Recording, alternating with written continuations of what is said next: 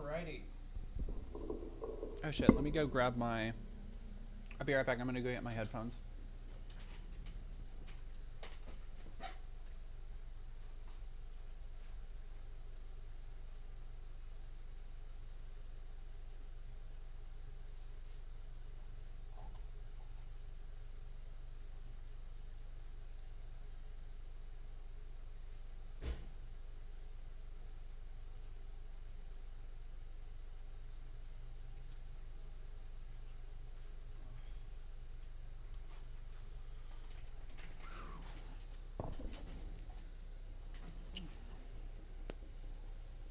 What's going on? Who's talking?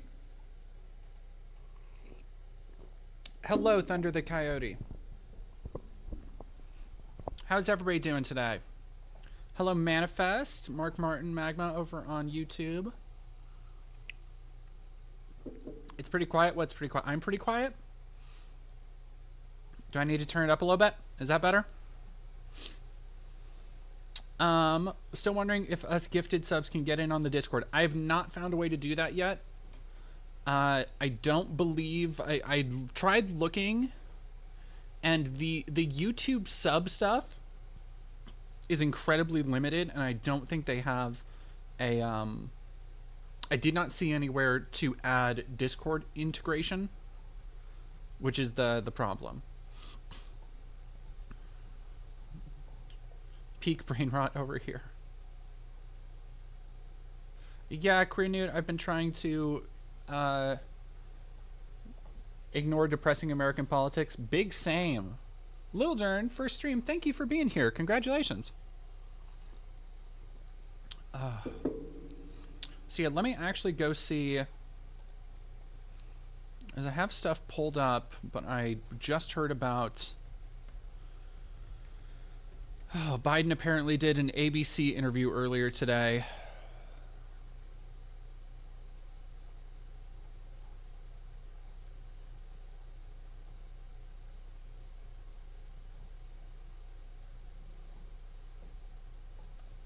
Okay, let me see if this is it. Because if it is, we might just we might watch this to start.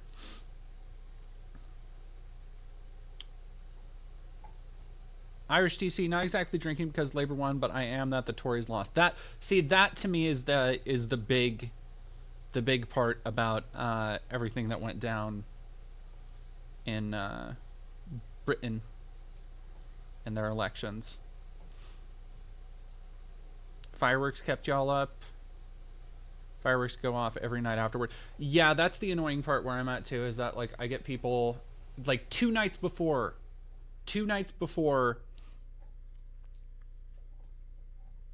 fireworks started happening. Hey dog. I might put her in the kitchen to chew on her thing. No, do not run away. You're gonna chew it over here. Alright, you stay there. Stay there to chew. Over there. Do not want to have to pick you up on mic. Yeah, go away, 1999. I saw that.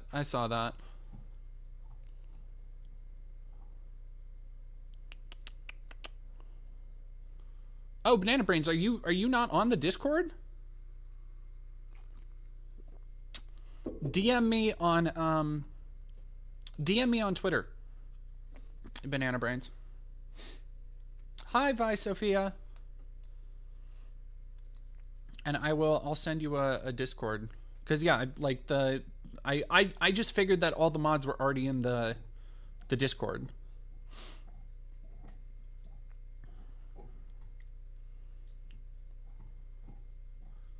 Will do. Yeah, Stream Cabbage, I think there are going to be a couple. Yeah, Banana Brains, DM me. I'm assuming, yeah, okay. So this is the debate. Or no, this is the ABC interview. Me. Oh, boy.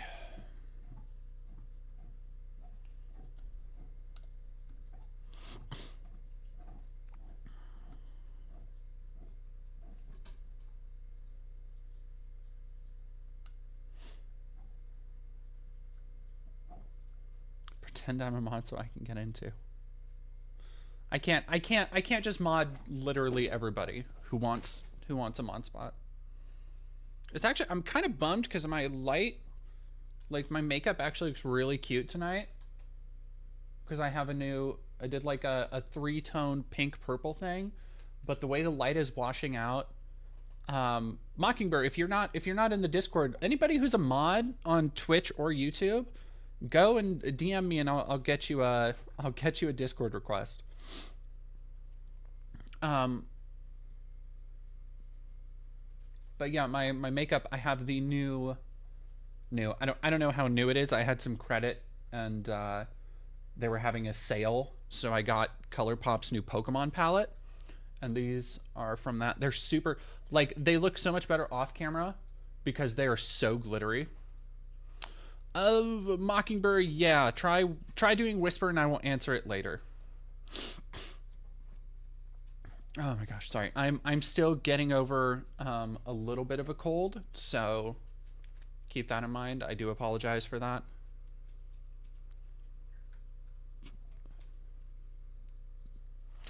Manifest, it's usually through Patreon.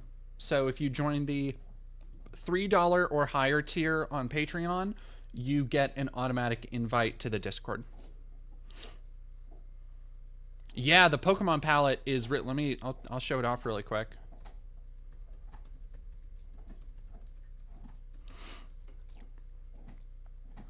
As this is the one I got. And yeah, see, it's on sale. So I think it's probably been out for a little bit, and I don't pay attention. But the colors here are so good. And ColourPop... Oh, I'm not even showing it on screen. God, dumbass. There we go. The colors here are so good and clean. And for anybody who is like looking to get into makeup and stuff, highly recommend ColourPop. Their pigments stay on a really long time. And the glitters especially are choice. They have like by far the most glittery glitter out there. And yeah, I guess it's still on sale. So it must have been out for a little while and I just haven't kept up with it. But yeah, I love like this is a hell of a palette. They have an entire, because they do like collab sets, and so they have like other little swatches and blushes, and their Super Shock eyeshadow is kind of one of their big things. But I only got just the palette because I've never been the kind of person that's like, ooh, I need to buy the whole makeup set. There have been collab sets that I've missed out on. For like, I think, is it Vampire? Yeah, Vampire Cosmetics Silent Hill is one that I'm like, like, they're really cool, but I don't collect, like, I know people who have collected makeup palettes. I've never been in the place where I'm like, I'm going to collect makeup palettes. I'm going to use them, and at that point, like $130 for 2 palettes is like, like I love Silent Hill, but I can't justify that. That's too much. That's too much. Really good colors though. But yeah, God, my nails look like shit. They've just been chipping down over the last month, and I haven't. Yeah, Sailor Moon. ColourPop did a really cute Sailor Moon one. They did a really good Star Wars set. If you're ever looking for red, because actual red is really hard to find in a lot of makeup palettes. The thing I love about ColourPop is that they work in a lot of uncommon colors. So, like not a rouge, not a like purpley red or a crimson. That stuff is usually like pretty common. Like an actual bright, vivid red. They have so many different tones and colors, and it's so hard to find a good one.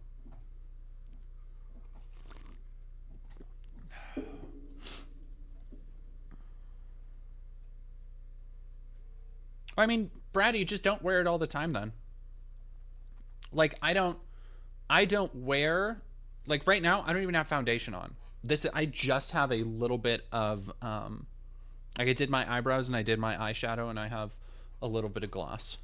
Like, so it's not even a, like, it's not even a matter of, you know, wearing it all the time and wearing out your skin. All right. So I'll start with this. Go into, I was going to start with Michael Knowles, with Michael and the Alpha Mentor, Justin Waller, who surely looks like a secure, trustworthy man. But instead, I will go and look at Biden's interview, something that might be a little bit more pressing and prescient for our country and where it's heading. Because as we talked about, I haven't streamed a lot this week, partially because I was working on getting that video out, which, by the way, if you haven't seen the latest video essay I did on claiming queer characters for Pride Month, please go check it out. And while you're doing that, please go check out Stardust over on Kickstarter. It is a queer made and led multimedia saga that once it's like fully funded, they want to get a like full tabletop game experience. They have multiple like books and stories that they're trying to tell with this. It is a wonderful project. I talk about it at the beginning of that video, and if you haven't yet, please go like. And they're like, to give you an example of, everybody who's been in here knows that I do not shill things really. This was the first ad I had accepted because I actually like really believed in that product. And like right now, they're not paying me for this. This is not me getting paid to do anything. This is just me wanting to tell you to go support queer art. And I think you should go check this out. They only have 10 days to go. They are a little over halfway towards their goal. Yeah. Anywho. Yeah, aside from that, I haven't been streaming as much this week because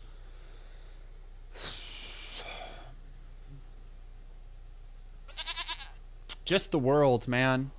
Just the world. Thank you so much, Zenith Zen Live, for following. Grimlock Master, also thank you for following. It is...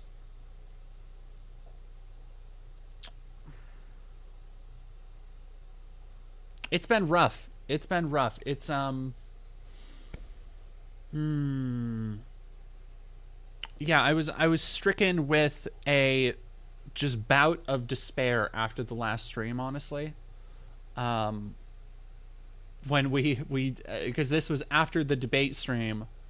I think it was on Monday where we streamed last, and we were talking about Biden, and it was right after the Supreme Court had said, like, oh, presidents can do whatever. And Biden came out and said, like, oh, I'm going to respect the office of the president and not do anything bad at all, ever. And it's just, it's been a bleak time. So in between then was a lot of speculating on whether Biden would drop out for the good of the race. Because, like, and by the way, I've never seen in like my, you know, understandably I'm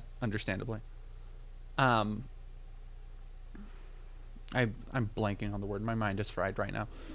I have never seen in my admittedly limited view of modern politics such a concentrated effort from every corner of what is meant to be, you know, what conservatives are always saying is the liberal media. It's always the liberal Democrat media. I've never seen so many editorials and think pieces and talking heads saying, like, Biden should drop the fuck out. Like, yo, this shit is bad. Like, never.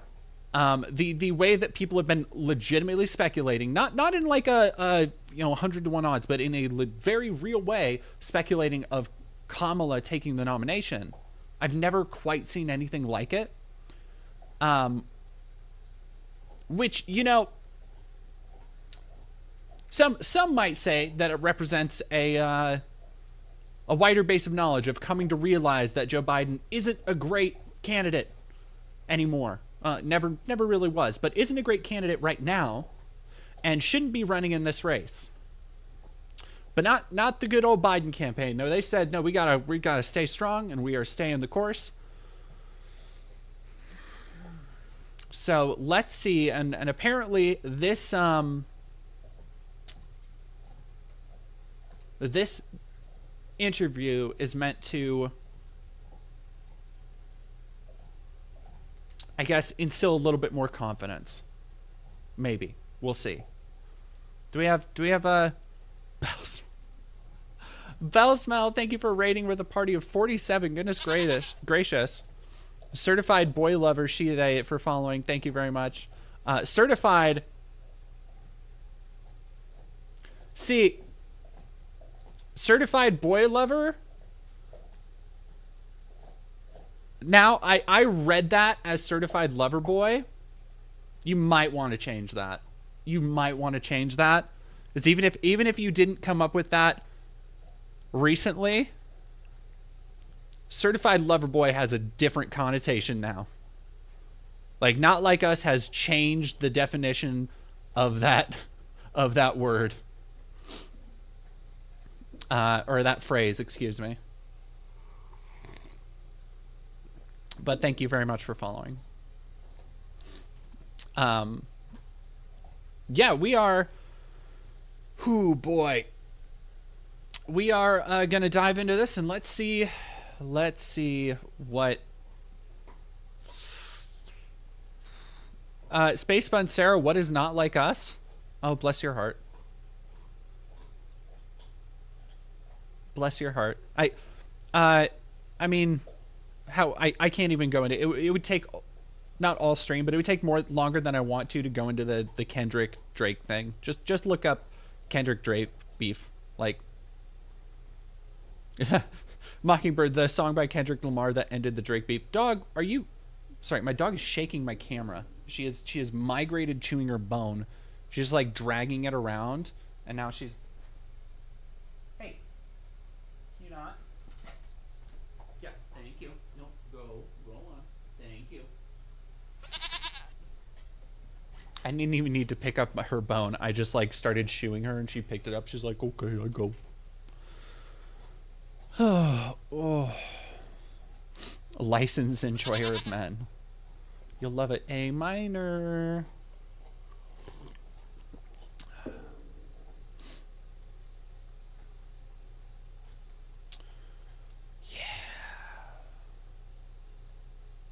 Okay. The kick streamer Drake. Yeah, the very same famous kick streamer Drake.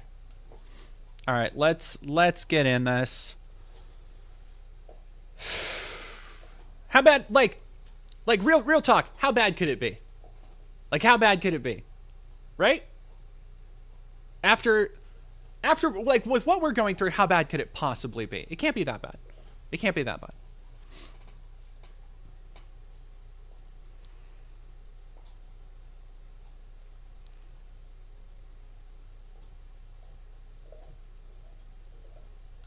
Edition of This Week, the first broadcast interview with President Biden since last week's debate. Earlier this afternoon, we taped the 22-minute interview. There are no cuts, no edits. We have not touched it. At this pivotal moment in the presidential campaign, here it is. Mr. President, thank you for doing this. Thank you for having me. Let's start with the debate. You and your team have said you had a bad night, but But your friend Nancy Pelosi actually framed the question that I think is on the minds of millions of Americans. Was this a bad episode or the sign of a more serious Does it need to be turned down? It was a bad episode. No indication of any serious condition. I was exhausted. I didn't listen to my instincts in terms of preparing, and I had a bad night. You know, you say you were exhausted, and I know you've said that before as well, but you came, and you did have a tough month, but you came home from Europe about 11 or 12 days before the debate, spent 6 days in Camp David. Why wasn't that enough rest time, enough recovery time? Because I was sick. I was feeling terrible. Matter of fact, the docs with me, I asked if they did a COVID test because they were trying to figure out what was wrong. They did a test to see whether or not I had some infection, a virus. I didn't. They just had a really bad cold. And did you ever watch the debate afterwards? All right, how's that? I don't think I did, no. Well, what I want to get at is Okay. what were you experiencing as you were going through the debate? Did you know how badly it was going? Yeah, look, the whole way I prepared, nobody's fault, mine. Nobody's fault but mine. I prepared what I usually would do, sitting down, as I did come back with foreign leaders or the National Security Council. His for fucking explicit- eyes, man. He looks like...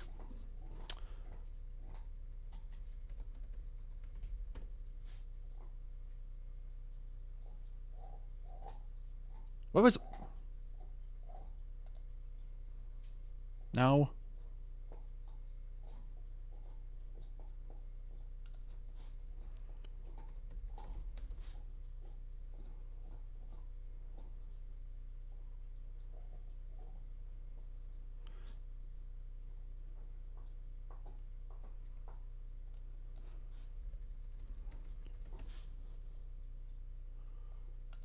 All right, kind of content warning for an ugly picture. But dog, this is what Biden fucking looks like to me. Like, no joke. Look at this. Look at the eyes.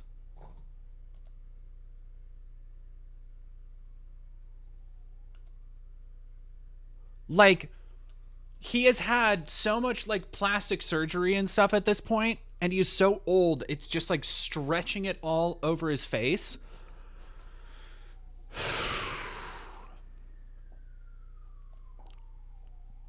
Like, there's almost a point where, like, look, Trump has never looked good in a traditional sense, right? But he is good at being loud. He is good at putting forth the idea of pomposity. And with that comes a certain signifier of strength to certain people. The dude who's able to yell the loudest, who's able to gesticulate, who's able to still put on a good show. Trump might be old, starting to ail. He was certainly, like, a lot of people don't take into account the mental strain the office of the president takes on somebody, like, which is a problem and why we need like an age limit. It's because after 4 years of being president, your brain is fried. Like, look at Barack Obama, who was a fairly young dude by presidential standards, what he looked like after he left the presidency, and then what he looked like 4 years later. Like, the dude looked entirely different because he'd been able to recover from that. It's the same thing that we've seen with Trump, where people are like, oh my gosh, like, Trump seems invigorated and stuff. What hormones, what cocktail of amphetamines do they have him on? It's like, probably nothing. Like, they might have him on like some kind of like prescribed stimulants or, you know, whatever, but it's probably just taking 4 years off, when the last time a lot of people were paying attention and saw Trump was when he had been in office for 4 years. He was embattled on all sides. And that shit takes a mental toll. Now, Biden is already really old. He's already a not good speaker. And when you compare Biden to Trump, who's had those years to rest up, it just, even though what Trump said in the debate was just universally lies that didn't get fact checked. Thank you very much, by the way, mainstream news media. That was a really good decision. But when you put him against this, what seems to be an emaciated skeleton of a person, like, Trump still manages to exude a level of confidence, and for some people will at least appear more competent than Biden. Like, it is so much of Joe Biden's ability to lead or ability to run and be a successful candidate has less to do with his actual platform. Because, like, that shit, that's not being really scrutinized by the mainstream media right now, right? Like, nobody in the mainstream media was questioning like, oh, Joe Biden's position on Israel is actually like leading to the deaths of tens of thousands of people. And they're completely enabling a genocidal regime right now to just go in and wipe out Gazans. Like, nobody gave a fuck. The thing that people are actually looking at is not, it's not the rhetoric of the candidates, unless it's, you know, something batshit and wild that one of them says. It's the presentability. It is the optics, the look of it, the sheen. And Biden's sheen has worn off so long ago. So long ago.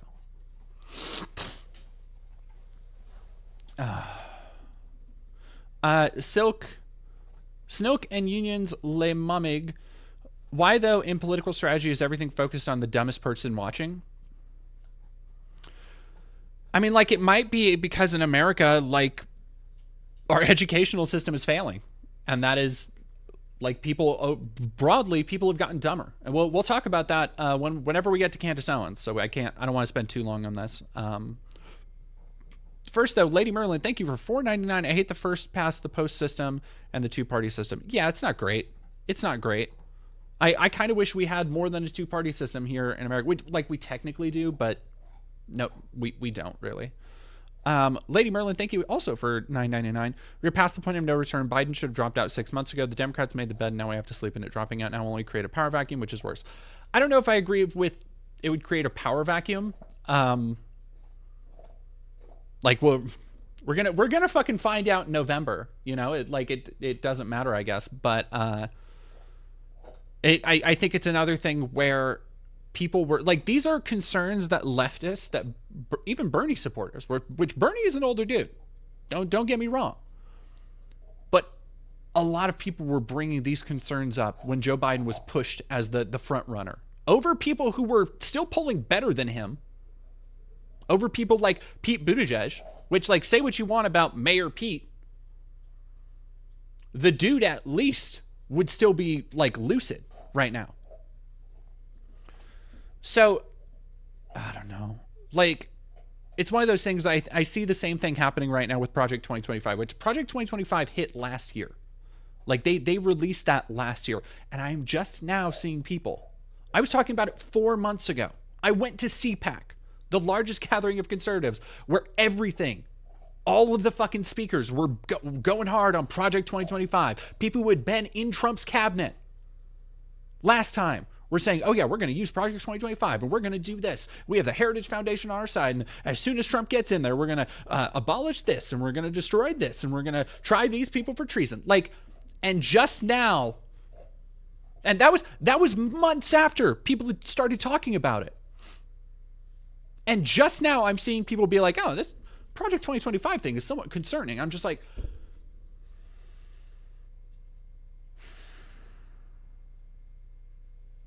yeah. So maybe you are right. Maybe this should have happened 6 months ago, but like nobody, I think the debate was the moment where people started actually noticing. Like, yeah, it's anyway, let's get through this, Mr. President. Detail.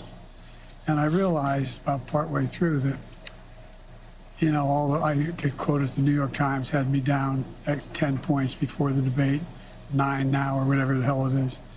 The fact of the matter is that what I looked at is that he also lied 28 times. I mean, the way the debate ran, not my fault, no one else's fault. No one else's fault. But it seemed like you were having trouble from the first question in. Huh. Even before he spoke. Well, I just had a bad night. You've had some bad interviews once in a while. I can't remember any, but I'm sure you did. I've had plenty. I guess the question, the problem is here for a lot of Americans watching is, you've said, going back to 2020, watch me.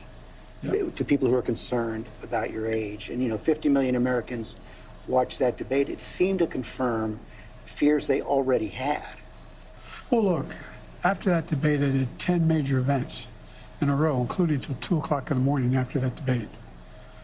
I did events in North Carolina. I did events in I'll try doing closed Georgia. captions. Did events like this today. Large crowds, overwhelming response, no slipping. And so I just had a bad night. I don't know why. And how quickly did it come This to is you not that you were having? This is not instilling confidence. Like, this is just straight out the gate. This is not a good look to just continually answer. We're 4 minutes in. He has basically said the same thing 3 or 4 times, that it is, I just had a bad night.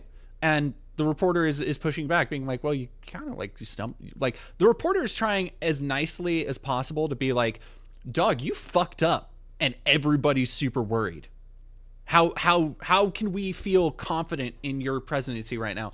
And Biden's best is to just say, I don't know, Jack. Like, I had a bad night. You know, who among us has not had a bad time with the down the soda fountain? I'm sure that you know it. And, anyway, like, it's not helping, dude. This is not. Okay. That bad night. Well, Kane was having a bad night when I realized that even when I was answering a question, even when they turned his mic off, he was still shouting. And I let it distract me. I'm not blaming it on that. But I realized that I just wasn't in control. But part of the other concern is that this seems to fit into a... Thank you, Fightin' Hobbit, for 50 bits. Joe, it doesn't matter that you lied the entire time you're a politician. You're supposed to show charisma and a little joie de vivre, great use of the term, that voters want to see in their elected officials. Trump should be the easiest layup in political history, and you're biffing it. Like, I think it also has to do with, like, Trump is a bulldog. He's a piece of shit. He's a liar. He's a grifter. He's all that stuff. But at the end of the day, he can also, he's not afraid, technically, like, he is afraid in broad terms. But if you think he can sway an audience to his side, he's not afraid to constantly be on the attack, constantly be making little jabs. And that was the problem, is that Biden is not the candidate to offend, to fire back. Like, he's just not. And so, like, which made him look worse. Every time Trump again could have been saying something that was completely false, completely a lie. But when Biden just sits there and takes it, or doesn't defend, or doesn't say something to disprove it, like, it just looks weak. That's the nature of a debate. Like, this they go low, we go high bullshit doesn't work for a blood sport. It just doesn't. Pattern of decline that has been reported on recently. New York Times had a headline on July 2nd, Biden's lapses are said to be increasingly common and worrisome. Here's what they wrote. People who have spent time with President Biden over the last few months or so said the lapses appear to have grown more frequent, more pronounced, and after Thursday's debate, more worrisome. By many accounts, as evidenced by video footage, observation, and interviews, Mr. Biden is not the same today as he was even when he took office 3.5 years ago. Similar reporting in the Washington Post and the Wall Street Journal. Are you the same man today that you were when you took office 3.5 years ago? In terms of successes, yes. I also was the guy who put together a peace plan for the Middle East that may become into fruition. I was also the guy that expanded NATO. I was also the guy that grew the economy. All the individual things that were done were ideas I had or I fulfilled. I moved on. And so, for example, you know, well, that was true then. What's Biden done lately? Today, just announced 200,000 new jobs. We're moving in a direction that no one's ever taken on. I know you know this from the days in the government. I took on Big Pharma. I beat them. No one said I could beat them. I took on all the things we said we got done. We were told we couldn't get done. And part of it is what I said when I ran was I wanted to do 3 things. Restore some decency to the office. Restore some support for the middle class instead of trickle-down economics, both from the middle out and the bottom up, the way the wealthy still do fine, everyone does better, and unite the country. But what has all that work over the last 3.5 years cost you physically, mentally, See, like, emotionally? that is the kind of fucking answer we needed at the debate. I just think it cost me a really bad night, bad run. God damn it, But, Joe. you know, George, I'm optimistic about this country. I don't think we're a country of losers, that he points out. I don't think America's in tough shape. I think America's on the cusp of breaking through in so many incredible opportunities. Joe, This the next problem is term, the I'm gonna country make is sure we not have optimistic about straighten out you. the tax system. I'm going to make sure we're in a situation where we have health care for all people, where we're in a position where we have child care and elder care, free up, and all these things. The one thing I'm proudest of is, remember when my economic plan was put forward, a lot of the mainstream economists said it's not going to work. Well, guess what? We now have 16 Nobel laureates, 16 of them in economics. saying that Biden's next term would be, based on what he wants to do, enormous success. Trump's plan would cause a recession, would significantly increase inflation. I've made great progress, and that's what I plan on doing, and we can do this. I understand that, and I'm not disputing that. What I'm asking you is about your personal... So, again, that was the kind of shit that would have been good to hear actually on the debate stage, but that does not answer the question. The thing that I was bringing up earlier, like, whether you hate a president or not, I don't think anybody quite understands the strain mentally that a job like that would put on somebody's mind, their mental faculties, which is exactly what Joe Biden isn't answering. And everything, like, that is what everybody is worried about with him. So again, him just completely missing the question, not instilling a lot of confidence here. Personal situation. Do you dispute that there have been more lapses, especially in the last several months? Can I run the 110 flat? No. But I'm still in good shape. Are you more frail? No. I know you Come keep my schedule. I know you spoke with your doctor after the debate. What did he say? He said, he just looked at me and said, "You're exhausted." I said, "Look, I have medical doctors travel me everywhere, every president does, as you know. Medical doctors, some of the best in the world, travel me everywhere I go. I have an ongoing assessment of what I'm doing. They don't hesitate to tell me if they think there's something wrong." I know you said you have an ongoing assessment. Have you had a full neurological and cognitive evaluation? I get a full neurological test every day with me. And I've had a full physical. I had, I've been able to read for my physicals. Yes. The answer. I know your doctor said he consulted with a neurologist. I guess I'm asking a slightly different question. Have you had the specific cognitive tests, and have you had a neurologist, a specialist, do an examination? No, no one said I had to. No one said, they said I'm good. Would you be willing to undergo an independent medical evaluation that included neurological and cognitive tests and release the results to the American people? Look, I have a cognitive test every single day. Every day I have that test. Dude, that's not... Everything I do. Not only am I campaigning, but I'm running the world. And that's not how it sounds like hyperbole. But we are the essential nation in the world. Madeleine Albright was right. And every single day, for example, today, before I come out here, I'm on the phone with the Prime Minister of... Anyway, I shouldn't get into detail, but with Netanyahu. I'm on the phone with the new Prime Minister of England. I'm working on what we're doing with regard to, in Europe, with regard to expansion of NATO and whether it's going to stick. I'm taking on Putin.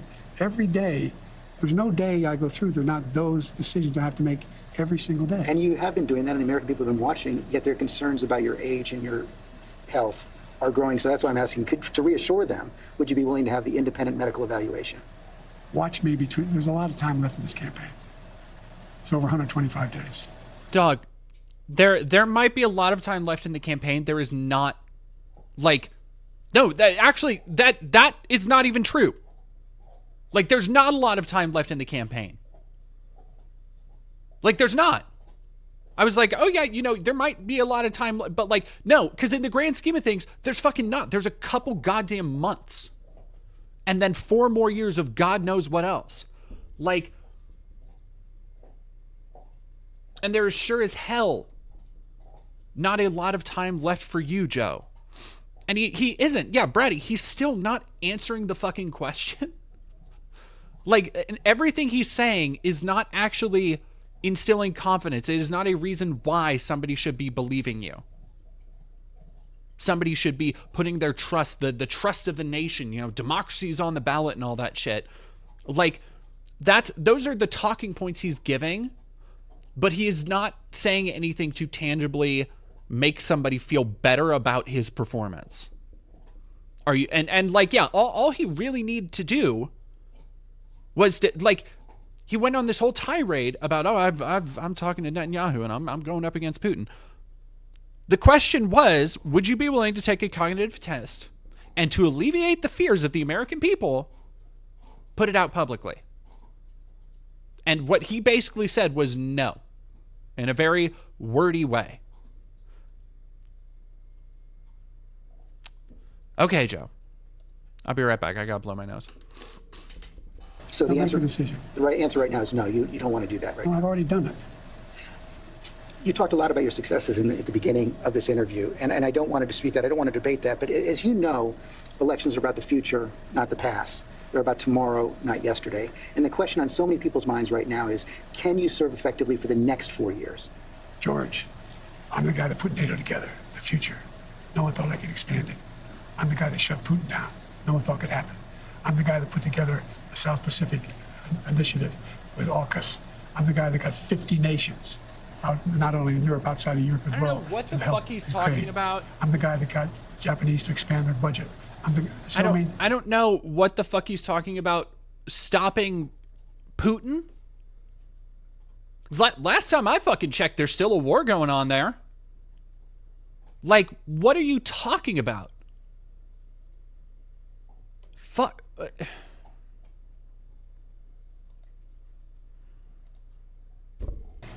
And for example, when I decided we used to have 40% of the computer chip, and we invented the chip, that little chip, the computer chip. It's in everything from cell phone to weapons. And so we used to have 40%, we're down to virtually nothing. So I get in the plane against the advice of everybody, and I fly to South Korea. I convinced them to invest in the United States, billions of dollars. Now we have tens of billions of dollars being invested in the United States, making us back in a position where we're going to own that industry again. We have, I mean, I just, anyway, I don't want to. Oh my God! I have a great. He did the thing. He's doing the memes. He's doing the memes. Not on purpose. Like, when in my shitty bad impression of Biden like 10 minutes ago, I did that exact same thing. Just like, fuck, man. Fuck, dude. But I guess my point is, all that takes a toll. Do you have the mental and physical capacity to do it for another 4 years? I believe so. I wouldn't be running if I didn't think I did. Look, I'm running again because I think I understand best what has to be done to take this nation to a completely new level. I don't think you understand best the room you're in, dude. And look, the decision recently made by the Supreme Court on immunity, you know, the next president of the United States, it's not just about whether he or she knows what they're doing. Yeah. It's not about a conglomerate of people making decisions. It's about the character of the president. The character of the president is going to determine. It's also like he gets in the most broad fucking West Wing, like liberal terms imaginable. He gets what's at stake, right? He gets the democracy is on the ballot shit. He does not get that he's old as shit and everybody is worried. That scares the fuck out of everybody.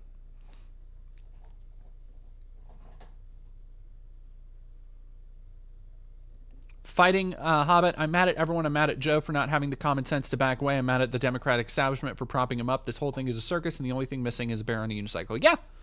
Yeah. Like here's the thing. I straight up think if Bernie had won, if Bernie had won last time, like he was clearly on track to do before the Dems fucked him over with Biden, everybody would be saying the same thing right now, right? Because I know everybody who hates on Bernie or Busters would be like, well, Bernie would be older now and he would be just as senile. Yeah, but I fully believe that Bernie wouldn't be fucking running again. Like, Bernie would have finished out his term and passed it on to somebody else. Because right now, Bernie isn't running. Bernie hasn't tried to put his name in the hat.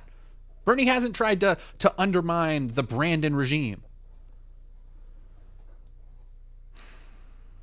Like, whatever. It's not worth relitigating 2016 and 2020 every time. But like, there's such a feeling of I told you so. Especially when it comes to centrist libs. Like, there is such a feeling of fucking, why didn't you listen? Especially when, oh my God. Especially when there are still people out there who are so, like, insulated from the real conflicts that people like Biden and Trump are presenting to the world. Like, whether it's through money or their position or whatever, they aren't going to have to deal with the actual fallout of the things being said about trans people or Muslims or Asians or any of the other fucking rhetoric that is metastasizing right now in this country. And so there are still these fucking Wall Street Journal opinion piece motherfuckers out there on Twitter being like, we should have listened to Hillary. Hillary was right. It's like, about what, motherfucker? She lost. Anyway, that's the difference between me saying like Bernie would have, like, this wouldn't be a problem if we had actually listened to the popular candidate. That's the difference between me saying that and centrists holding on to the past.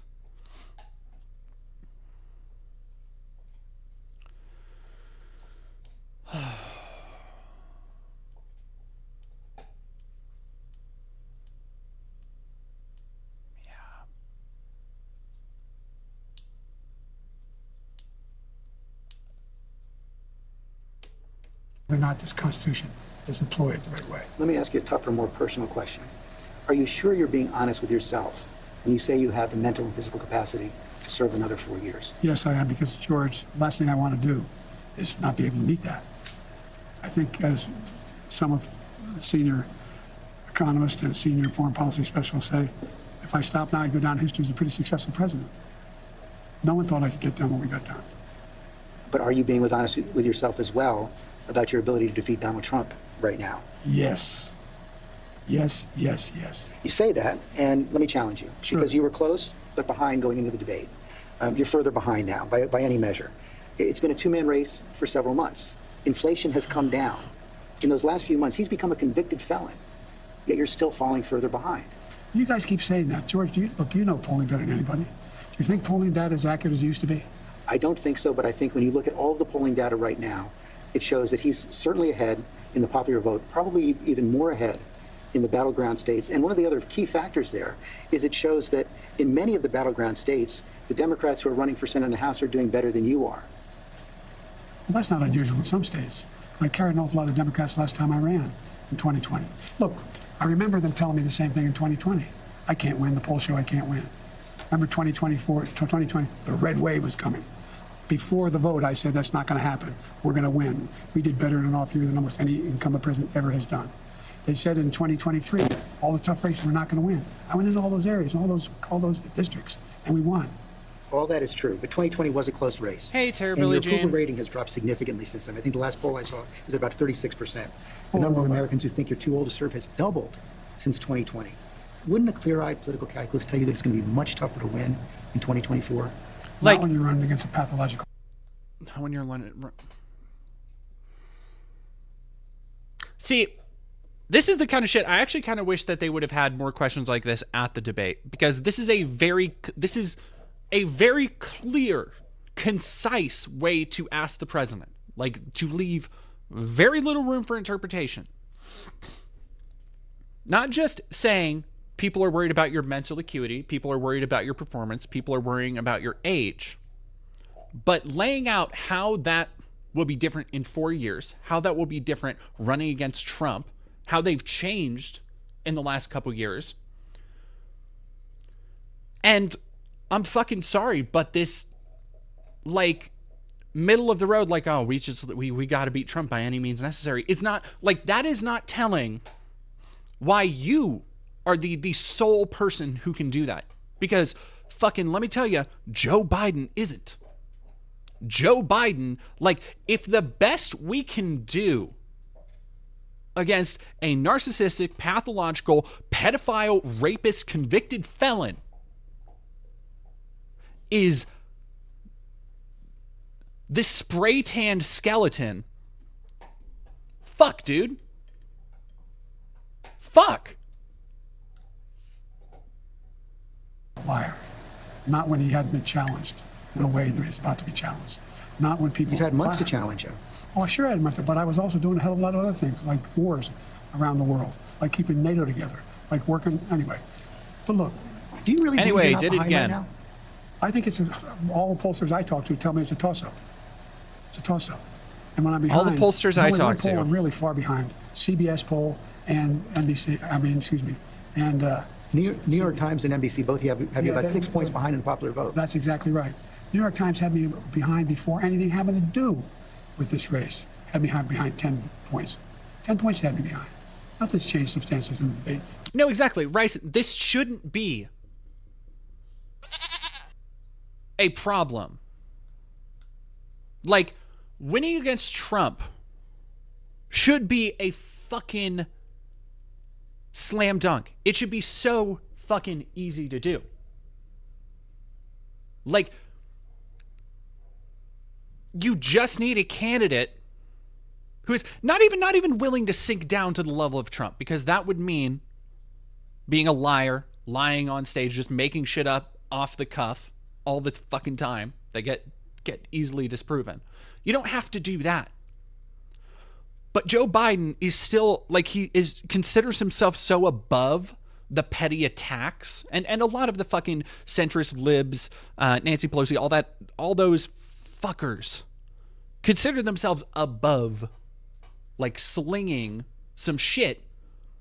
And the reason why this should be such an easy slam dunk is because there's so much. You have a mountain of, like, plagued bodies, and all you got to do is launch them over the wall of the city, and job's done. They'll work their own magic. And they're like, you know what? Seems a little dirty. I don't really want to. Seems like we might get our hands a little dirty. That doesn't seem like our bag. We want to go low. No, we want to go high. They go low. They go low. We go high. They're the deplorables. We aren't the deplorables. We aren't the deplorables. Come on. It's just like, well, fucking great. Rad.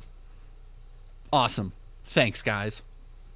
Like, it was, and the people have been talking about the Epstein documents that just got, I guess they just got unredacted or shared from the Ghislaine trial. But I feel like I've either seen or heard that story recounted. Maybe it was, during the trial somebody had talked about it, but I have heard that horrifying story recounted before. For those who don't know, you can go look it up. But God,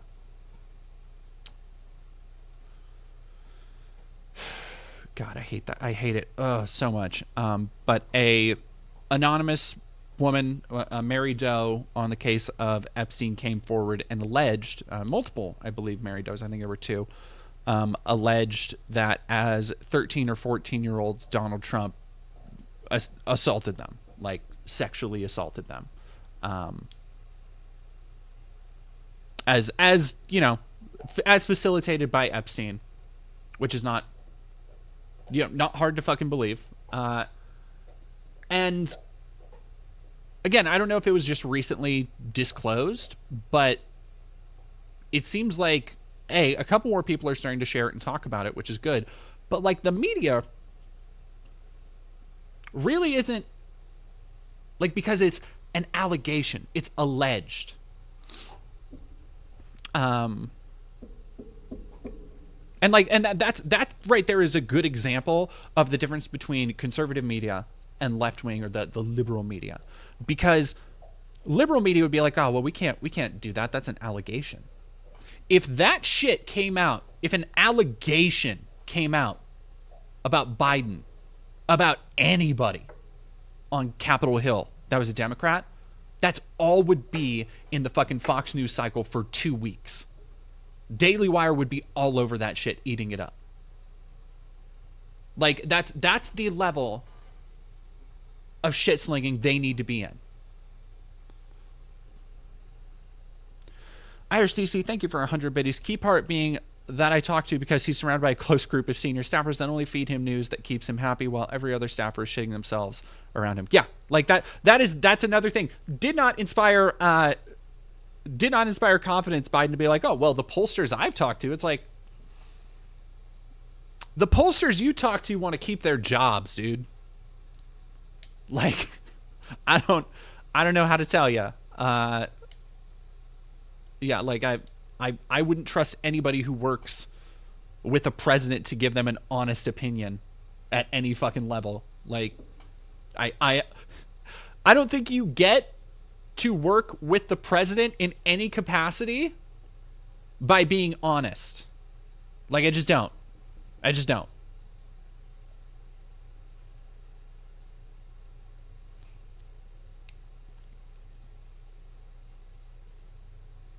New York Times poll. Just when you look at the reality, though, Mr. President, I mean, you won the popular vote in 2020, but it was still deadly close in the Electoral By College. 7 million votes. Yes, but you're behind now in the popular vote. I don't buy that. Is it worth the risk? I don't think anybody's more qualified to be president or win this race than me. You know, the heart of your case against Donald Trump is that he's only out for himself, putting his personal interest ahead of the national interest. How do you respond to critics who say that by staying in the race, you're doing the same thing? Oh, come on. Well, I don't think those critics know what they're talking about. They're just wrong? It's wrong. Look, Trump is a pathological liar.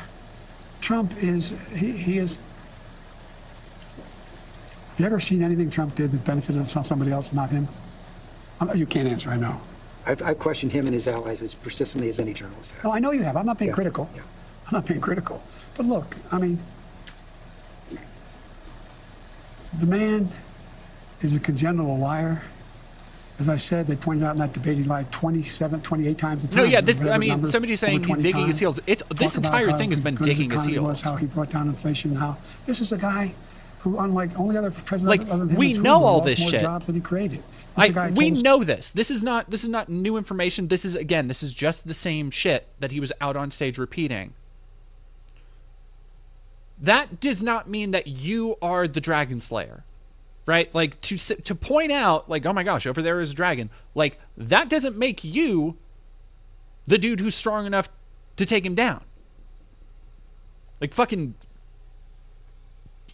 you have not, aside from a spotty track record that you are attributing things that you didn't necessarily do to your administration, you have not given a reason why you politically are the force to take on Donald Trump.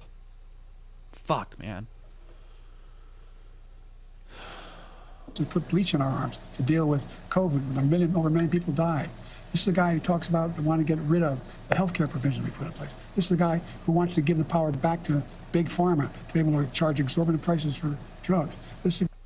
What candidate do you want to replace Biden? Honestly, I think, like, I've always strongly disliked Kamala Harris, but I feel like she is the only one who is in close proximity. She has I don't want to say like an established repartee with the American people, but the American people know the name Kamala Harris, right? Like, the vice president is somebody who is a known factor, a known quantity. Whereas somebody like, you know, the other names I've heard thrown around, like Gavin Newsom, is not somebody who's as well known to the layperson. I think that is something that you have to definitely take into account when you are like, okay, this is the person who's going to be on the ballot, especially when so many fucking people don't pay attention to politics until like November comes, even and even then, if that. So, like, I think Kamala is not a amazing speaker. She is not overly articulate. She is not, like, does not appear to be necessarily well versed in much policy, but she does have attitude, and I think she is one of the only people to, like, be able to give Trump a run for his money in that.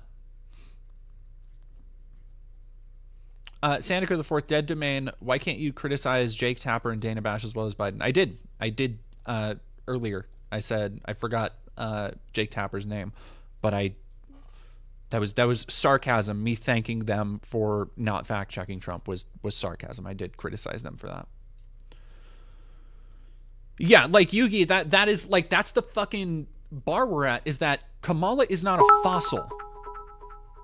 Like, so she, like, it like, that's okay, just tap her in, put her in the fucking race. I saw somebody say, like, which would never, it's not going to happen in a billion years, but, or in the next 6 months at least, a Kamala Bernie ticket, which would actually, like, I seriously think that would actually work, but she wouldn't. Like, or the Dems wouldn't. Like, they're digging in their heels. They're saying, like, Biden, riding with Biden or die. Newsom got that Riz, though. Kamala is kind of Ohio. Yeah. Newsom has that, like, Kennedy-ish quality. Like, he's a good speaker, and he's, like, all that bullshit. He is solid white guy.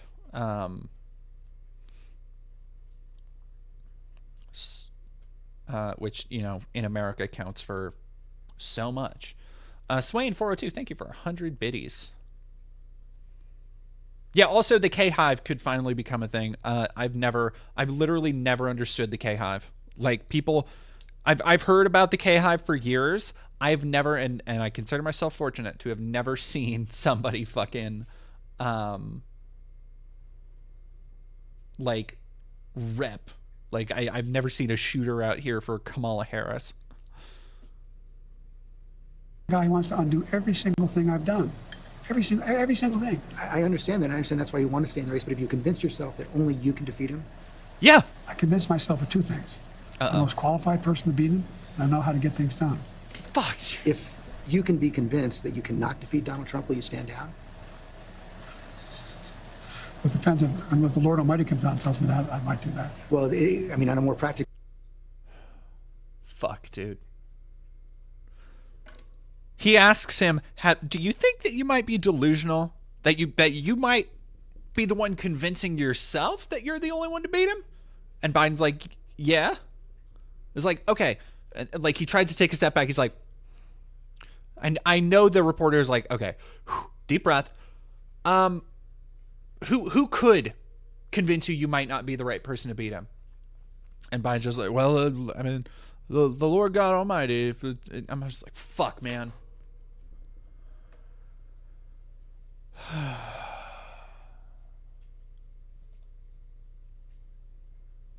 Level. Washington Post just reported in the last hour that Senator Mark Warner is assembling a group of senators together to try and convince you to stand down because they don't think you can win.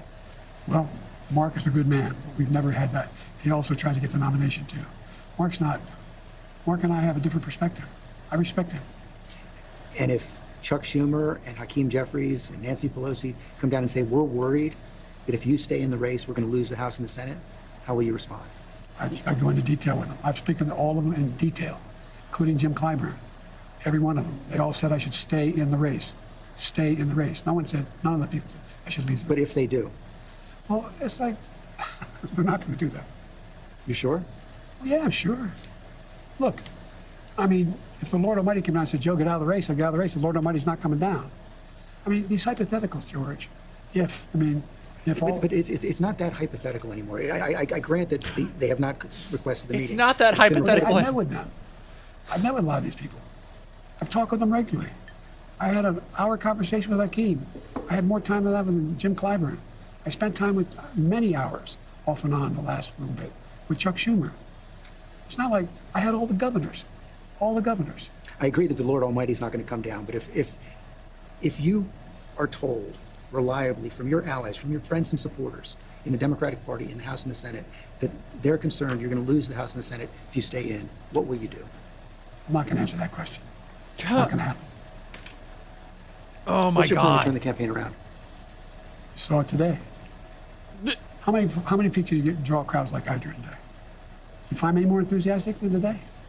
Huh? I mean, I don't think you want to play the crowd game. Donald Trump can draw big crowds. There's no question about that. How you can draw?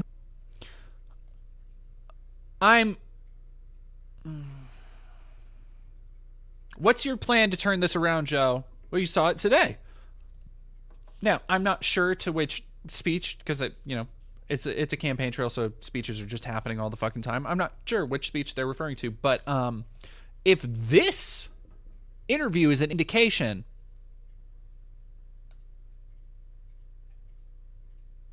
fucking yikes, dude. Fucking, like, just yikes. Like, this is the...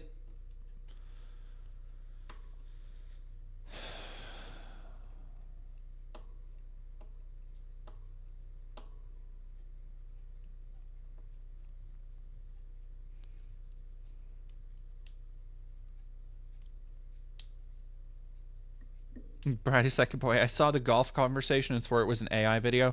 The golf conversation, I mean, I talked about it during we watched it all on stream. The conversation about golf is one of the most, I think, galling, harrowing moments I've ever seen in American politics. And it came right after some truly reprehensible shit, like Trump calling Biden a Palestinian after saying that Netanyahu should wipe them all out. Like, awful reprehensible shit.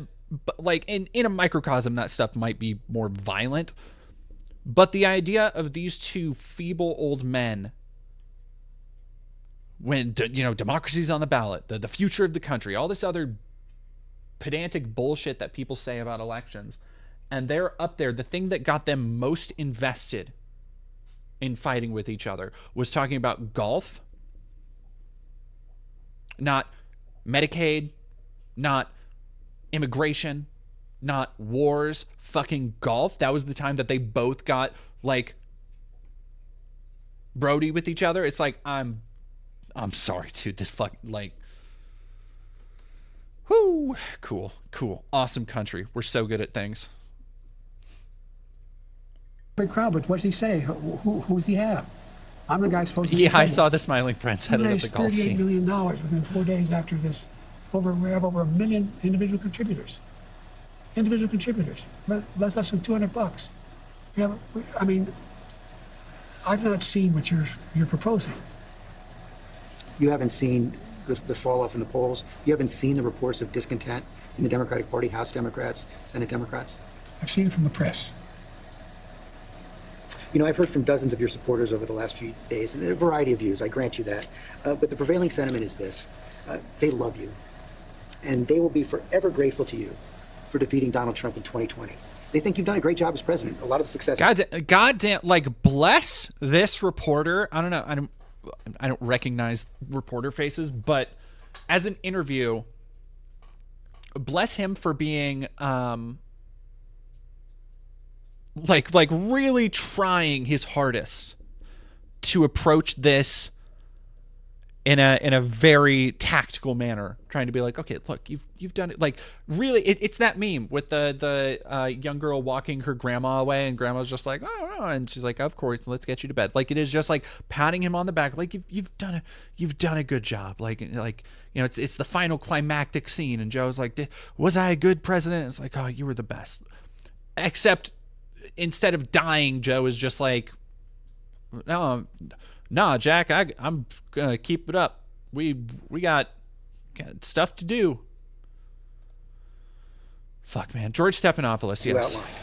But they are worried about you and the country, and they don't think you can win. They want you to go with grace, and they will cheer you if you do. Papadopoulos I see is the vast somebody majority else. are not where those folks are. I don't doubt there's some folks there. Have you ever seen a group at time when elected officials running for office aren't a little worried? Not by faces, no. Have you ever seen that? I've not. Same thing happened in 2020. Oh, Biden, I don't know, man. What's he going to do? He may bring me down. He may. Mr. President, I've never seen a president at 36% approval get reelected. Well, I don't believe that's my approval rate. That's not what our polls show. And if you stay in and Trump is elected and everything you're warning about comes to pass, how will you feel in January? I feel as long as I gave it my all and I did the good job as I know I can do. That's what this is about. Look, George, think of it this way.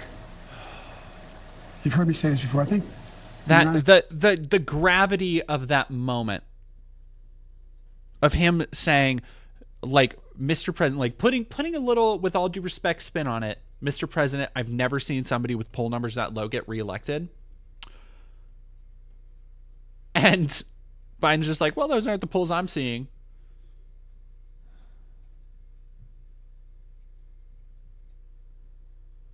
Great. Red. Okay. Well, I guess states in the world is an inflection point. As long as he's not seeing those polls. In the next several years are going to determine what the next 6-7 decades look like. And who's going to be able to hold NATO together like me?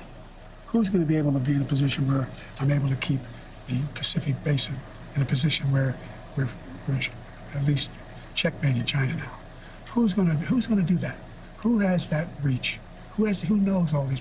We're going to have, I guess, a good way to judge me is you're going to have now the NATO conference here in the United States next week. Come listen. See what they say. Mr. President, thanks for your time. Thank you. ABC News also offered a one-on-one interview to Donald Trump after the debate. He declined. Huh. Let's bring in our political team for what they're hearing. Let me start out with our chief Washington correspondent, John Carl. And John, I do want to watch a little bit of this because the look Washington on everybody's faces is dire. Everybody there is just like,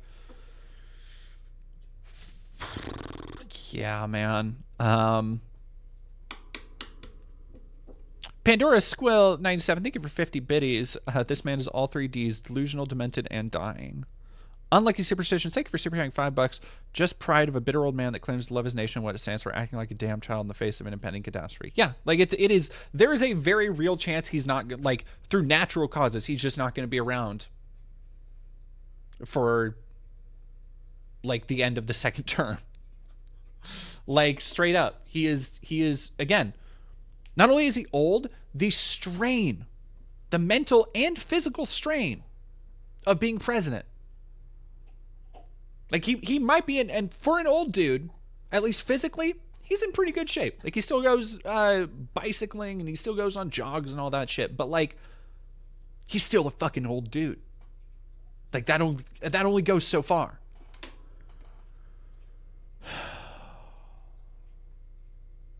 Mr. Oakby, that freeze frame, why does he look like somebody who just dropped a piano in his parked car? I mean, like, this right here, yeah, this is how I would feel if I were a talking head pundit after seeing that, and people are like asking, "Hey, what's on your mind? Where are we falling on the Biden campaign?" This is what they call consternation. That's what's happening here. Hearing.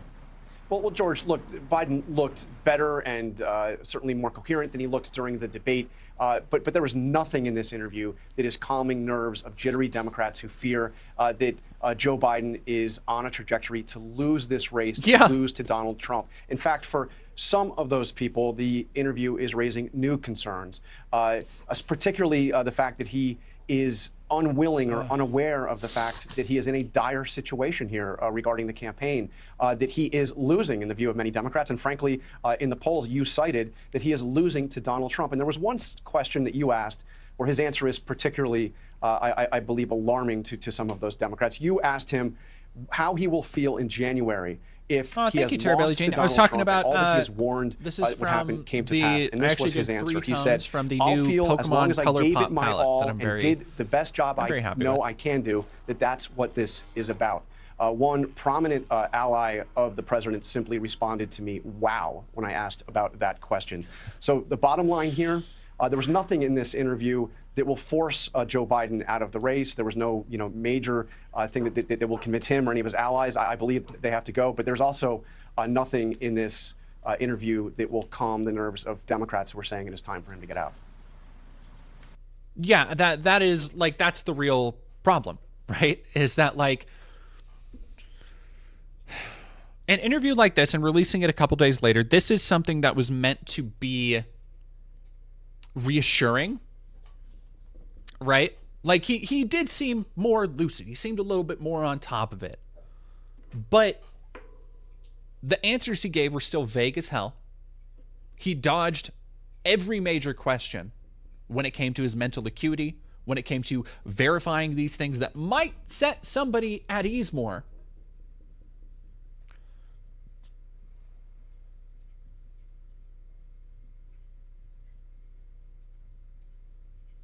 And it's so,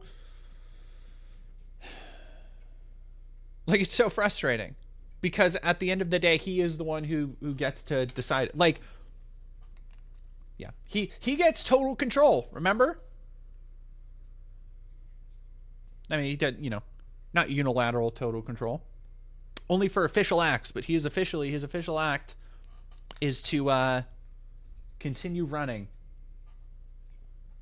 against, like, a credibly accused rapist hamburglar.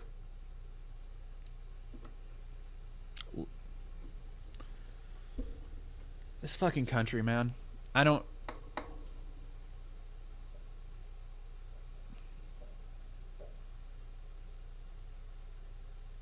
Like, what do you do?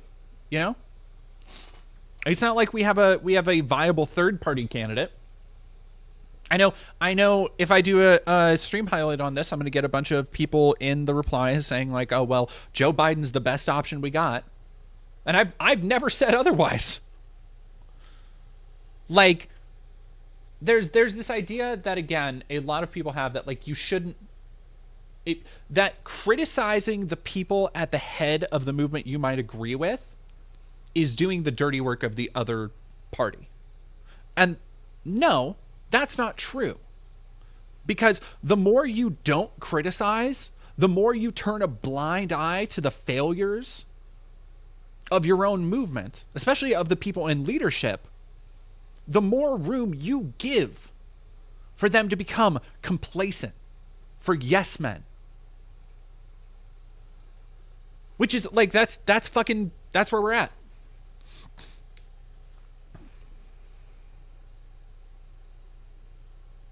Oh, whoop, wrong button.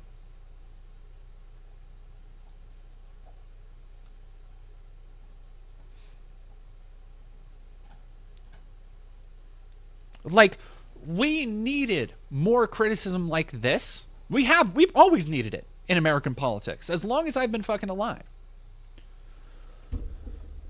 And it does nobody any good to put your head in the sand, like to be a person who is like, oh, you shouldn't criticize Biden. At least he's better than Trump. Because like, yeah, I'm like, people are like, oh, I don't want to vote for Biden because he's enabling a genocidal regime in Israel, because he has turned tail on fucking trans rights.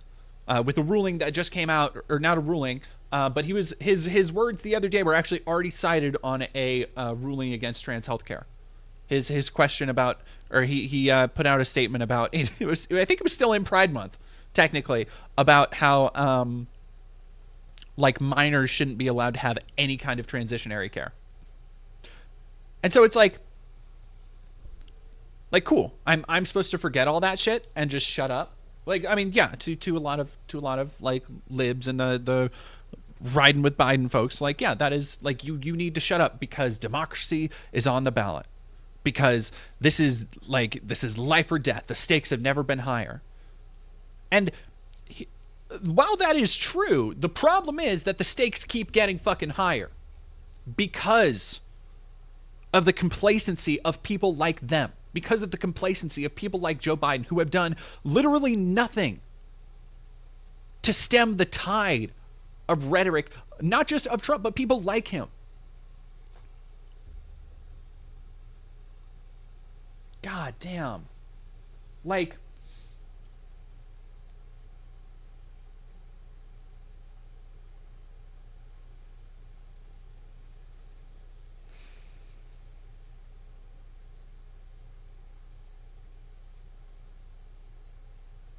I don't know. Like people, we had a thing, I think we talked about it a couple months ago, and this would have been before, I think this was around CPAC.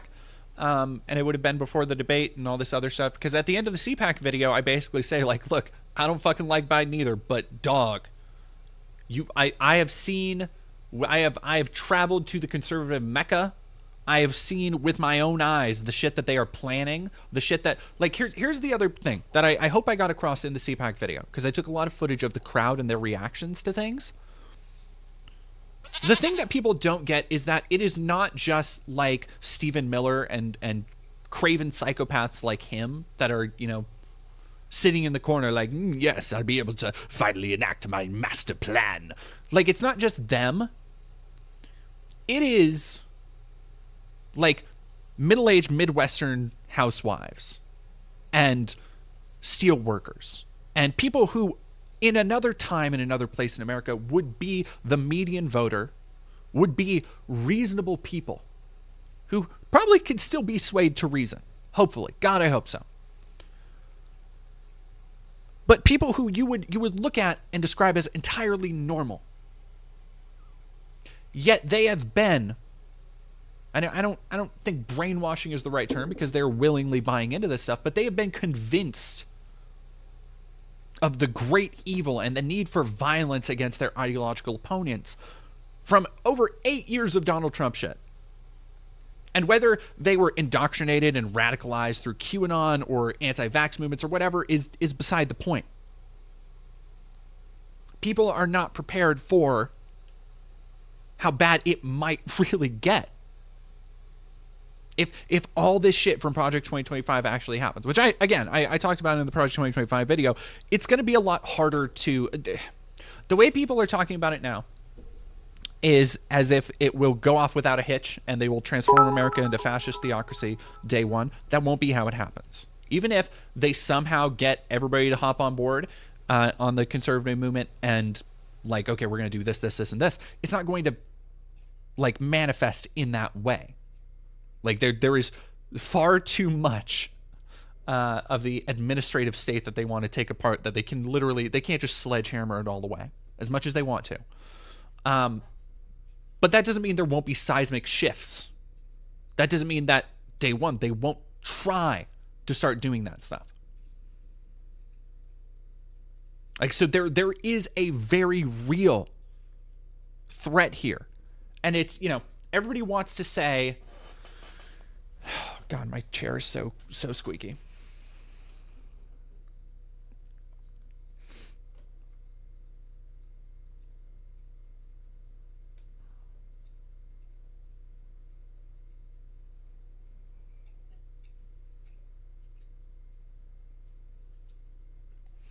Everybody wants to say that... I forgot what I was even fucking saying. I got distracted by a news pop-up. Irish TC 95, thank you for 100 biddies. I think they definitely can, but they're pissed off for being cast aside for decades, that they're getting sick of being told that they must vote blue with nothing in return. Yeah, I mean, like that describes so many communities. Like, again, you want to talk about the complacency of liberal politicians in America. When people ask, or when people look and see, oh, how are there, well, we'll talk about this with Candace Owens, people are like, how can you be a black conservative? It's actually not, like, you need a level of insulation and comfort. But when you look at the communities that have been mostly people of color, that have fallen under democratic, rule is the wrong word, governance, let's say, for so long, and the Dems, they promise everything. They promise outreach programs, and they promise more funding for schools and all this shit that never fucking happens. Yet they're still giving APCs and Cybertrucks and shit to police. At what point are you going to be surprised if those people start voting conservatively? If those people start being like, this is kind of fucking bullshit. Yeah, and Hero 001, also to be clear, black people are still the least conservative group in the shithole country. Yeah, I'm not saying that, like, oh gosh, we need to watch out for the black vote going entirely conservative. But there is something to be said for the fact that there are more black conservatives than ever before. Because a lot of fucking, like, black people feel let down by Democrats. They feel trapped in the same way that the rest of the country does right now.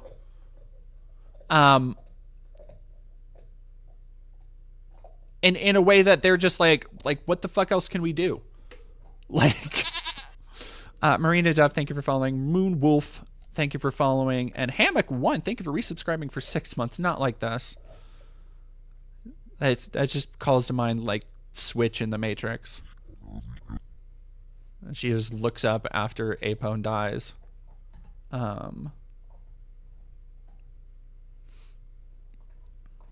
Yeah, Yenzo628. I'm just wanting both Biden and Trump to either die of old age or drop out of the race. I shouldn't wish death on anyone. Yeah, nobody should. Like, it would be nice if we lived in a world where, like, it would be nice if we lived in a world where you didn't know that if somebody died, the world would be a little bit better off. Right? Like, how fucked up is that? That after everything we've been through, all of the advances we've made as a society, that if, like, we know if some people died, the world would be better off. Like, what the fuck, man?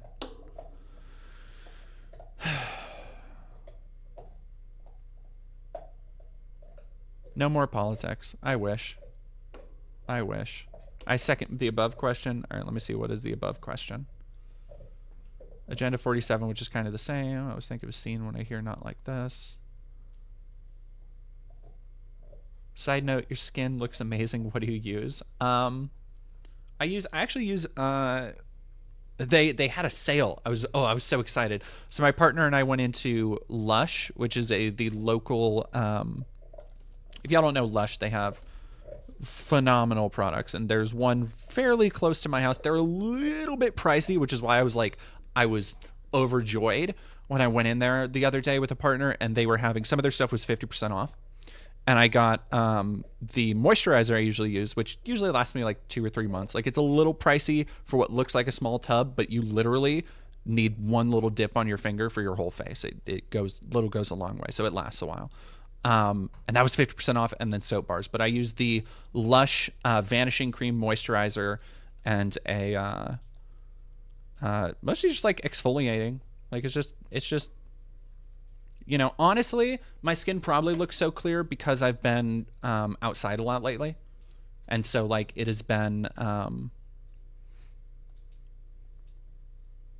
it's just been a lot of, like, sun keeping my skin clear. I go for a 3-mile run probably 4 or 5 times a week as soon as I wake up. So, yeah. World's problems, Emil TV. Who's I can answer all the problems of the world. Deliver them unto me.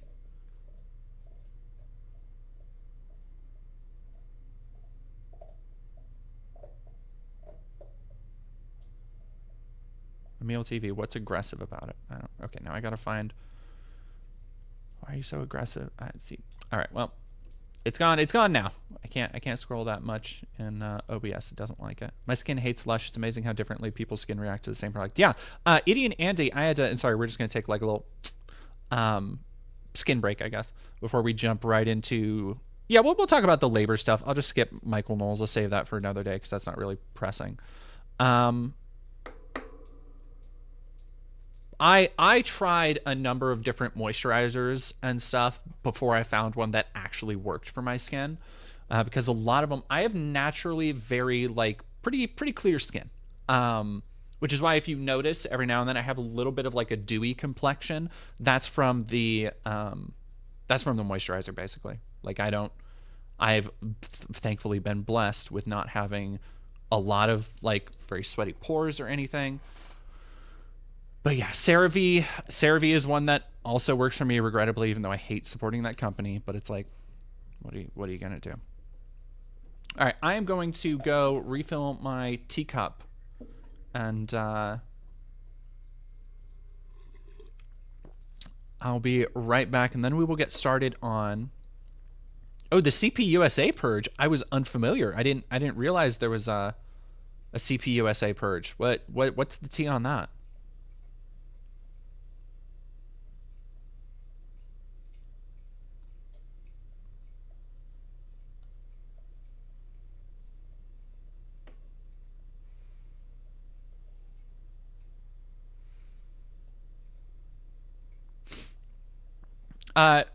Dragon Cat Overlord, the company that makes CeraVe, supports Israel.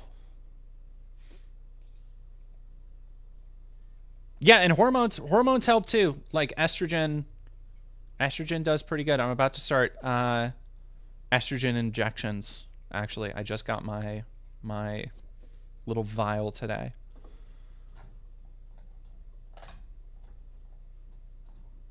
What happened? What happened with?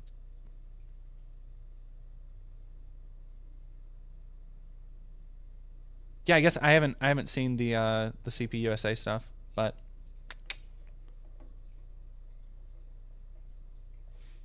oh, I do not know. Trans Femme Princess, I have not. I haven't even done my first injection yet, so I guess we'll find out. Estrogen comes in a little glass vial. Yeah, L'Oreal owns CeraVe. They're evil. It's like, okay, but here's the problem, because I know a lot of people love, and I've talked about, like, look, if it eases your conscience, if you really want to fucking ease up on something, and if boycotting makes you feel personally better, go for it. God bless. There are things that I won't like listen to. Like there are artists and stuff I won't listen to, and I guess that's my own little personal boycott, because I'm just like, every time I think of them now, every time I listen to music, I'm like, man, they fucking did this to this person. That's fucked up. Just because it calls to mind that, you know, like I straight up don't, not that I was a big fan to begin with, but like I won't listen to Marilyn Manson anymore, because like after the like a literal torture he put other people through, deeply fucked up, awful child of a man. Like I just won't listen to him, you know? So like, that's my little boycott, I guess. But when you get into companies and away from people you just might not like, man, there is no company that has not done evil in one way or another. Like it's gonna get it's a spider web that gets real tangly real fast. Yeah, Raven, I refuse to listen to anyone affiliated with Ronnie Radke. And I mean, some of that shit kind of hurts, you know? Like Bill Cosby, I grew up watching reruns of The Cosby Show. Because that, you know, it was from the era my mom was in, and she always, like, she showed me a lot of stuff from her childhood, which is why I'm like a weird, out of time 80s kid. And like, you know, his stand-up was like some of the first stuff that as a stand-up now I looked back on. And it's like damn, you can't fucking, like, you can't go to Bill Cosby anymore without just thinking about fuck, like the stuff he did, man. And the stuff with Neil Gaiman is you know, like all that shit will be worked out. Those are allegations right now, and if it's true, if it's not, whatever. But like the stuff with Neil Gaiman, he had 2 allegations come out against him recently of sexual assault and harassment, and it's not like Cosby, you know, it's fucked up to put it on like a continuum or a spectrum. And it's not like Cosby level stuff, but it is like somebody who was of legal age, an 18-year-old fan, alleges that she, like, non-consensual acts occurred. And so like don't have heroes, dude. Like, straight up, hey, y'all want me to ruin another person for you? Anthony Starr plays Homelander on The Boys. A fan page on Instagram just came out the other day and was saying something to the effect that, like, she is going to stop. I think it was a woman. They're going to stop running the fan page because of the awful shit they've heard about what happens on set and how Anthony Starr is, like, a piece of shit and has mentally abused and harassed plenty of people.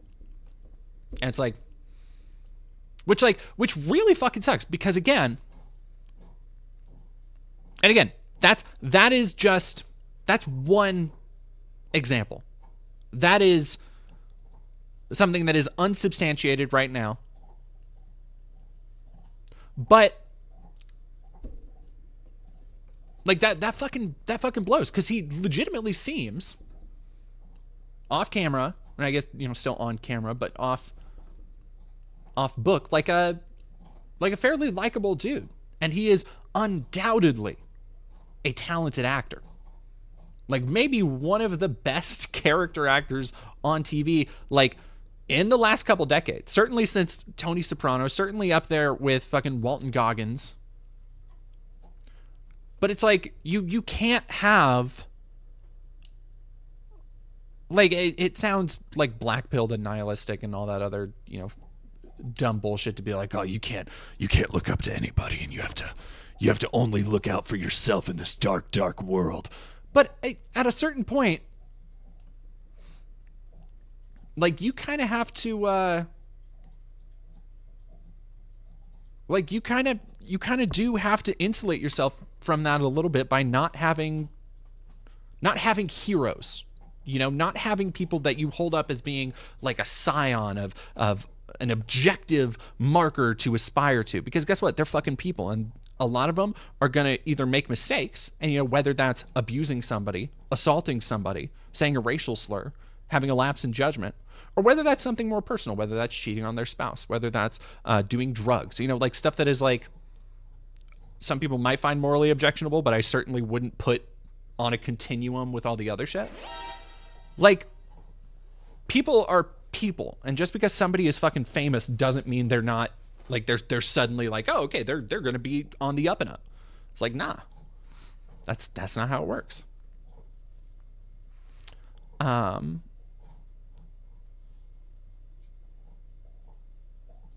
Who said something? I know, like, and here's the thing, there's still people that I'm going to be bummed about if anything happens, and I really hope that nothing bad ever comes out about Walton Goggins. Like, I really hope, because every interview I've read, like, he and oh god, fucking what's his name? It's killing me now.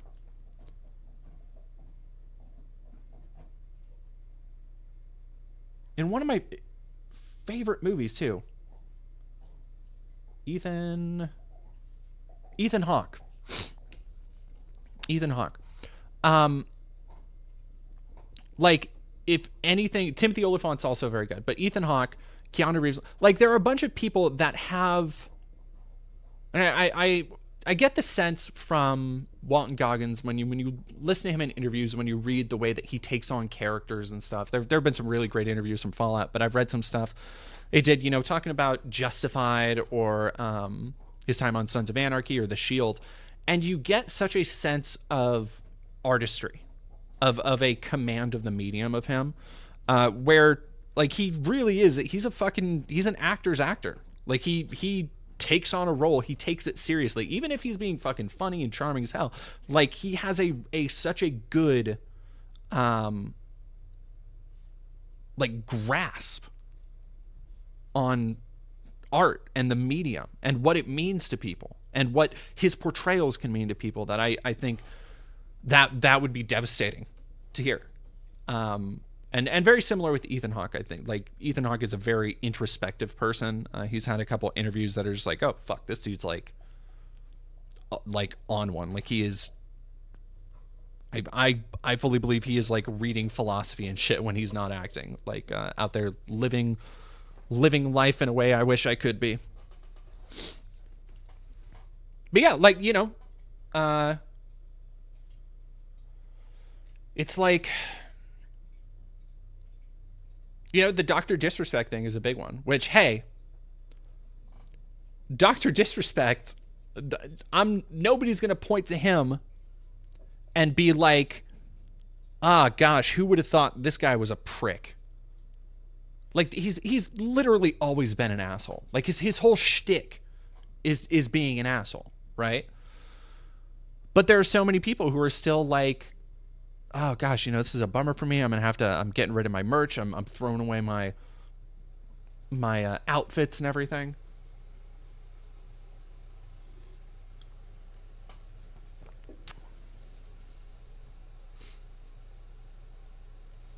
That's,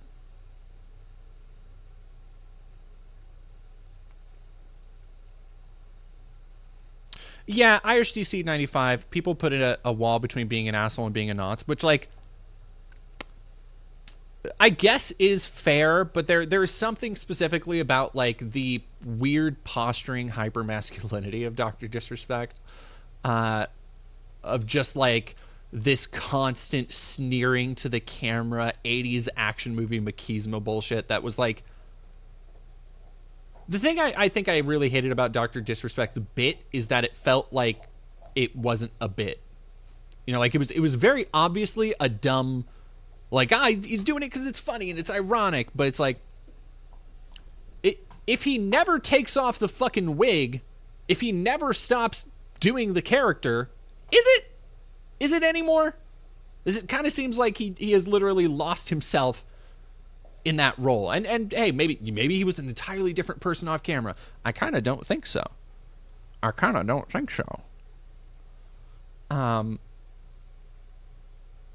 Like, I feel like instead of being a role, that was more of a way for him to, like, to embody the persona he wanted to be. Like, instead of just being like, oh, this is like a silly little character I'm going to slip into. The adult Roblox YouTubers, I have little respect for Roblox YouTubers in general. So imagine how much respect I have for them as adults.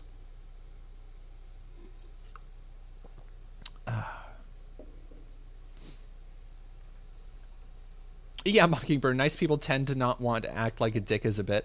I'm actually concepting a video right now where I would do another character, because I've done a couple already, and I like doing that. I have a idea eventually to do like a video where I would bring back all my former characters, so like Beleth Baphomet from the Satanic Temple video, and Keith from CPAC, and whatever I named myself when I went to the hate church,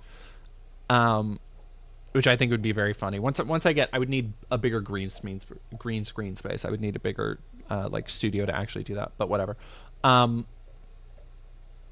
I've been trying to concept, like, how do I do a character that is like, I don't want to be too stereotypically angry because I don't want to throw people off.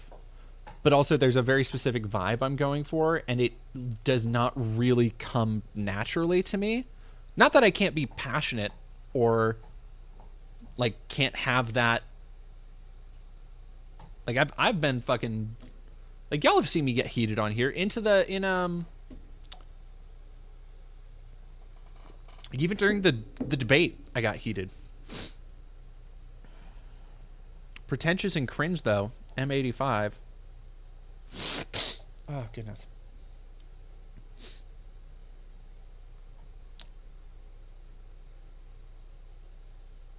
Chocolate chip pancakes.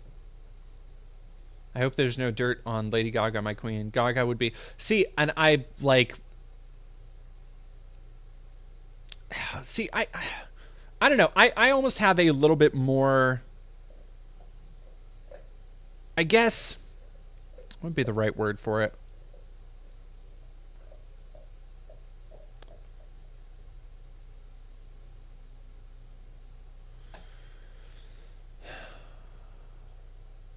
Empathy, I guess, is an appropriate term. I almost have more empathy for like pop stars and people like that, especially when they start at a young age. Because like, if you make it big, you don't get like a regular adulthood or a childhood. You know, like, you don't get to experience the world, in a way that is not as a commodity for other people's entertainment. And yeah, so like, if there was like shit about Lady Gaga, I would assume it would just be like she yelled at a staffer or got mad at craft services once, because like, and it's not like that's acceptable, but somebody being somebody doing that once, because again, they're still people. They are people who don't have the same problems as the rest of us, certainly. Like, I don't think Lady Gaga's worrying about paying off student loans, but there are still people who have frustrations, who still have loved ones, who have people who can exit their life, who have pets who can die, like things that can create frustrations for them. And that can manifest, like, is every asshole, or is every person who's ever had a road rage incident a bad person? Is every person who's ever yelled at somebody to get out of their way in a supermarket a functionally bad person? No, but because of the like intense focus placed on them, celebrities will get labeled that if they have a similar outburst. So it's like I have a slight bit more empathy of that, because like if you have, and that's again, that's an additional kind of pressure where it's like, you can't fuck up like that, because that shit will follow you for literally forever.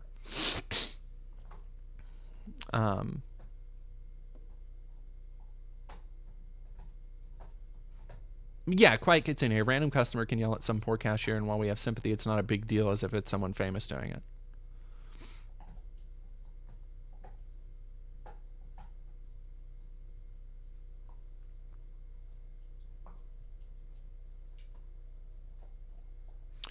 Reed, I don't want to become famous. I said some really messed up shit when I was a 15-year-old centrist. I was homeschooled by conservative parents through middle school and early high school. Yeah, same.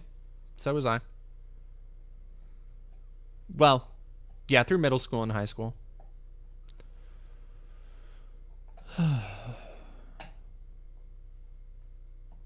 Are we sure Joe Biden is not 3 raccoons in a suit? Only if one of those raccoons has been, like, skinned and refitted with ill-fitting skin.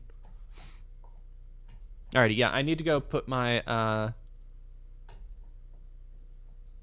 most of us... I'm gonna go refill my tea, or put my tea kettle back on, and then we'll get into UK. I mean, there's not much to talk about in the UK. We might just go right into Candace Owens, because I have a lot of shit to talk about with her. All right, be right back.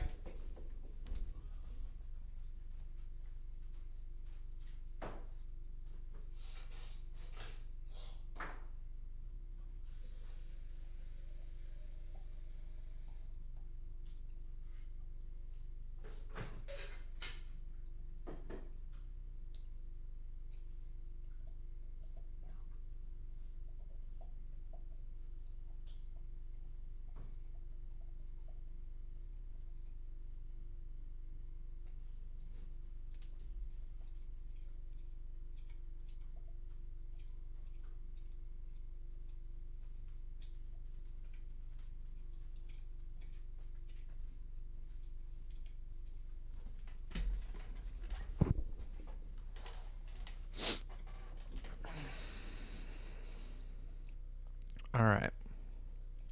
Let's talk real quick about Britain swinging center left in historic landslide vote. Awesome. Love a good center left. Ooh, yeah, that was what I wanted to that was what I wanted to Pinky Punk 11 minutes. Thank you for super chatting $2. That was what I totally missed addressing. Can you separate the art from the artist? Like, it depends on the art and the artist. Like, I know that might sound like some bullshit, but like, there are artists out there whose worldview, whose way that they treated others is reflected in their art. You know, like when you listen to Marilyn Manson's songs, like Marilyn Manson was an example I gave earlier, where if you listen to his songs, a lot of them are about tortured love and you know, very, like, not gothic. Gothic's not right. Gothic, I guess, in a very performative, like, cringy middle school way. You know, gothic romances and shit like that. And then you have to ask yourself, okay, how much of that is inspired by the women that he abused? Like, his perceptions of those events, right? So at that point, you have to ask, like, okay, well, I don't really feel okay supporting that. But then, and some people have, like, I kind of do the same thing with Lovecraft. I don't think Lovecraft is look, I know a lot of people love ultra descriptive writing. I don't think Lovecraft was that great of a writer.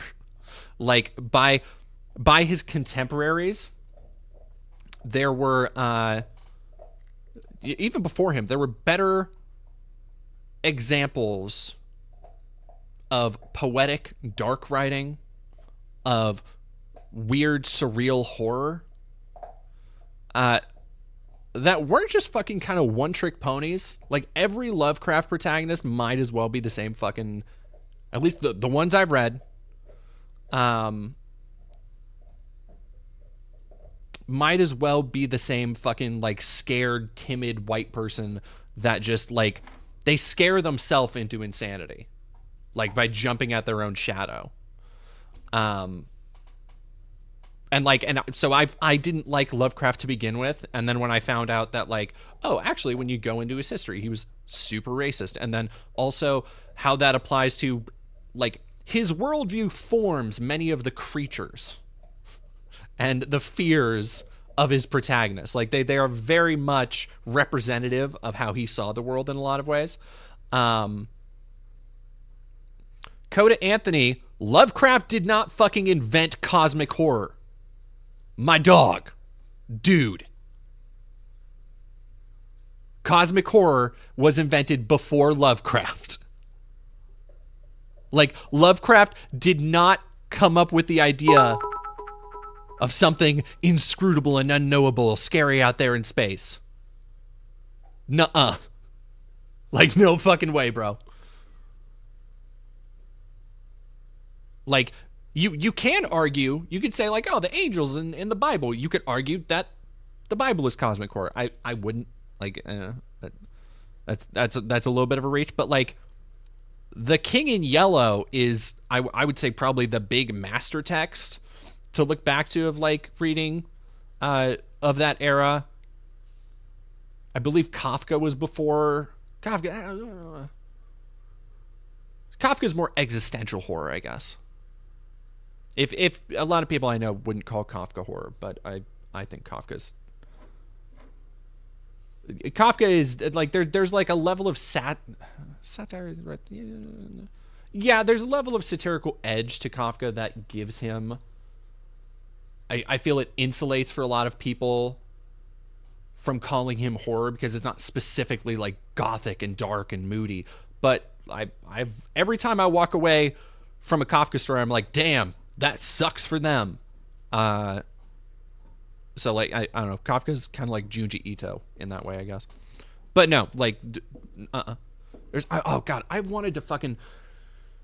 There was a book I read once by an author and I never got to fucking finish it, and it was an ebook. I should probably go look through my ebook library. But it was from a late 1800s, early 1900s satire writer. And I've never been able to remember the author's name, but I read it through a good part of it. But it was a satirical, like, traveling to the Amazon and the Orient.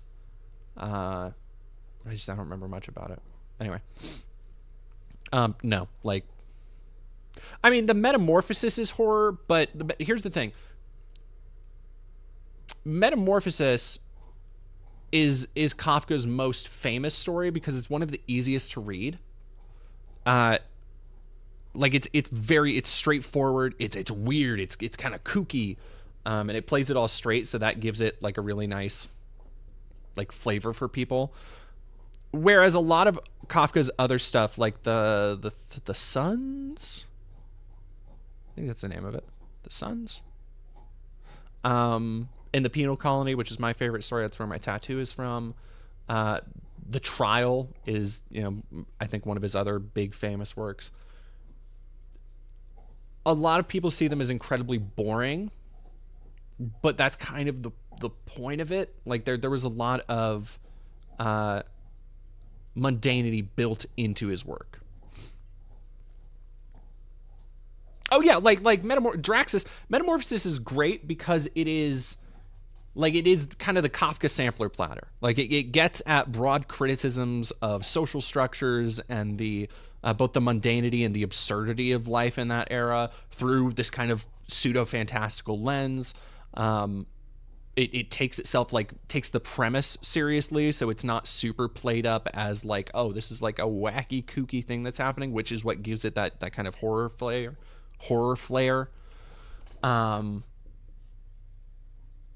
Yeah, like that is why if you've never read The Metamorphosis, but like then you go and read some of the other stories and it's like, oh, this is just a story about a guy on a boat, or this is just a fucking story. God, what I'm blanking on one. Right, do I not have my books?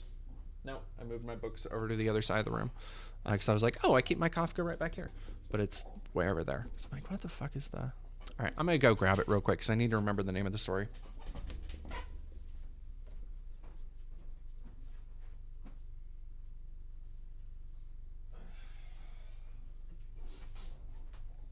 I would say, and speaking of cosmic horror, I would say I was just reading, or not just reading, but I was looking over at my bookshelf over there because I have Candide by Voltaire, which is... Candide is satirical, not like cosmic by any stretch, but Candide is another good read from that era. But Kierkegaard, like Sickness Unto Death, again, not a explicitly like it's much more of a like religious philosophical text. The Judgment, The Stoker, that's one of them. Yeah, Country Doctor was boring. Hunger Artist is pretty all right.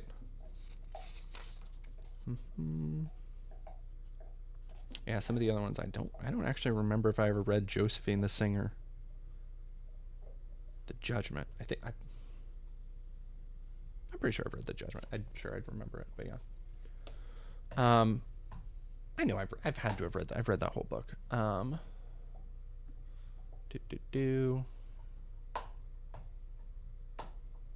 Leans towards horror. Sonico the Fourth has subscribed. Thank you very much. Yeah, so going back real quick to the UK. Now that I've gotten my my cosmic horror, my old stuff out of the way. My old books.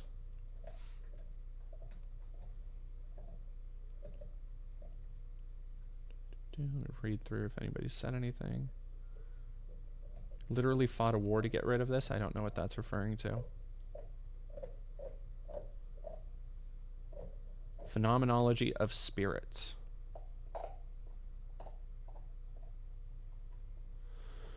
Banana Brain CEF, what percentage of your reading is done physically versus digitally?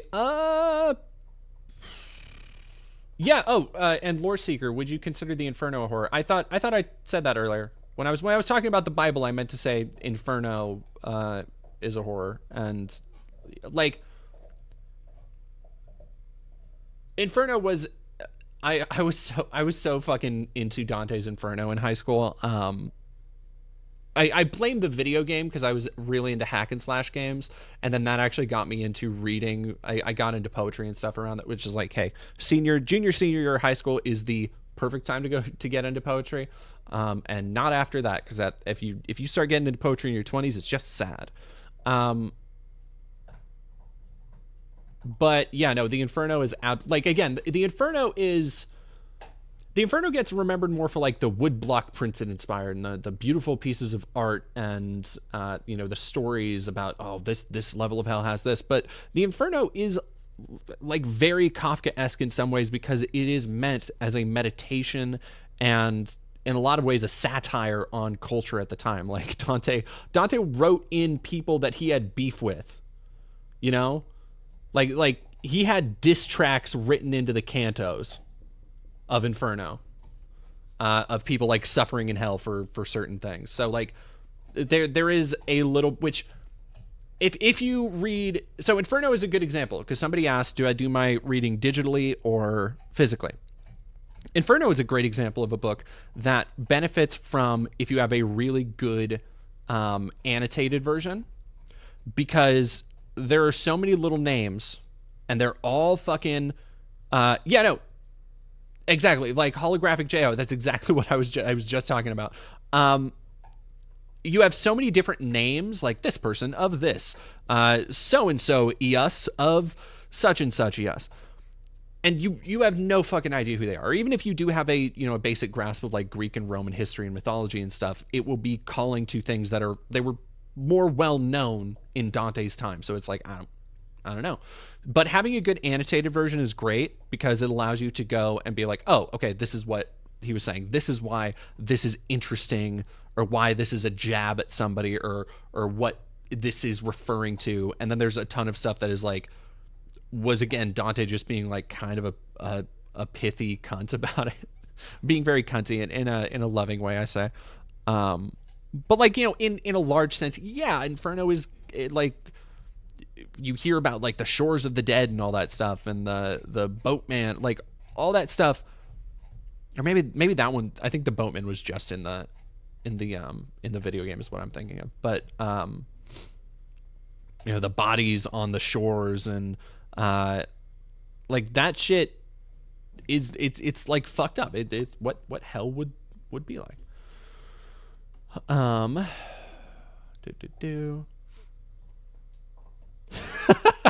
Feisty Geisty. Think about Matt from Chapo roasting Dante for making Italy the most important thing in hell. That's very funny. Yeah, Karen the boatman is in Dante's Inferno. But like that's a good example of something that I would put, like I would say, if you want to read the Inferno, get a good annotated version that kind of explains everything side by side so you can go through. because otherwise you're just reading words on the page and you have no context for them.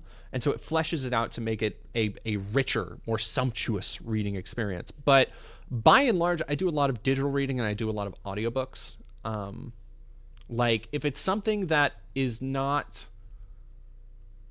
like, if it's something that's not like, rich or philosophical or something like that, I tend to do an audiobook because, like, if it's Kafka, I want to be able to read through a paragraph. First off, Kafka's paragraphs are fucking long as shit. Like, the dude did not use paragraph breaks. And there's an intentionality behind that, right? And so it helps me take it in at that pace, but also it helps me, take a breather. If like there's a really great sentence or there's something to really like chew on, a piece of meat to chew on, it helps to just like, okay, damn, I'm gonna think about that for a half second, get back to it, which you can't really do with an audiobook. But something like I've been reading through, or listening to the Vampire Chronicles by Anne Rice for the first time, and those are great because they are impeccably written, beautifully written gothic literature. You listen to Interview with the Vampire and you're like, oh fuck, no, I get why there's like 1,000 of these books, because they're gorgeously written, but they're a lot more straightforward. They're a lot more easy to parse, and so I can pop those on at like 2 times speed. I also like if it is a long ass text, I at a certain, because like I still have my Kafka book by me, so I'm just pointing that out. But like Kafka, this is a number of his most famous short stories. This is not what is the page count is less than 200. It's not exactly a tome. But something like Crime and Punishment, I'm gonna be real with y'all, I wouldn't have actually read through Crime and Punishment if it wasn't an audiobook. Because I was able to put that shit on in the background when I was working my security job. So I was able to listen, pay attention to it, absorb it, because it was literally the only thing I was doing for like hours on end. And so like some of those bigger books, like that's what I did with Moby Dick, where it's like, okay, I have the time, I have the focus to pay attention to the story. And you can still appreciate. I don't want to make it sound like, oh, if you're not really reading the book, if you're not reading the book, like I'm not going to get like Dark Souls elitist about reading books. If you're consuming the media, you're consuming it. But like you can still, I definitely appreciated the version of Moby Dick I had read, and then Frankenstein was another one when I was listening to a ton of audiobooks. Like Frankenstein, I don't remember who read it, but it was a fantastic fucking reading, and the ending of it was so like impactful. Like listening to them talk about the monster out on the icy plains, like fucking, like it was great. And so like sometimes some of those books, it's nice to have. I would say Gothic horror, pretty nice to have a good. If you can get a good like British accent dude to read you a Gothic horror book, solid. Like that's the way to fucking go. Like really.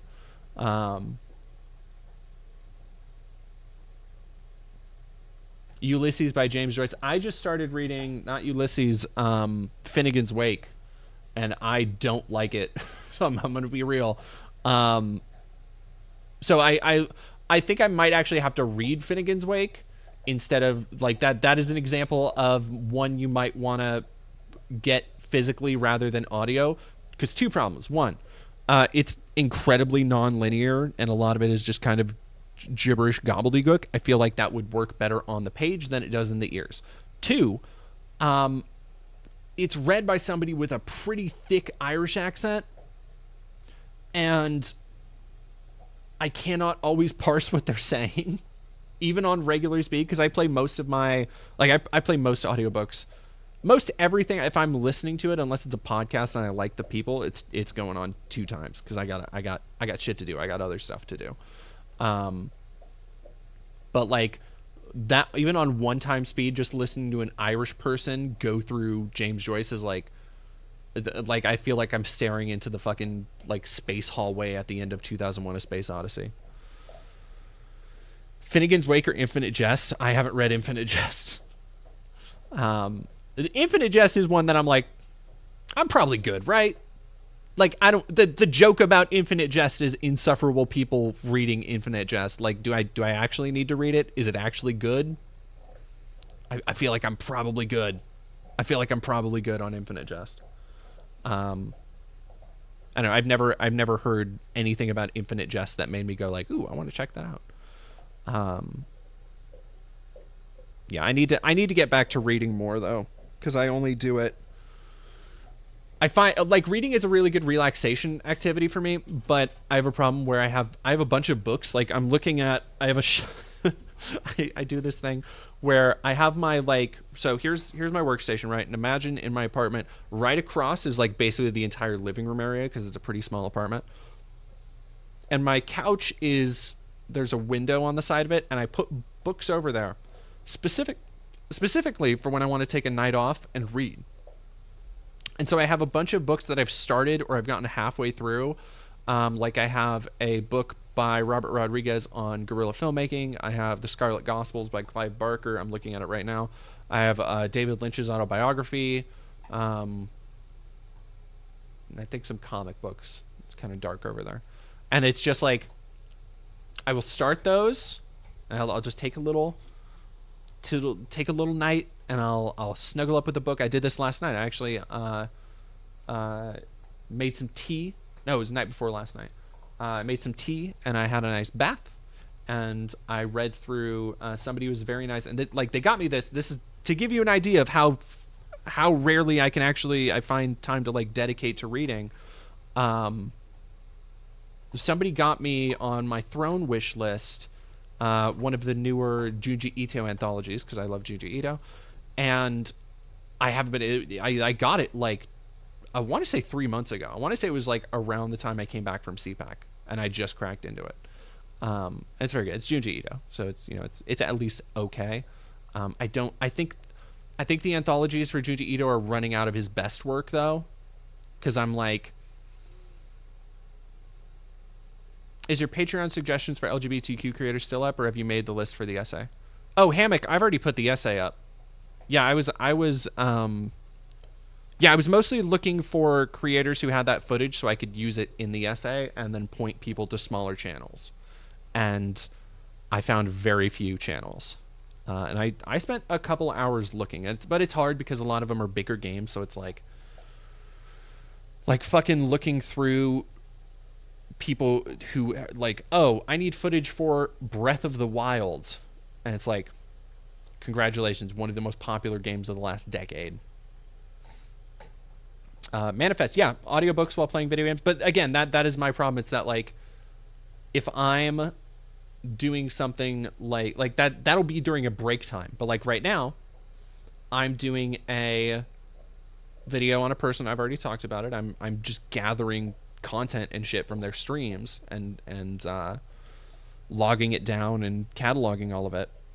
So I don't have the ability to like, listen to books as much because that's my work time. I need to have that shit on in the background. But anyway, Domain, do you have Insta? I do. It should be under.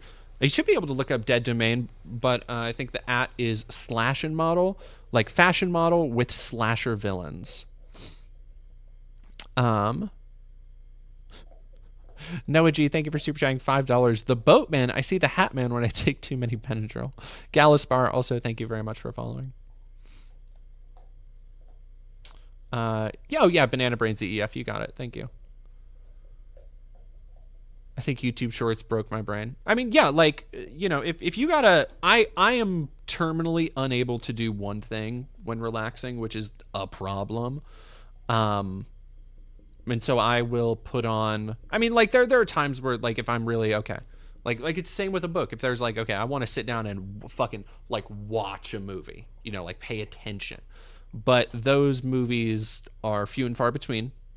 And I go to the theater medium often, I'd say, but there's like, hey, have you read All Tomorrows? I have not. Anyway, sorry. Okay. Y'all got me started on books.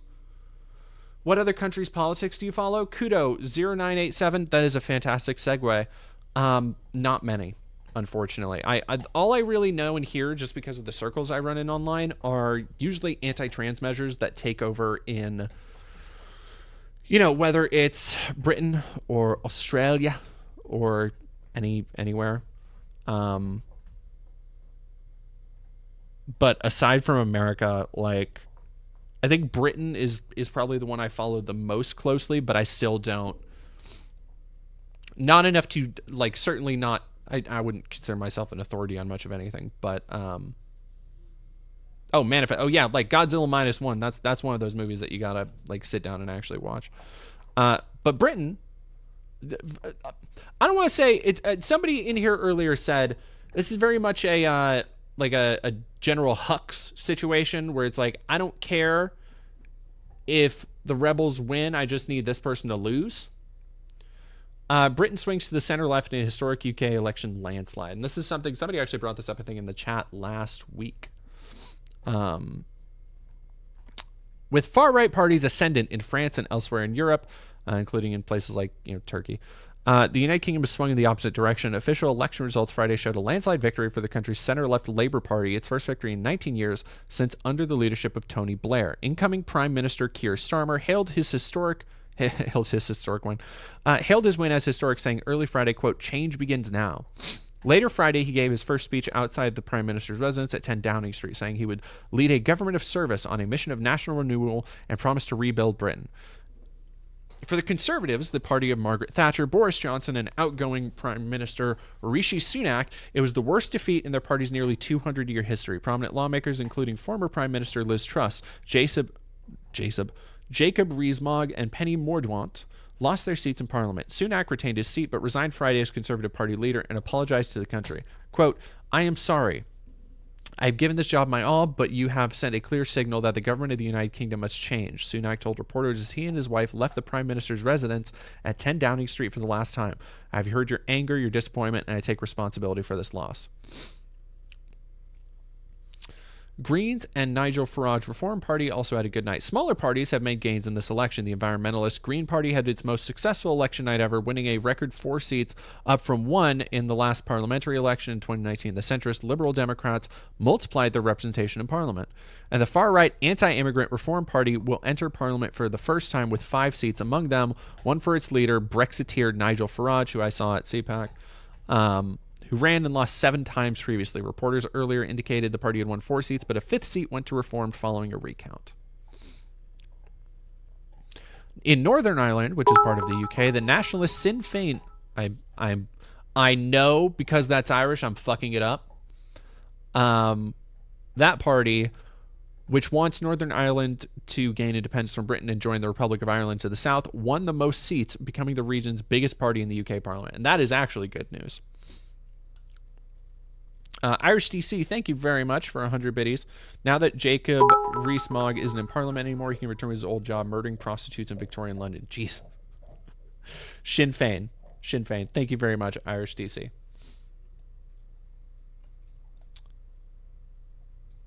Sinn Féin.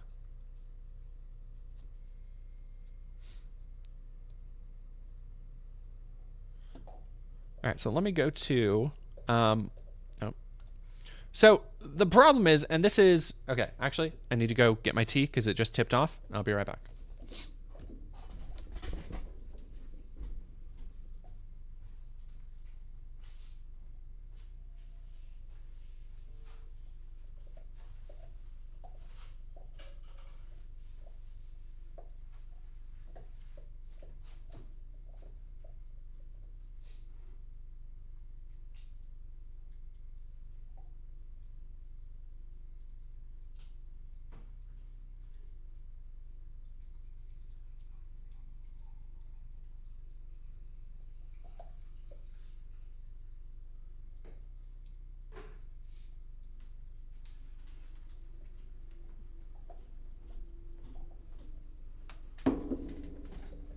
Okay.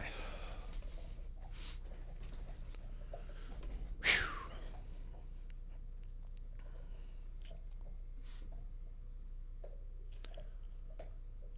So recently, there was a controversy over Keir Starmer, who is the centrist Democrat person in Britain.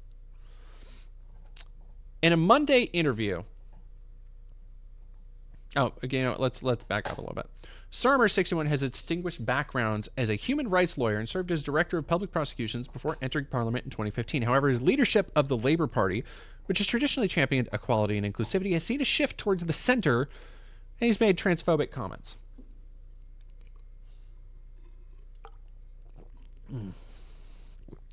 Yeah, yes, Kid Starver, paradoxical piece.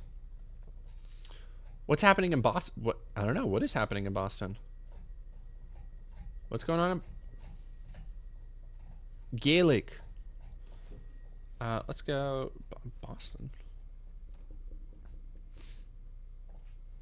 Yeah, what's going on? Boston shooting. Is there anything? I guess, is it just is Boston just being Boston? They had a tea party a while back. Hilarious you are. Jolly good.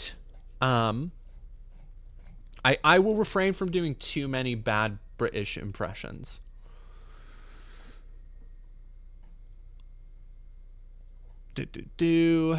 In a Monday interview with The Times, Starmer said that transgender women who have not undergone gender confirmation surgery should not be allowed in female-only spaces, including bathrooms. Quote, "They don't have that right. They shouldn't. That's why I've always said biological women's spaces need to be protected," he said. It marked a significant departure from earlier, more inclusive positions and sparked backlash, understandably. Gender recognition certificates, introduced under the Gender Recognition Act 2004, legally recognize a person of affirmed genders and matters. However, existing government guidance allows for single-sex spaces such as restrooms and changing rooms to be restricted based on sex when deemed necessary.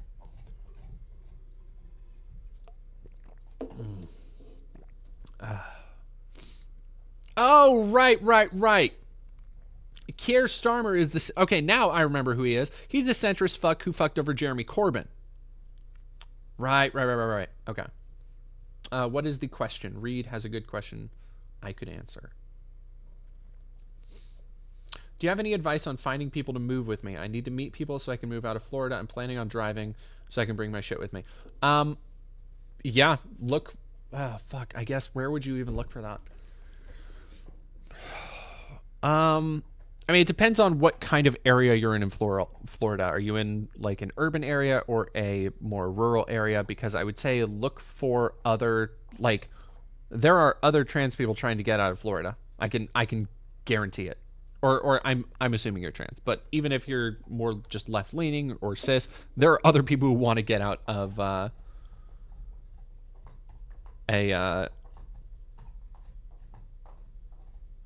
out of Florida.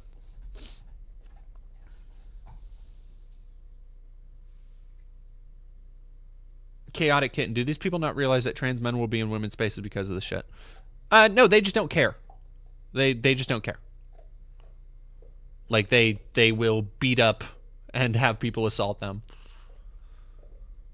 Corbyn also is a diet Putin shill, so I say Keir is better in that regard. Just a shame he's also disparaging of LGBTQ. Well, I feel like it's also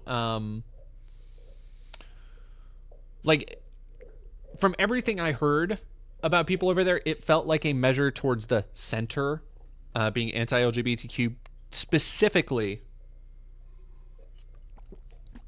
to appease more centrist voters, or specifically to appease more conservative voters. As well, we'll talk about Posey Parker just eating shit during her election. The women's party that J.K. Rowling must be so thrilled to be a part of right now. They were saying urban area. Yeah, I would go and look. Like, I don't know if it's in Miami or anywhere around there, Jacksonville or anything like that, but go and look and find your local LGBT community,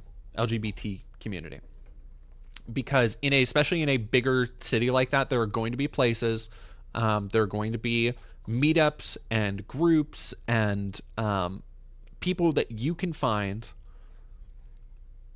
that will hopefully have some kind of mutual support network, that might be able to put you in contact with other people. Because if you are queer and if you are in that kind of area, I guarantee there are people around you who are like, yes, let's fucking go. Because so many people have so little to lose at this point. Whether that's like they don't really care, their family has thrown them out, their family don't like them or don't care about them.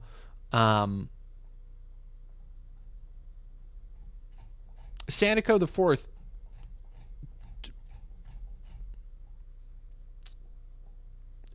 Sanico the Fourth, I need you to be more normal in the chat.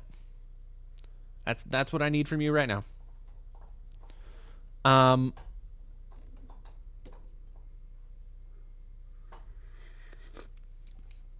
Yeah, Starry ARL9. Trans women in Ohio here. Finding community has been the best thing for me mentally. I even made a statewide Discord server to help connect trans people. I'm not sure if there's something like that in their area, but it's worth checking out. And here's the thing. Even if there's not something like that, we've talked about this before. There is nothing, I mean, outside of, people who do have disabilities, they have reasons that they can't do it. For the most part, if you are able-bodied, if you have an internet connection, if you have a little bit of time to dedicate to it and you are serious, you should be able to, if there is not a group out there, if there is not something set up, if there's not a Discord server, if there's not a Facebook group, anything, you can do that. There is nobody, obviously don't try and funnel off one and nobody needs infighting just because you don't like a certain group. Or you're like, ooh, that group is, I don't like the person. I don't like their attitude. There's not a legitimate reason to try and help those people. But there's nothing stopping you from being that first step in activism. There's somebody arguing in Twitch chat. Why am I not seeing it on here? I guess I'm only seeing. Most bigots don't even care about trans mass people. I kind of feel that as trans femmes need to say something, but many trans guys are buff AF, so they can defend us girls. What's it like to have a community? I mean, are you asking definitionally? Because it will, it'll change for different people.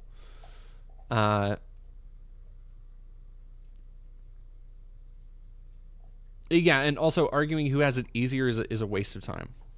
I am a part of the kind of local queer community. I know people who are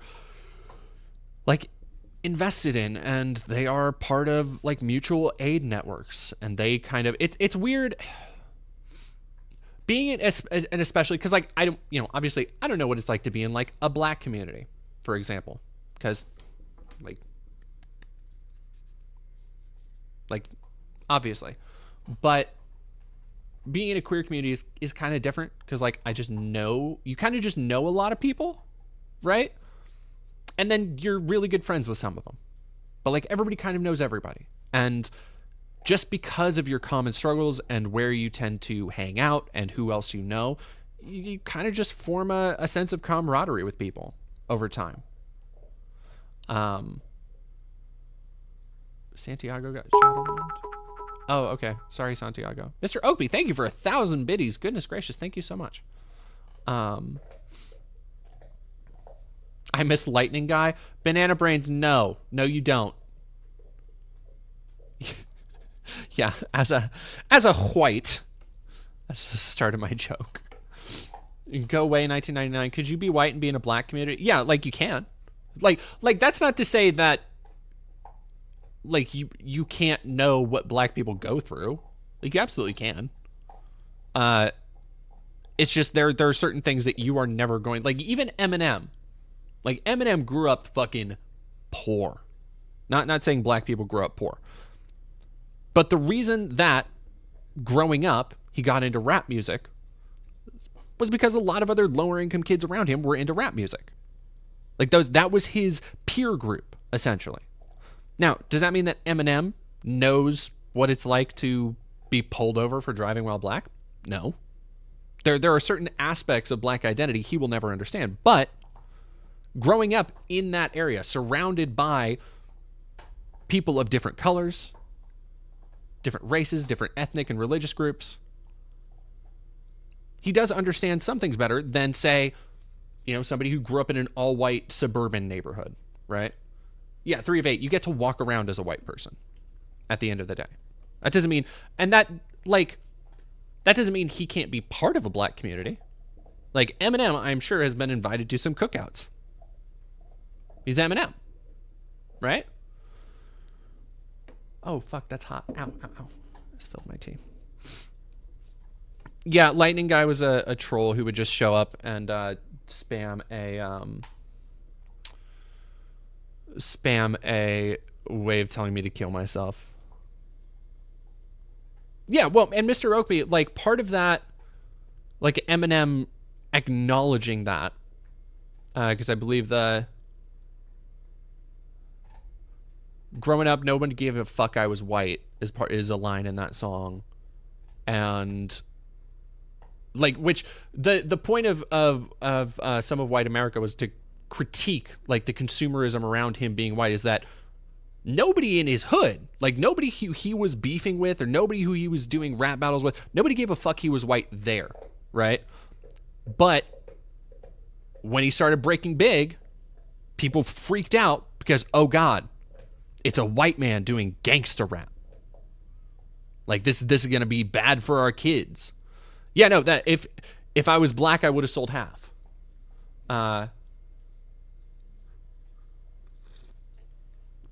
Let's do the math. If I was black, I would have sold half. Is like, yeah. Like, he is at least understanding about the role that plays in his commercial success. And I think, again, that acknowledgement, that understanding comes from being inundated in the ideas that come out of smaller black communities or communities that are primarily people of color.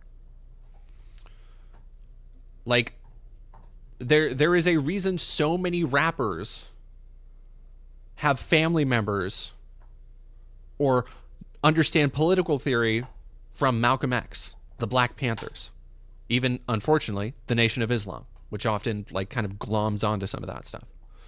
And yeah, Lord Seeker, FD Signifier does have some really good videos on this topic.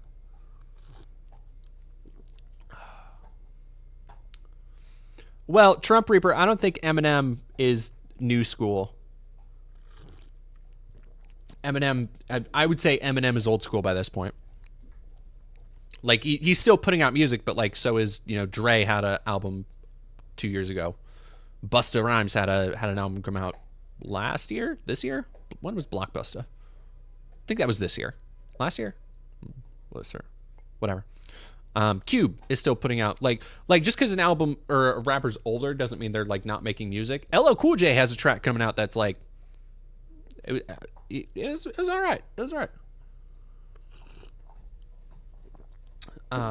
But, like, M is old at this point. Like, he's kind of, yeah. Nas is still making music. I think 50's still making shit. When that vitamin water money dries up a little bit. But it's like there is a line, because for a long time, to me, old school rap was like the Sugar Hill Gang, like it was like Public Enemy would be that too. And I think there's a cutoff in, like, the early 90s for what's old school versus what was considered, new school at the time, which growing up in the early 2000s would have been like the kind of gangster rap boom of, like, 50. And but even then, like, it's mercurial, because a lot of that stuff was off the back of the 90s. Like, a lot of that stuff was off of Nas and Biggie and, like, all those cats.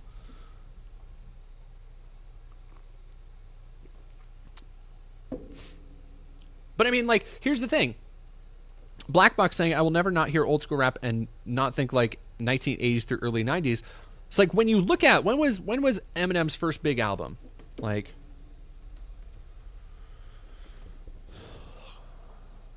so I think he had a mix, and then when was the Slim Shady LP, I think, was the first big one in 1999.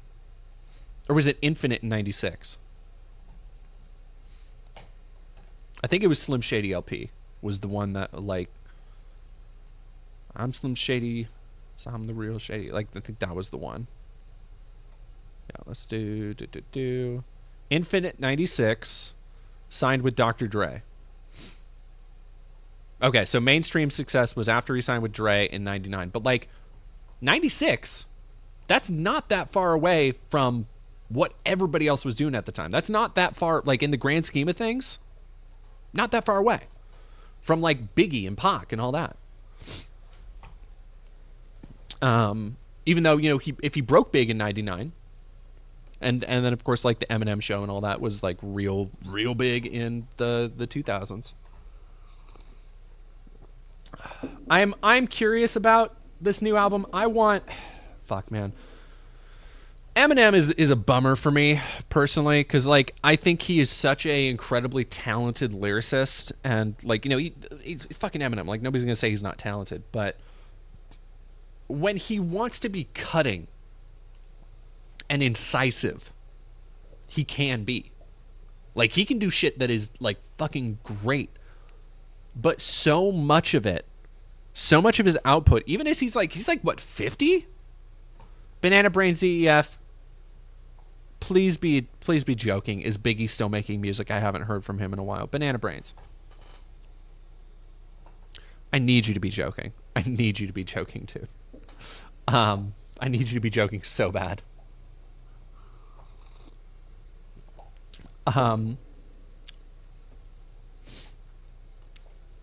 Like,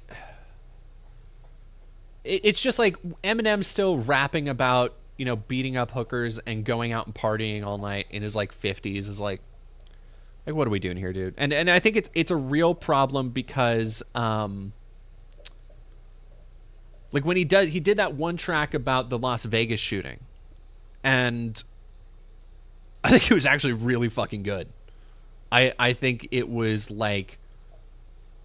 appropriately dark and dramatic. The production was great. And I fucking wish that you got more of that like deeper, darker side to Eminem, because I think he is like I think at his core he's a very thoughtful person, but he has a really hard time actually expressing that. And you get that sometimes with like Haley's song on the Slim Shady LP.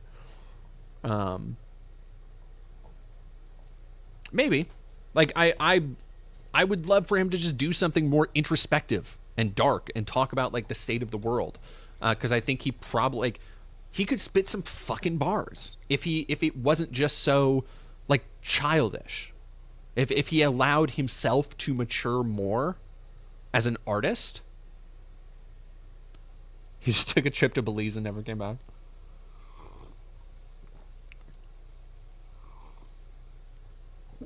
Yeah, so I don't know. I always listen to, because I grew up in that era.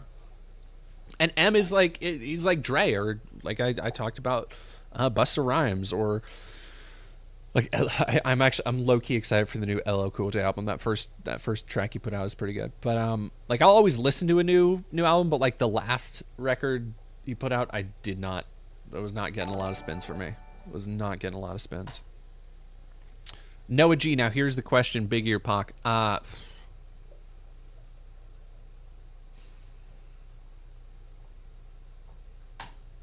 Like, I think Pac is a better writer. Well, I don't know. Biggie's got some, like, Suicidal Thoughts is a fucking banger.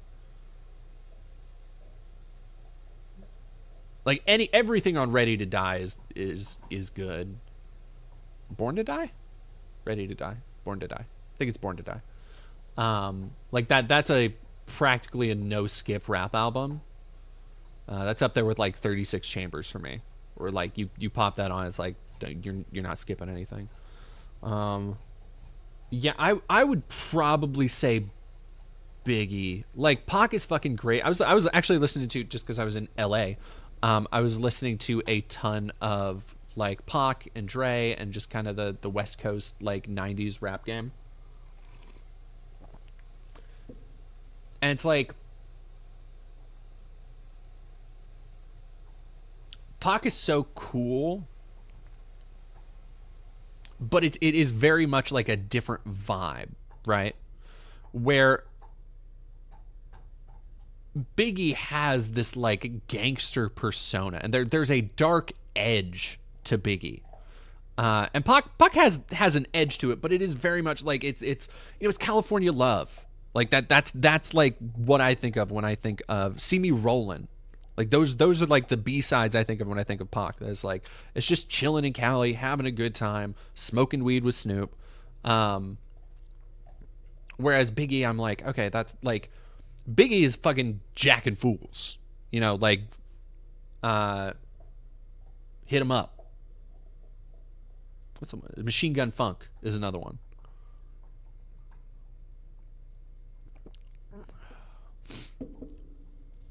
And I think Biggie is another good example of somebody who is like, he had such range. And I think when he was brutally honest in like the darker moments, like Suicidal Thoughts is a harrowing track. Like him just ranting about how he's fucked his life up and he's going to kill himself to his best friend on the phone is like, fuck, dude. And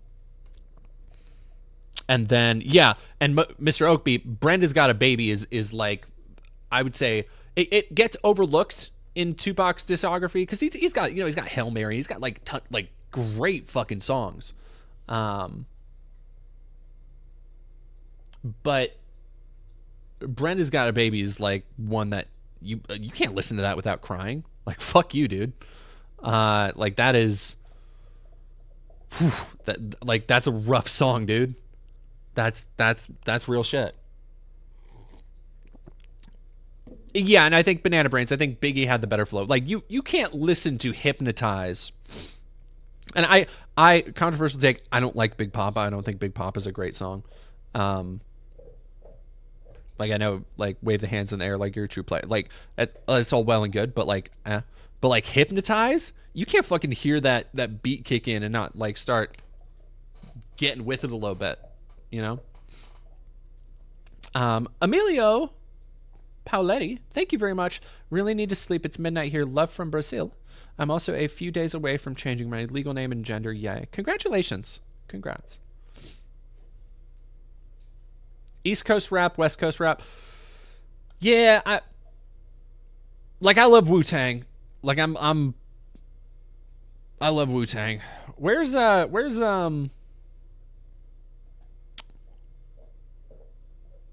maybe Lore Seeker, maybe check out Brenda's Got a Baby. That shit'll make you cry.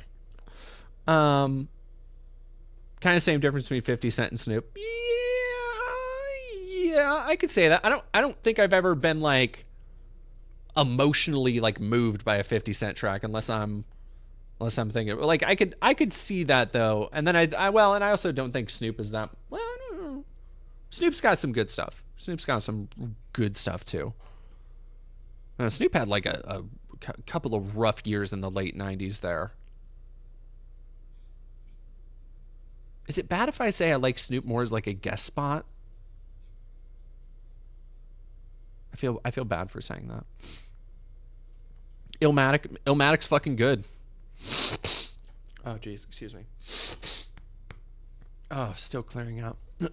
Have you ever played the 50 Cent games? I played Blood on the Sand, not Bulletproof. I kind of always wanted to play Bulletproof because it was always in the Blockbuster by my house, and I just wanted to play every game, and so I thought it just looked really cool. Where's fucking, oh goddamn, I'm forgetting his name now.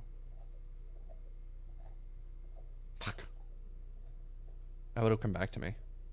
Immortal Technique. Where's Immortal Technique from?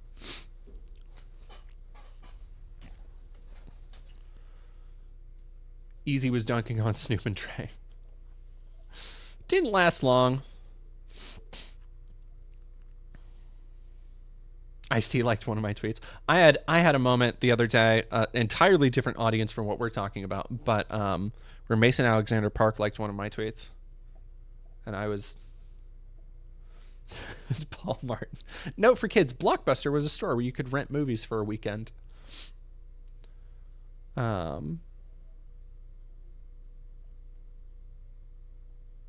Schumer's nice video about the queer characters. I missed the essays. I have some good essays on the way.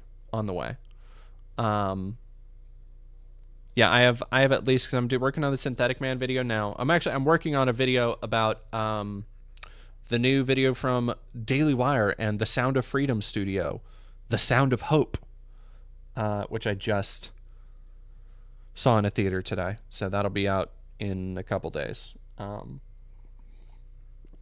After that, I have another shooter video. I have some essays planned after my Synthetic Man video. So,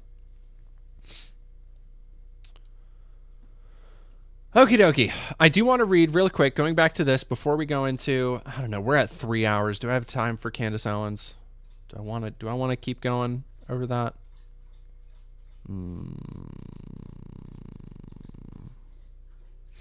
Kudos 0987. I do this full time, baby. This and YouTube is my full-time job. When I am writing, I am doing hours and hours of research. The sound of QAnon. Lore Seeker, yeah, Discord is for $3 Patreon tier. Yeah, do we want to...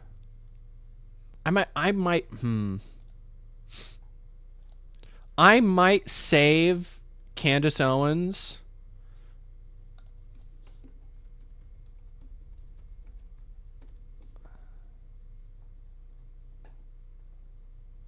because here's the thing with Candace Owens is that her downfall is fascinating from a Dem,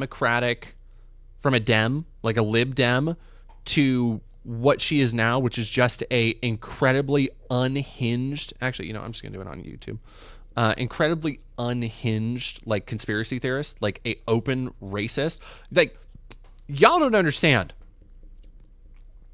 She has gone from being a rising star in the conservative movement to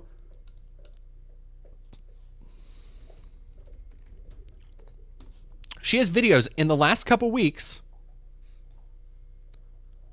where she's been like, why can't we talk about Hitler? Like, that's the fucking trajectory she's on. She is in a bonkers trajectory right now. Commander Greed just started joining the streams this week. Absolutely loving catching you live. Thank you. Schumer's, is it worse to go undercover into hate organizations for a video or force yourself to watch a conservative movie and pay attention for the video? Hate organizations. It is like... It's a lot of work. Going to like CPAC and stuff, it's so much work. Because not only do I have to go through it, I have to go through and catalog everything I record. And it's so much work. Where if I'm sitting down, if I'm watching like Lady Ballers, there's a reason I'm able to get that out like the same night it came out. It's because I can watch it, take my notes on it, write my review as I'm watching it. Because it's not fucking, it's not Scorsese. I'm not having to pay attention to like the symbolism here. But like... Yeah, I would rather watch that stuff all the time.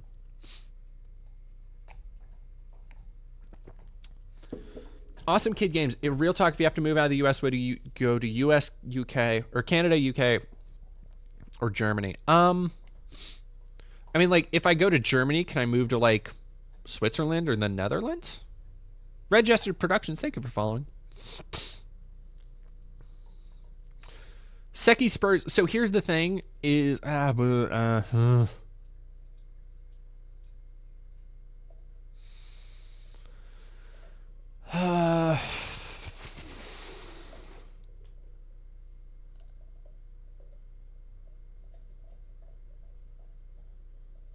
damn.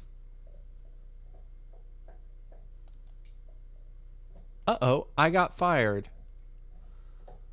Jesus.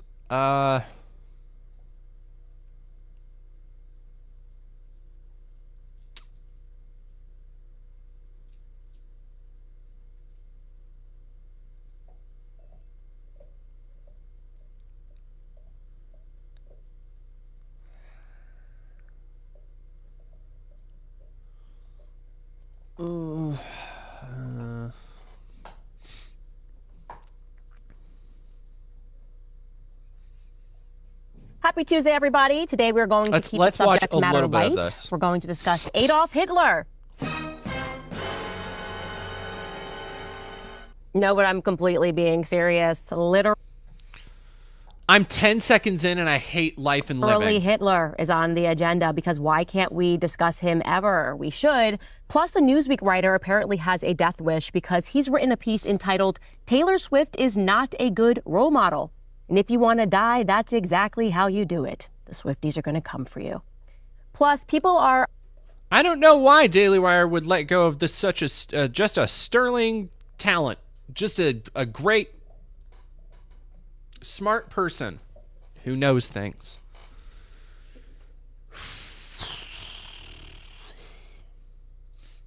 42 minutes on a video. Well, I think this is going to be like her like podcast thing that she's doing. Oh, was she? Did she? No, I don't think she married the parlor guy. I wouldn't be surprised. I do know they're rich as hell, which is not surprising. Netherlands would be easier. I would like to go to Netherlands. That sounds nice.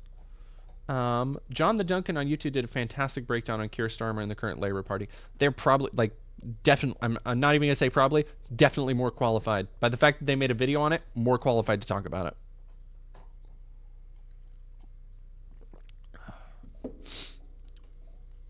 Is she stupid? Yes. Yes. Candace Owens. Yui bowling for Columbine. apparently upset with Kyle Rittenhouse. Do you guys remember him from the Kenosha, the BLM, the shooting? He got off. It was amazing. Well, people are upset with him because apparently his mother and his sister have no money, and they started a GoFundMe, and the internet is saying that that is not right because how do you not help out your family? Do you guys agree with that philosophy? All that. Fucking what?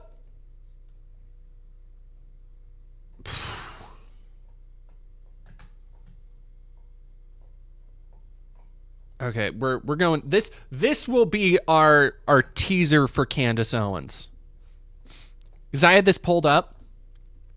We will have to do an actual video. Maybe I'll do it tomorrow night.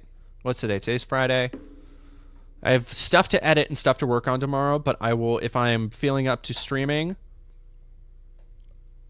I will talk about this because Candace Owens has, through her own ineptitude and bullheadishness, has managed to ostracize herself from the larger, like, conservative movement that she's been a part of for years. The reason why anybody knows the name Candace Owens is not because she has a great personality, because she was in the right place at the right time.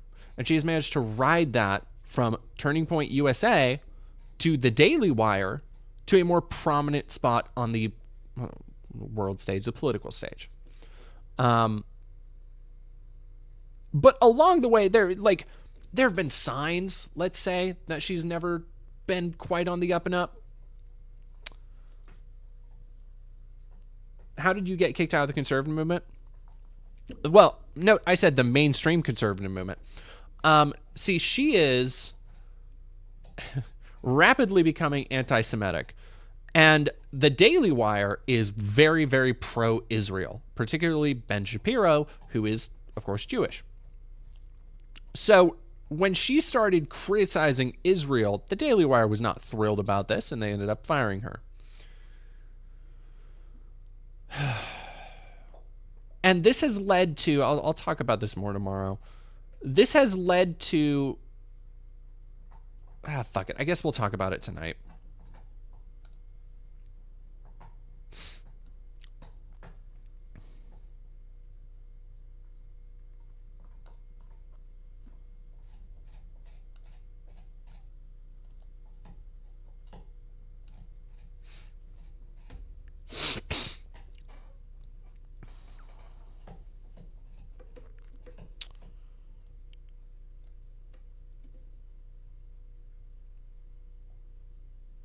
So, for those who don't remember, or for those who don't know, Candace Owens, and I have a specific article picked out that I will talk about later, because Candace Owens is many things. She is against Black Lives Matter. She is against the Democrats. She is against abortion. She's pretty much towed the mainstream line on most major conservative party issues. including, but not limited to, ones like women's rights, the trans movement. Like I mentioned, Black Lives Matter. Things that, as a black woman in America, are generally trying to help people like her. People who are not quite as advantaged as her, as we'll see, but people like her. Now, we're going to find out later that despite her constant profiteering from narratives against Black Lives Matter, and constantly talking about how black people these days don't have it as bad as they did back in the day, she has actually literally been the victim of hate speech. Like, she has actually been the victim of racial slurs and racial attacks when she was a kid. Like, she has experience with this stuff, and she will still, like, basically deny that it happens. Like, basically deny its existence. Wild. Now, a couple years ago, she began her ascent to what I guess we know now. And that really started with Turning Point USA, as this NBC News article will point out.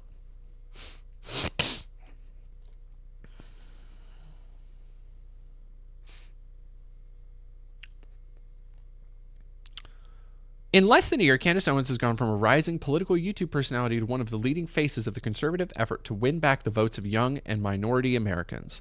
Owens, 28, spends her days zigzagging across the country, speaking at GOP fundraisers and on college campuses on the communications director of Turning Point USA, the country's most prominent and contentious conservative student group, of course, ran by Charlie Kirk.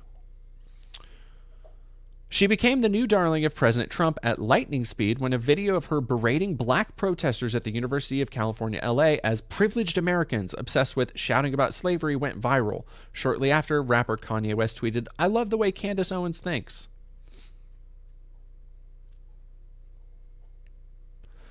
Trump called into Fox and Friends and said Owens was the hottest thing out there right now. And this month, Trump followed a 20-minute face-to-face meeting with Owens at the White House with a tweet about the big impact she was having on politics.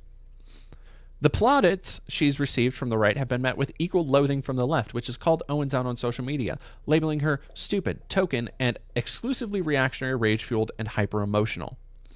It has been a stunning ascent for a person who now loudly advocates for Trump but didn't vote for him or anyone in 2016. She didn't vote for Barack Obama in 2012 either. Here are some of her other things. Owens has called Black Lives Matter advocates whiny toddlers, advocated for the end of all welfare programs, and likened black Democrats to slaves on plantations. For Owens, climate change is a lie used to extract dollars from Americans. Abortion is an extermination of black babies. Undocumented immigrants brought back to U.S. as children should be immediately deported, and concern over rising white nationalism is stupid. An opinion she expressed after a white nationalist drove through a group of counter-protesters last summer in Charlottesville, Virginia, killing a woman. So this is 2017. So already we see here, and this is during the start of her ascent, how much playing into these token roles, how much going against what the Republican Party sees as the accepted narrative, like this, this is a brave truth teller right here. And it is already gotten her an audience with Donald Trump, with the President of the United States. And think about that. Think about what you would do if you were a craven person with no actual political philosophy outside of enriching yourself. Would you continue doing the thing that has apparently worked for you so far? Or would you stop doing it? Because Candace kind of keeps doing it. Owens cites George Soros and globalists among the country's most looming threats and has called for the imprisonment of Hillary and Bill Clinton, James Comey, Robert Mueller, and TV anchors Jake Tapper, Rachel Maddow, and Anderson Cooper, among others. So she is very blatantly playing to already anti-Semitic tropes and openly fascist sentiment. But here's the interesting part. Here's the really interesting part that I particularly love. She grew up in Stamford, Connecticut, and according to her telling, was raised by her grandparents after her parents divorced. Owens rarely speaks of her immediate family, but often invokes her grandfather as a model black American. Listen to this. Listen, do you think that what I'm about to say, in your head, you're like, oh yes, that is what all Black Americans should aspire to be. At Turning Point events and in videos, she says her grandfather, Robert Owens, was born in segregated North Carolina, picking cotton and laying out tobacco from the age of 4 on a sharecropping farm. She says he went on to start a business, raise a family, and eventually retire in North Carolina, buying the very land he had once worked. Now, that is all well and good as like a rags to riches story, but I don't think a black man picking cotton is the right frame of reference for like what the ideal of what a black person in America should be. You should start out picking cotton. God damn. Owens went to the University of Rhode Island to study. Owens went to the University of Rhode Island to study journalism, but she said she was forced to leave because of an issue with her student loan. A representative for the university said Owens dropped out after her junior year. Now, here's where it gets really interesting. Because mind you, this is 2 years before she is doing presidential shit, advocating for the end of welfare programs. By 2015, Owens was living and working in New York, paying off debt and looking forward to her next move when she and a coworker founded Degree 180, a marketing agency that offered consultation, production, and planning services. The site included a blog that featured writing from Owens on a variety of topics, including anorexia, acne, breakups and dating, and occasionally politics. In one post, she wrote about the, quote, batshit crazy antics of the Republican Tea Party, adding, quote, the good news is they will eventually die off peacefully in their sleep, we hope, and we can get right on with the obvious social change that needs to happen immediately. In the spring of 2016, the women of Degree 180 launched a $75,000 Kickstarter campaign for a new website called Social Autopsy. The idea, according to the promotional video, was to create the first ever search database that combines and allows the public to easily access the digital footprint of individuals and companies. Wave goodbye to cyber bullies and trolls, it announced. All right, my cat's meowing at me, so I'm going to feed her real quick. I'll be right back.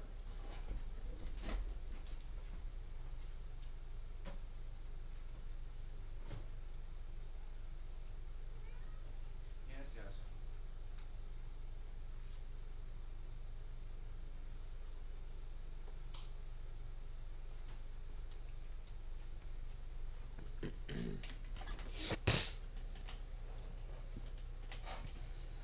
Okay.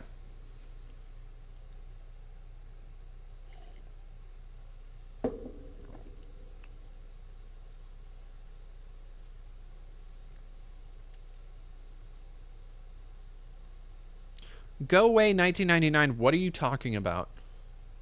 I have no idea what question you're even referring to.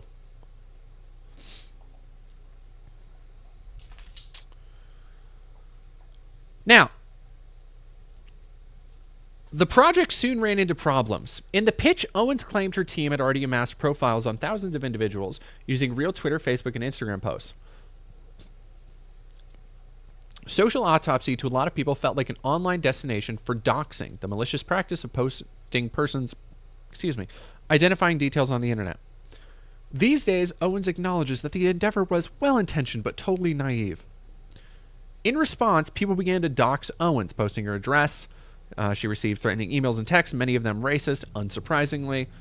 This led her to stumble onto one of the internet events that helped fuel the so-called alt-right, Gamergate, which pitted progressive video game developers and their supporters against gamers who revolted against the move to make video games more inclusive. Now, this is an overly reductive framing of Gamergate that I don't necessarily quite agree with the language around, but whatever. For the purposes of this, we're moving past it quickly. With scant evidence, Owens blamed the progressive side of Gamergate for her doxing and the ultimate failure of Social Autopsy's Kickstarter project, leading her to unexpected allies. The Gamergate faction, whose anti-feminist, traditionalist positions often overlapped with politically conservative ones, thanks to prominent Trump supporters Milo Yiannopoulos and Mike Cernovich, known for spreading conspiracy theories and far-right ideology.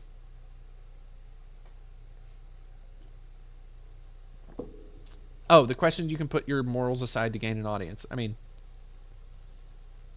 anybody can. I haven't. Raid. Who's raiding?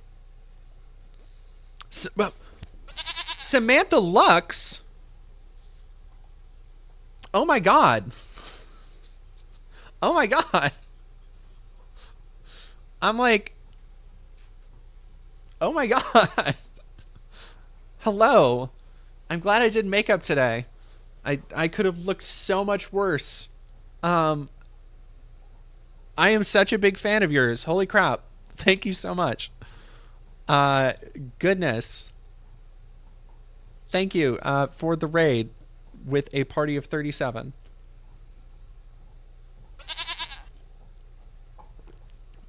I mean, like, my whispers are always open if Samantha wants to crossover Misanthropic.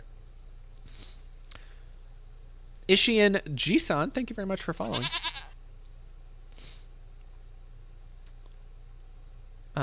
Wait, I know her. Yeah. That is the third time this week I've been flat. No, this is exactly how I reacted when I found out that Cody Johnson follows me on Twitter now, and so does Stephanie Sterling. Like, when they followed me, I was like, Coco Dino, thank you very much for following. We are in the middle of talking about Candace Owens. Going back over her history during Gamergate, before she was really what this article calls a rising star, and this was written in 2017, I believe. So that has been what we're doing. And for those who don't know me, thanks for the support and amazing content. Oh, thank you so much. For those who don't know me, I am a leftist content creator and streamer.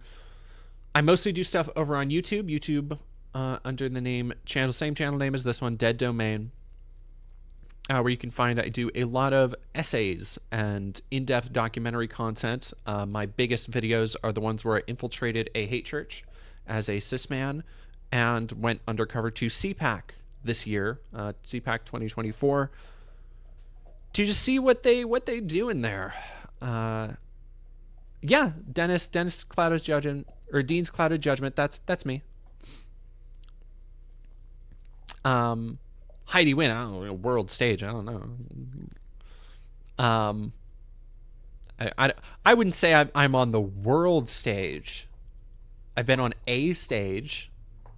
Like, I went to the red carpet of Jesse Gender's movie. That was a stage.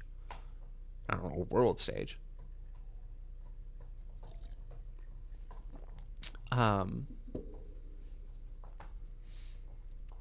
No, that is what I do.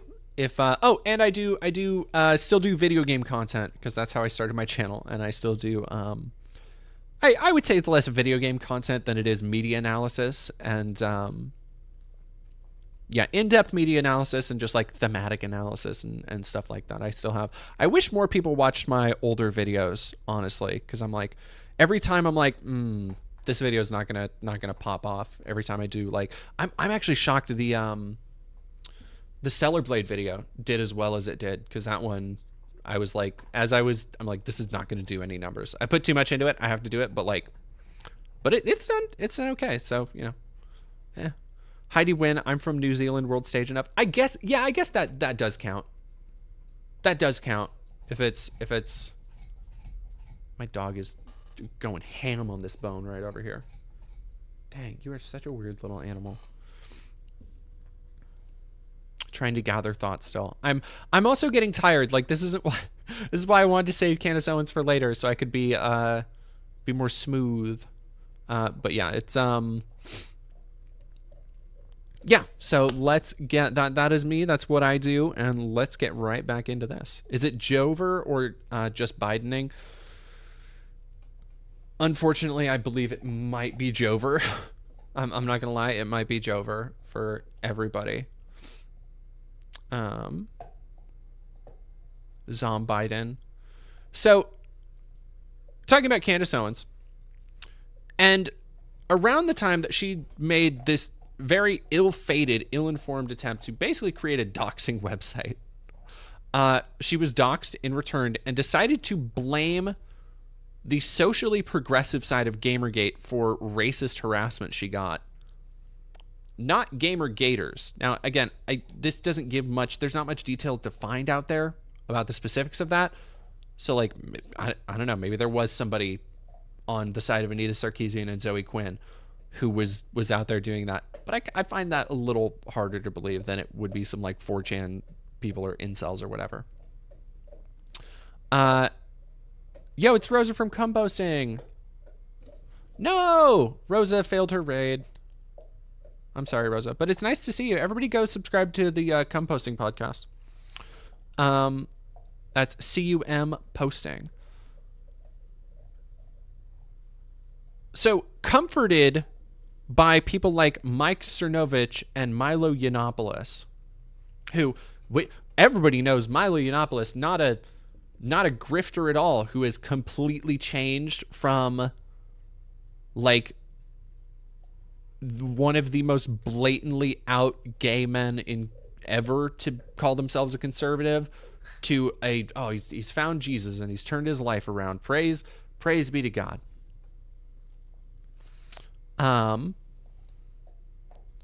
Milo is a great, honest man. Yeah, sure.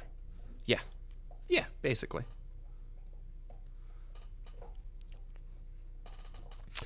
To which, now, after she found a little bit of comfort, a little bit of solace in this group, Owens says, I became a conservative overnight in an online talk show hosted by libertarian political personality Dave Rubin. I realized that liberals were actually the racists. Liberals were actually the trolls. At the same time, she explained, Trump's message of fake news began to resonate. Now, I wanted to watch a little bit of this.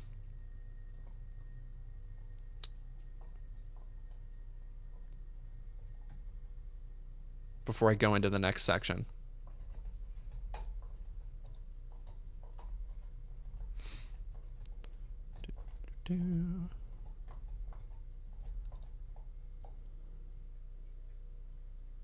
Whoa.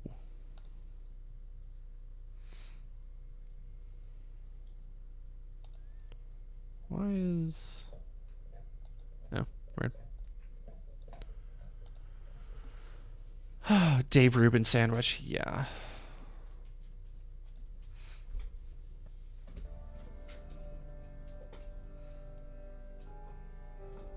It never ceases to amaze. Dog, you gotta... All right, guys, we're live on the YouTube, and joining me today is a YouTuber who has done pretty much the scariest thing that one person can do. She has come out as conservative, the scariest of all words. Candace Owens, a.k.a. Dave. Red Pill Black. Well, How dare you? Thank you. I'm so happy to be here right now. So I yeah, am very happy excited to have you here. Should I be calling? So her channel was called Red Pill Black, which is it's supposed to be like, okay, red pill, like you're taking the red pill, you're becoming more conservative, but she's a black woman, so red pill black. But it sounds like you're getting red pilled and then black pilled from that. Like, it sounds a lot more extreme than it is. Yeah.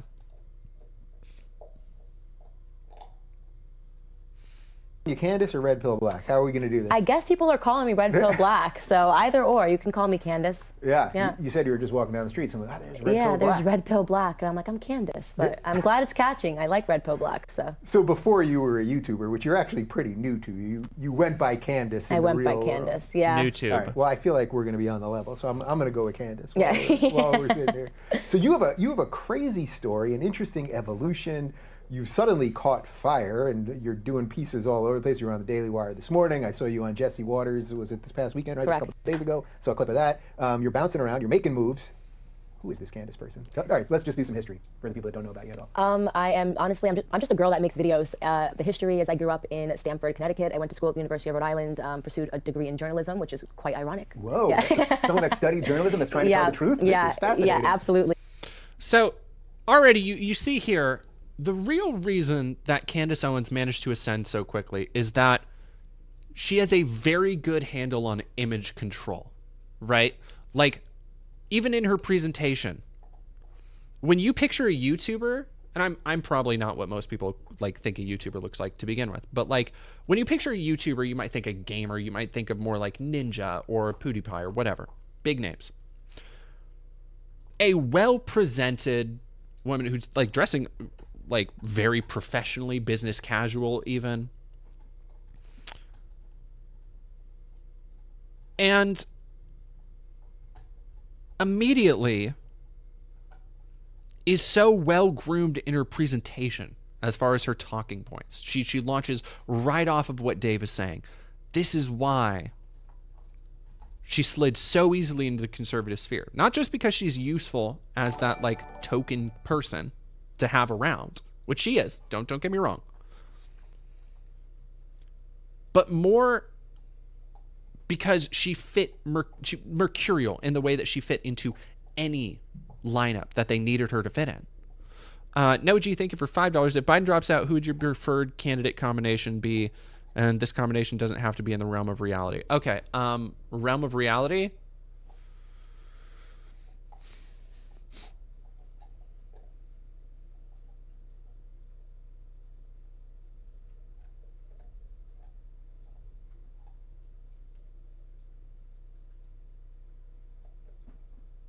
Like if we're just saying like fuck it, reality doesn't matter anymore, probably like Superman, Spider-Man.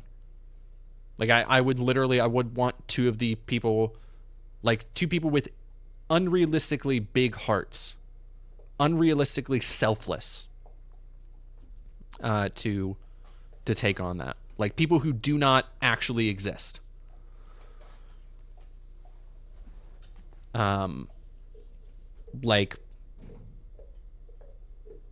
Yeah. JK Star Candace will grift as a leftist. No, see, here's the thing. We'll get to this in a little bit. Candace won't grift to the left. She is going to go further right. She's going to go to the Groyper side. This is my prediction. I'm making bold predictions here. She is going to start appealing to, or trying. She never fully will. But after anti-Semitism, here's the problem she's trapped herself into, right? Like, she was useful to a massive portion of the conservative base as a black woman speaking out against commonly held narratives about black people in conservatism, right? She was useful as a black person to point to and go like, this black person hates BLM. This black person doesn't think racism is an issue. And so conservatives could hand wave that away. It can help assuage their guilt of like, what if I don't actually understand the black perspective on this? But wait, Candace Owens says it, and obviously she understands everything about it. So, I'm okay to be a white person again. The problem is, in being anti-Semitic, she has she has ostracized herself from many of the people who found her useful. And now the only people she has left to ingratiate herself into are people who are already racist. People who will never fully accept her because of the color of her skin. Like, it's not like a Tucker Carlson, right? Even though I think there's a lot of similarities between Candace Owens and Tucker Carlson. They both came from pretty well-groomed backgrounds. They both have that, I don't want to say affable, that's not the right word, but that air of competency. Like, which is it's not super easy to find, but they're able to come across in an interview or in a segment as if they understand what they're talking about, right? The thing when Tucker got out of Fox, and he's gone down this road, is he has continued, much like Candace is, to go into a crazier territory, to start appealing more and becoming closer with people like Alex Jones, who are literally, like, Alex Jones and Nick Fuentes in the last couple months have been like this. Like, Nick is on Alex's show all the fucking time. Like, to tell you how far away, what the leaps in logic are from Tucker to Nick. And Tucker, he had white nationalist writing on his show before. Like, that shouldn't be surprising. Candace can't really do that in the same way, because her utility was as the token black person to people at the Daily Wire, to people like TPUSA. She doesn't have a token usefulness to people who are already racist, unless it is in a Kanye capacity, right? Unless it is the most total sellout thing possible. But I think Candace has a lot more like of her faculties about her than Kanye does. She is not like a megalomaniacal egotist. Like, she's certainly egotistical, but she is not megalomaniacal in the same way. Surrounded by yes men who just like appease Kanye's every whim. Yeah. Also, yeah. Uwe Bowling for Columbine. Candace doesn't interview the heavy hitters like Checked Note Cat Turd. Yeah, no, like, the funny thing about Tucker is that he has continued to dwindle in his popularity. And like, I think when he came out of the Fox thing, he really thought like, oh, I'm Tucker fucking Carlson. Like, I can do this. And he had the big show debut on X because he's, you know, a big fan of the free speech that Elon Musk is doing. And it's just like dwindled down to the point where, yeah, he's interviewing Cat Turd. Like, that is a heavy hitter for him. Man.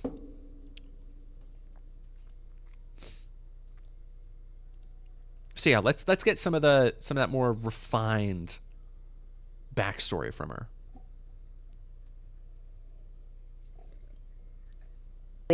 After college, I was in a lot of student loan debt. You know, I came from a family that doesn't have any money whatsoever, and I had to just pay it back. So the smartest move for me was to go into finance. I hit the ground running in New York City, worked at a private equity firm for 4 years, left that firm and wanted to do my own anti-bullying startup thing that went really sideways when the left tried to do a piece private election, equity. And that was my red pill moment. Really? So Yeah. wait, how did?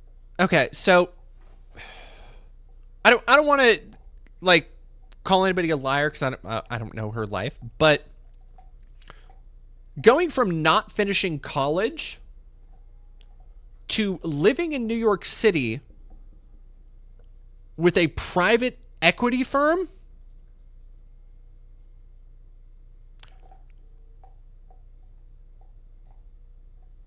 so, like, some of the math ain't mathin' there.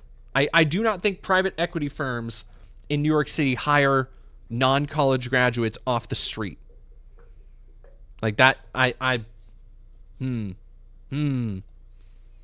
know about that one. Doing an anti-bullying thing get you caught up in the left? So I don't know if many people that watch this show are familiar with the Gamergate scandal. I certainly wasn't. I think most of my audience is familiar-ish. Yeah. Nobody Yeah. fully gets it. I Yeah. think, but feel free to take us Sure. down that road for a little bit. Yeah, so long story short, that whole scandal is built on a girl named Zoe Quinn who says that she was attacked by anonymous white men on the internet. And people were saying that that wasn't true, and she said that it was. And If they were anonymous, how did she know their skin color? I don't know. If you read the pieces in the media, it's fascinating, you know. That's a weird So I was doing an attribution. anti-bullying startup that I was really passionate about, and I got a phone call from her, and I put up basically a 3-minute video on Kickstarter teasing what we were going to do. I said this one sentence, which was a figure of speech that I think set the alarms off. I said, what we're doing is figuratively lifting the masks up off of trolls. At the time, she was working at Twitter. She was working for Twitter for something called Crash Override Network, and I immediately received an inbox from her on Twitter saying she'd like to talk to me about and try to convince me that the project that I'm doing is bad, which is very interesting. Yeah. So she calls me up, and I have no idea who she is. I don't know what Gamergate is. I don't know what doxing means. So this is already fascinating because she basically had this idea for a startup, which is how a lot of tech startups happen, is just like a shit ton of investment money or fundraising. And for somebody like an idea that hasn't been tested. And she doesn't know what doxing is, but she is making a website that will compile information on people from their social platforms, like names and addresses. But she doesn't know what doxing is, and she is surprised. And by the way, she has not explained that aspect of it yet in this thing, kind of making her look a little bit better than she should. Yeah, Banana Brains EF. This video is from a while ago. We're still on her ascent. This is a while ago. So yeah, just keep that in mind as we go into this.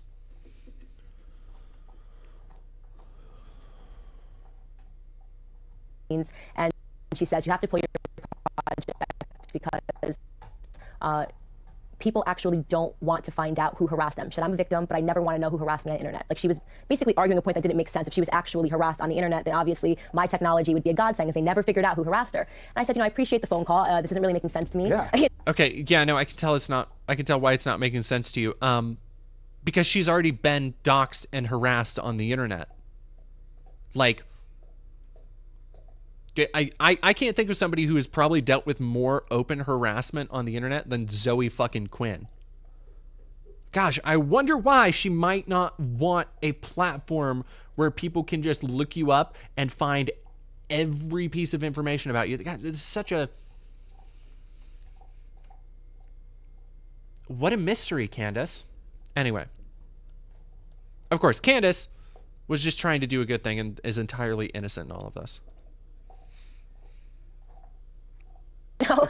It sounds literally the reverse of what you think she would have called you to say. Absolutely. Like, she should have been on board with what I was doing. I totally appreciate the phone call, but I'm not going to pull my Kickstarter. And she started crying. And she said, if you don't, it's going to ruin everything. And she told me that she spends time on 4chan because of what she does, and she saw that people were already talking about my project, and if I didn't pull it, these anonymous white men and Trump supporters, you have to remember this was during the election cycle, were going to come after me and dox my family, which essentially means put up their personal information so people can try to kill them. That's what she says. So she said this is what they are going to do. So she was oddly threatening you with being doxxed, but it wasn't she that was going to dox you. She thought I was a total moron, I think, you know, and I'm like, okay, I'm not pulling my project. She hangs up the phone crying. Within 2 hours, we were absolutely inundated. About 4,000 emails via Kickstarter, like, you know, nigger, nigger, nigger, die, die, die, you know, pull your project. And they have these super obvious screen names, like, you know, Trump or die, you know, Trump 2020, white man behind computer. That's a good one. That guy's So, and I'm like, is she kidding? All men, by the way. Everyone was like, you know, Dave at, you know, Bob at no woman. So much of this fucking doesn't track. That she tried to warn me about came true within a couple of hours of me refusing to pull my project.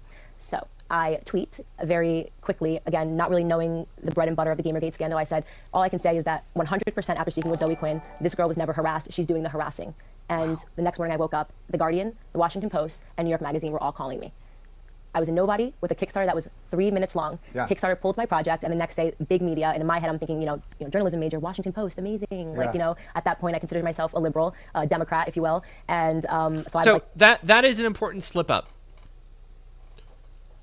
Her first thought on this story, her first thought when contacted by the Washington Post was, oh, this is amazing. This is going to be great for my career. Important to keep in mind. And her entire, like, explaining about Gamergate and shit just does not, like, that doesn't fucking track or make much sense. That Zoe Quinn, like, she's explaining that Zoe Quinn didn't want other people to get doxxed, and if you continue with this project, more people would get doxxed. That makes perfect fucking sense. I don't, like, where is the disconnect for you in that? Jay Daniel, thank you for super chatting $1.99. Favorite play from the Bard? Mine is Titus Andronicus.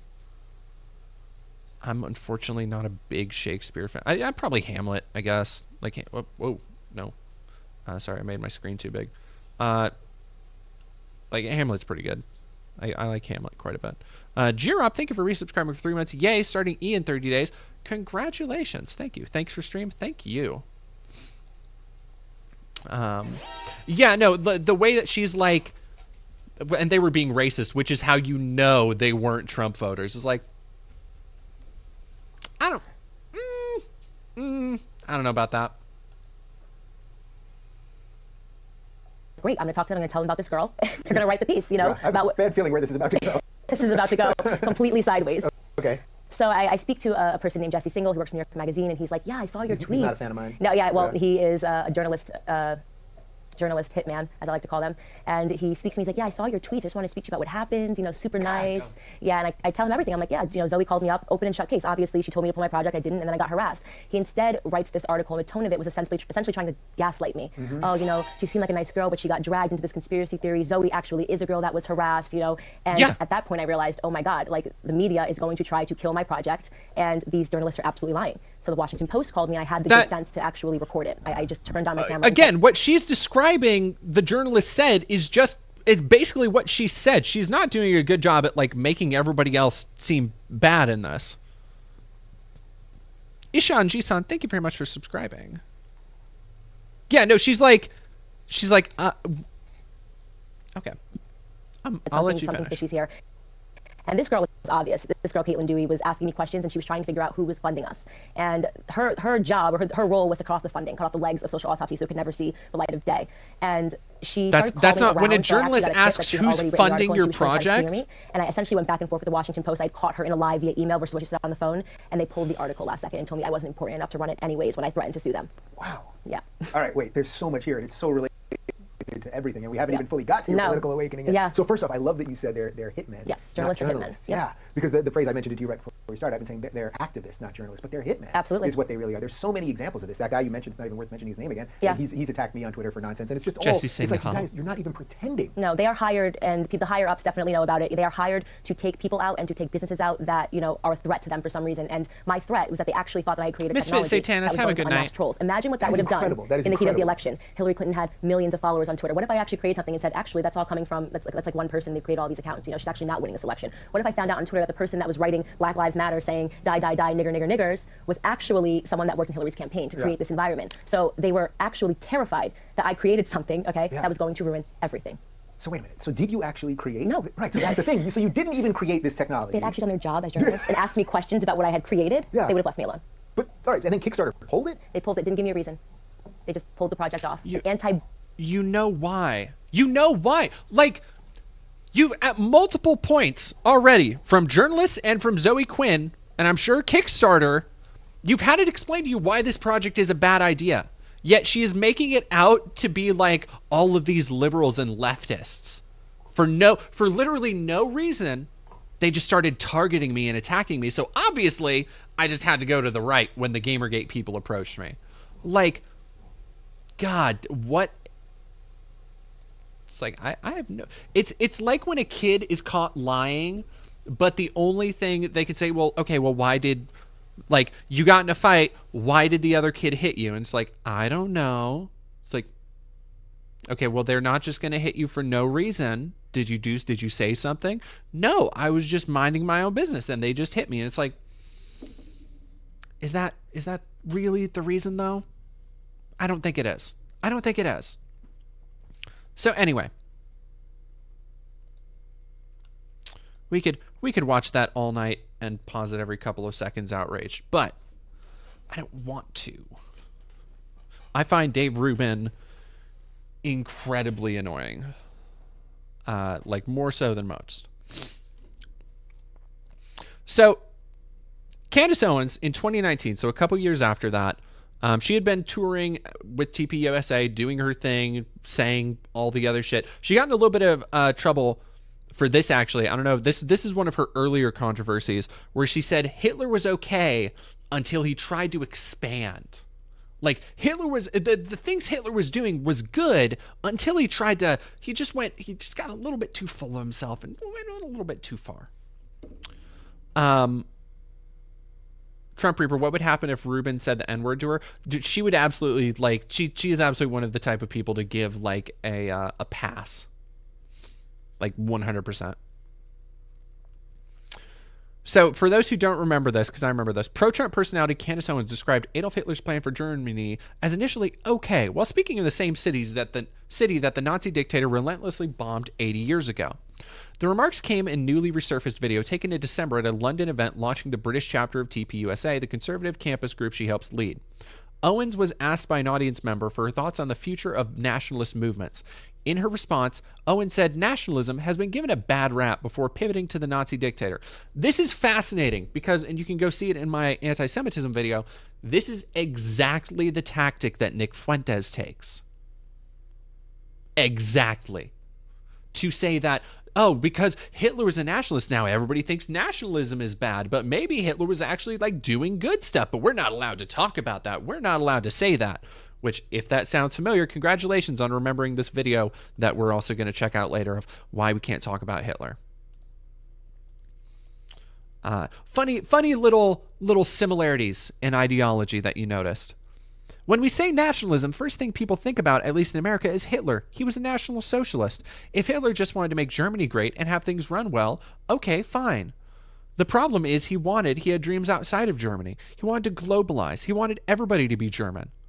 To me, that's not nationalism. So in thinking about how it could go bad down the line, I don't really have an issue with nationalism. I really don't. Turning Point USA declined to comment on Owens' remarks and referred the Daily Beast to Owens herself. And she later backpedaled a little bit, but it's an interesting part to note how she was Icarusing just a little bit right here, like she was flying close to the sun, but the wings cooled down a little bit. She flew back down. I forgot about the Blexit movement, that she tried to make black exit like Brexit a thing. And it's basically a podcast just talking about how like black people shouldn't be Democrats. In her farewell post, Owens cites the Blexit movement, her self-titled podcast, and upcoming book as reasons for stepping away. She assured her followers she would still be associated with the organization's event. I will, of course, still be speaking at all Turning Point conferences. We'll continue to chair the annual Black Leadership Summit in the fall. We couldn't be more excited to share this conversation with the world. So,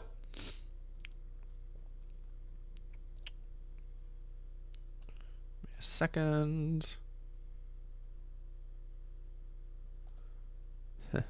I want to go into Blexit real quick.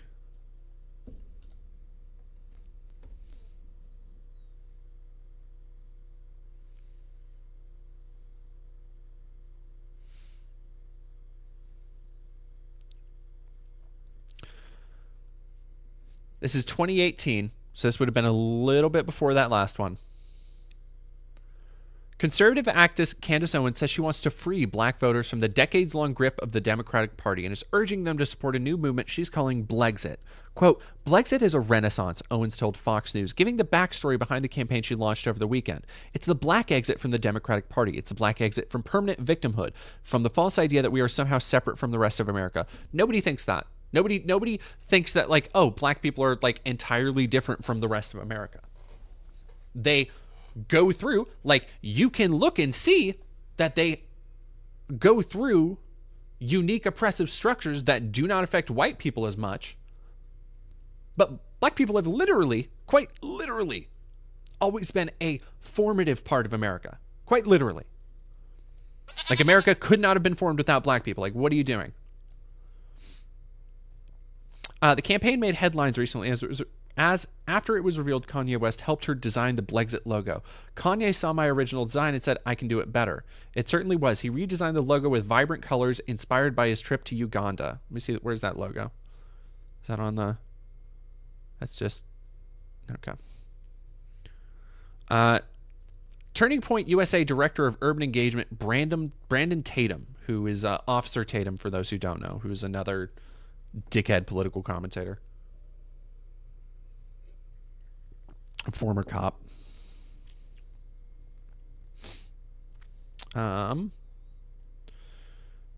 There are people that want to change their lives that have been lied to by the media. There should be something waiting for them when they make that decision, and now Blexit will be there. Owens came under fire last week when she tweeted her doubts that the person behind a spate of mail bombs sent to Democrats was a conservative. Cesar Sayoc has been charged in the case and is an avowed supporter of President Trump. So... already we see a couple themes recurring here where she just like does not want to attribute any level of violence or racism to the party that is paying her bills, to the people that are giving her this platform. Good shit, Candace, all throughout.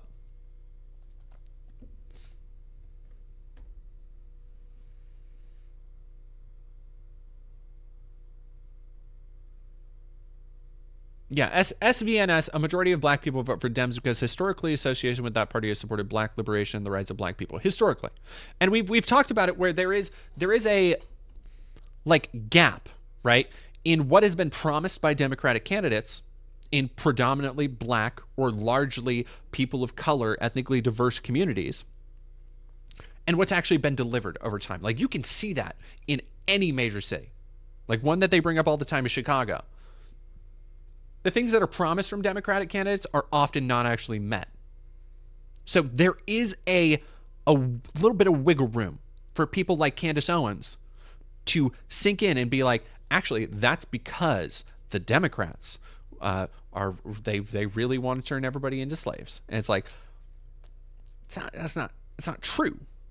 Like, it is the country in a microcosm. It's very similar to the issue that a majority of the country is facing right now, where it is like, okay, are you going to vote for the like old fuck who's completely useless, who gives barely any lip service to progressive values, but at least isn't going to enable actual monsters who like want to put people in camps? Or are you going to go with the guy who wants to put people in camps? And it's like, well, I guess we're voting Democrat again this year. Ukrainian, hello. Oh yeah, she did lie about Ahmaud Arbery. God, she has said, yeah, SVNS on YouTube, hate this idea that black people are subscribing to victimhood just because they don't shut up about the very real racism baked into the system of this country that is actually affecting many black people. Yeah, and that is her whole anti-BLM thing, is that she thinks BLM is nothing but it's that like conservative stereotype that, oh, BLM, they're just a bunch of spoiled, dumb college kids. Like no black people are actually, it's not, it used to be way worse back in the day. It's like, yeah, why can't it be better now though? Like, you still have people being shot. You still have extrajudicial executions all the fucking time. In the last couple weeks, I've seen multiple police officers shooting like kids. And guess what? They were black.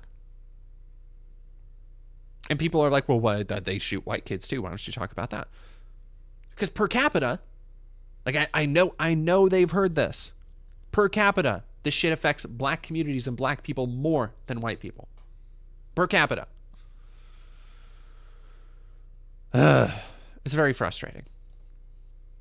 And it is even more frustrating to see somebody like Candace Owens use her blackness as a way to excuse other people so that they don't have to think that those are real problems. So that they can look at protesters and go, no, that's actually fine. Like, it's fine that protesters are getting tear gassed in the face. It's fine that black people are shot in the street, because trust me, I'm black. Like, that's essentially what Candace Owens' job has been for so long, right?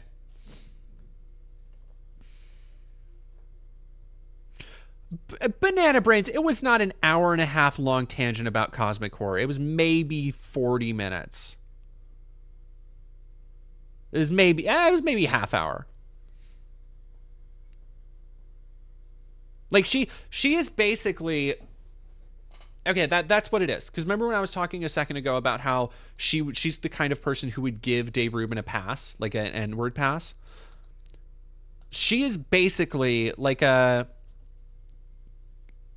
that's what she sees herself as for the conservative movement, or that's what the conservative movement sees themselves as. We were talking, somebody brought up the New Norm show, and somebody else brought up the idea that between the dog shit like adult animated series, the New Norm show on premiering exclusively on the X platform, and Mr. Burcham, the dog shit new adult animated series from the Daily Wire, one commonality is that the main protagonist, a old bitter white dude, has a cooler, though still agreeable, black sidekick that agrees with what they say. And it's stuff like that, where it's like it's this kind of get out thing that a lot of conservatives still have ingrained in them, of just like, they still want black people to think they're cool. You know, they don't want to be racist. They want to be like down. They want to be hip. But they're also deeply fucking racist. And so people like Candace Owens give them a quote, one of the good ones to look at and say like, oh no, like I'm not racist, right? I don't think all black people are bad. I love Candace Owens. But meanwhile, Candace Owens' rhetoric is to say, black people are lazy. Black people are always on welfare. Black people are whiny. Black people need to have more work ethic. Like, her entire existence is to be a living N-word pass, essentially, to excuse the racism of other people because they can point to her and say, I like what that one's saying. And the shit that she's saying is just the racism that they want to say.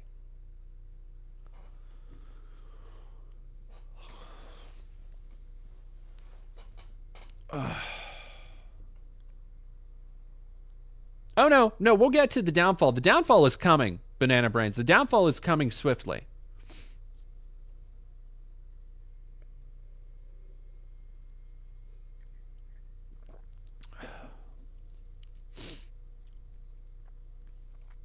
So, conservative commenter Candace Owens said on election night she'll be joining the Daily Wire. I think what you're doing is so important, and the only thing that would make it cooler is if you did it with us. Do you want to just come join? Jeremy Boring asked. Only thing that would make it cooler. What was that? What was I just saying about white people wanting black people to approve how cool they are? I think 100% I will take you up on that offer, Owens responded, who then earned a unanimous approval vote from the host to join the outlet. Candace Owens is coming to Nashville, baby. Owens, a vocal supporter of Trump and critic of Black Lives Matter, was a communications director for the conservative Turning Point USA from 2017 to 2019. Now, most of her work on Daily Wire has been the same shit. Like she made up one of the pillars alongside Andrew Klavan, Ben Shapiro, Matt Walsh, of course, Brett Cooper. Each of them trying to like manage this idea as like a brand, right? Like each one of them had their own podcast. Each one of them, I think, had their own like studio that they went to, and they kind of just basically all covered the same shit with, I guess vaguely different personalities. Like I don't think there's much of a functional difference between, like Andrew Klavan and Michael Knowles, or even Michael Knowles and Ben Shapiro aren't that different. Like Matt Walsh is more just I don't know, he's just grumpy and old, so I guess that counts. Logic Bees, $4.99 from Logic Bees. Black trans woman here, and I don't claim her. Love you. Oh, thank you very much. I appreciate the support. Oh, she is married to George Farmer, CEO of Parler. Yeah, that's not surprising to me. So, I want to bring up one other thing really quick before we go into her downfall and where she is now.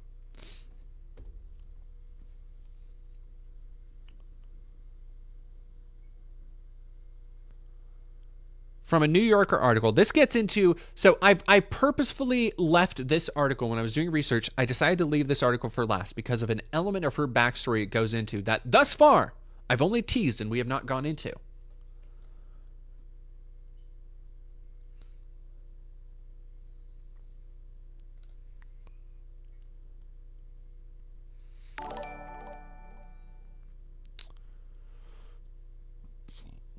Where was it? Here we go. Now, we haven't gone specifically into a lot of her stuff. Her like real official stuff. And I think in the stream highlights, I will cut in some of the crazy racist shit she said over the years. Because I don't know why, but my computer's having a hard time loading YouTube and I don't want to jump through a ton of videos. But I want you to keep in mind the progressive causes she's advocated against, specifically for racism and helping black people. Advocating against welfare. Advocating against Black Lives Matter. The multiple times she continues to spread just completely unfounded conspiracies. Anytime something happens, she seemed to jump right on the false flag. Right on the, oh, well, something else was happening here. I want you to keep that in your mind as I read this next part. Owens has said that her early years, many of them spent in low-income housing in Stamford, Connecticut, were dysfunctional. Her family moved in with her grandparents when she was 9, and her grandfather Robert became a powerful influence in Owens' life. He was one of 12 children raised on a sharecropping farm in North Carolina. His first job at the age of 5 was laying out tobacco leaves to dry, and according to Owens, he often recalled experiences of growing up black in the Deep South, including violent encounters with the KKK. That history, Owens said, is part of what has made her suspicious of liberals' claims that white nationalism is alive and well in the U.S. In 2019, Owens testified before a Judiciary Committee hearing on the spread of white identity ideology and decried Democrats for fear-mongering about racism, and noted that her grandfather grew up in an America where words like racism and white nationalism held real meaning under the Democratic Party's Jim Crow laws. Now, that's one thing, right? To say that, like, oh, because there was really awful racism when my grandpa was growing up, like, racism today isn't that big. It's not that big of a deal. Like, come on. First off, it's fucking nuts to say that the scourge of white identity and white ideology is non-existent, like, 2 years after Charlottesville. Bonkers. Ridiculous. Especially in the circles she runs in. Like, girl, you were friends with Mike Cernovich and Milo Yiannopoulos. Milo Yiannopoulos? Literally, I think he had Kristallnacht as a password on his computer at some point. Was that? Let me see. I don't think I'm making that up.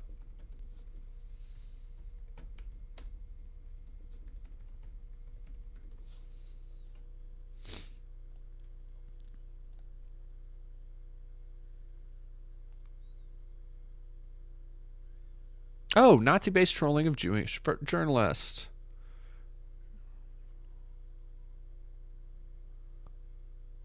Ah, here we go. Yeah, story reference that Yiannopoulos' passwords included references to Kristallnacht. Like, the idea that she doesn't actually believe that white nationalism was a thing when she was those were the voices she was flanking herself with. Give me a fucking break. So that is one thing, right? Using her own family's history of pain and oppression to say, like, well, that stuff doesn't exist today. Basically telling other black people to pull themselves up by their bootstraps. That's one thing. Listen to this shit. This is what I've saved. In 2007, when Owens was a senior in high school, she got in an argument with a former friend. The boy was suspended, and one night he left nasty voicemails for Owens, calling her the N-word and threatening to kill her. Several other voices could be heard on the recordings. One of them belonged to the 14-year-old son of Stanford's then mayor, Daniel Malloy, who eventually became the governor of Connecticut. Malloy's son declined to comment. At the time, 3 girls were also reportedly facing hate crime charges for attacking Owens in the parking lot of a Blockbuster, where they allegedly kicked her and used racial slurs. Owens stayed out of school for 6 weeks. Her family ultimately received a settlement of more than $37,000 from the school district, but Owens was left deeply scarred by the whole affair. Quote, "I held my head high at school, but when I went home, I cried every single night," she wrote in a 2016 op-ed in the Stanford Advocate. She had come to resent her role as a public victim and felt badly that the case had tarnished the boys' reputations. Quote, "Were they wrong?" she wrote. "Categorically. Should they have been held accountable for their actions? Undeniably. Did they deserve to be branded by society? No."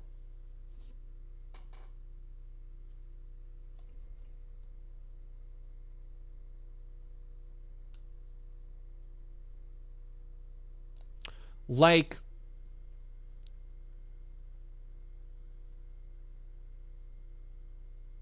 this shows so much of her ideology. No, this was before. This was in 2007. This is when she was in school. And she wrote about the experience in 2016, before she made it big, before she was involved in politics, when she was still working as like a liberal bloggist.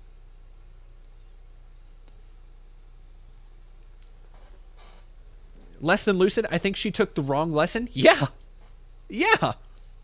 I think so. I think the girl who is quite literally had hate crimes done to her, mind you, hate crimes done as early as 2007. And she still wants to think that she had this is not somebody who was insulated from this, who has never had to deal with hate crimes and racism in her life. She has physically dealt with it. And her takeaway was that they shouldn't have their lives ruined over it. At least for the boys who harassed her and called her the N-word.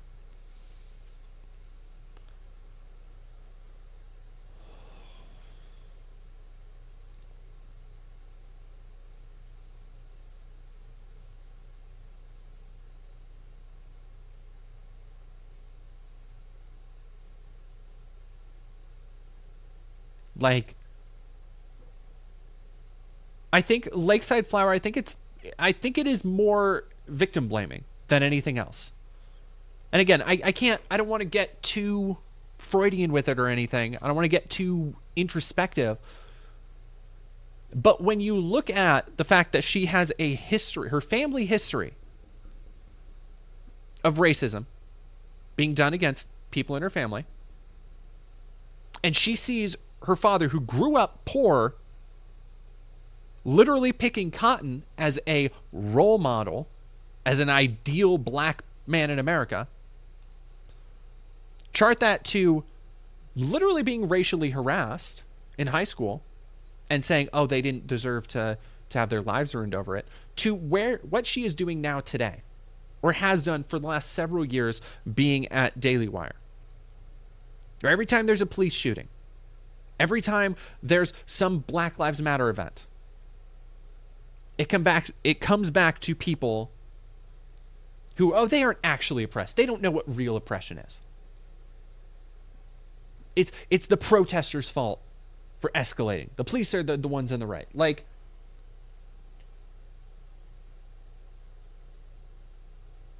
it feel like victim blaming, I think it really seems like the through line that has carried her through, emotionally at least, everything. And it's fucking like better, like literally saying, oh God, it's fucked up, right? It's fucked up. Yeah, here we have more of the stuff with Social Autopsy. Owens' proposal to out bullies was seen by many as a plan to dox people. Yeah, and she just played completely. We watched the stuff about on Dave Rubin, where she just played completely stupid. So Owens began attacking Quinn online, accusing them of instigating a deluge of sexist and racist hate mail that Owens had received. Kickstarter suspended Social Autopsy's campaign, and Owens walked away feeling that the national media had purposefully undermined her organization. Quote, I became a conservative overnight, she said on Dave Rubin. I realized that liberals were actually the racists, that liberals were actually the trolls. Right-wing figures, including Mike Cernovich, reached out to offer support. Owens began making YouTube videos under the name Red Pill Black. Owens is aware that her success was initially built on a certain kind of novelty, a black conservative supporting a political movement that has often been accused of racism. Quote, black people are angry at me. People are angry at me for not being a Democrat, angry at me because I believe in personal responsibility, because I think that you are in the driver's seat of your own life, because I refuse the victim narrative. She said, being a victim is about the worst thing possible in Owens' estimation, and she sees it everywhere, particularly in what she regards as black Americans' appropriation of the traumas of their ancestors when they complain of structural racism. Of the Black Lives Matter movement, she said, quote, I probably made a name for myself because it was just so culturally unacceptable for a black person not to get behind this fraudulent organization.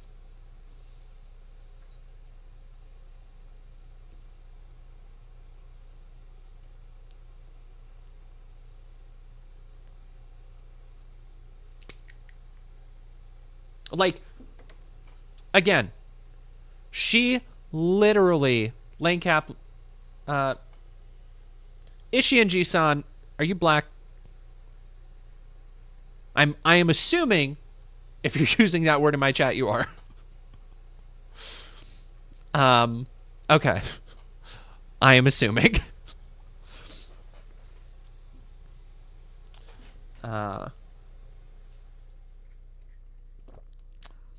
My black partner has informed me I cannot, which, like, I have no desire to use that word, but that is not my word to use anyway. So, I think I asked her, like, I can't say that, right? And she was like, no. Yeah. So, and this is just, if you want to read this, New Yorker article is actually a really good piece. And it goes, if it wasn't evident by going into the other stuff,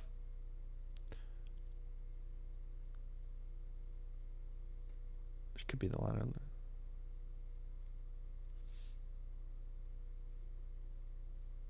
Yeah, the self-blame and sympathy for abuses is quite literally victim mentality and justification. No, sorry, Lane Kaplan. It looked like your name, but I was like, that's not the color Lane's name it usually is. Sober with hair. I thought I was the only black person here. I have plenty of black people in my audience. I'm actually very happy about that. Every time I learn, like, because I don't assume. I don't know. It's weird to think about anybody in my audience just because I guess I have kind of a big one now. Like relatively big, and it's like I don't really want to assume anything about anybody. Like I'm always surprised. I like to be pleasantly surprised, I guess, learning about new people. Like I always like when people are like, "Oh, I'm in," like somebody earlier was like from Brazil. I'm like, "Fucking rad as hell, thank you." I've had people like from Japan and New Zealand and all over. Love that shit.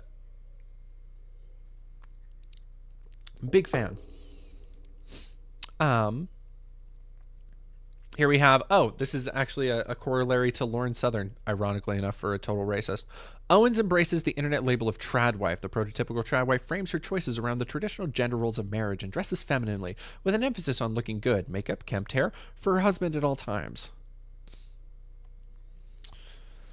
All right, so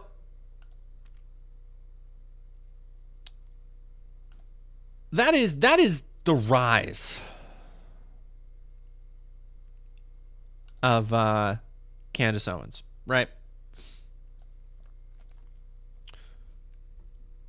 Now, being open to conservative ideas and being weirdly racist, saying certain things like, "Oh, what Hitler was doing was okay," at a certain point, like literally regurgitating shit Nick Fuentes has said.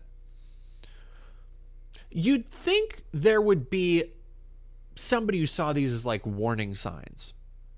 This is not the case with Candace Owens, apparently, because earlier this year, as the Israel-Hamas war continued to rage on, as Ben Shapiro, who has famously in the past said that Arabs love living in open sewage, who is a vehement genocidal maniac when it comes to this war,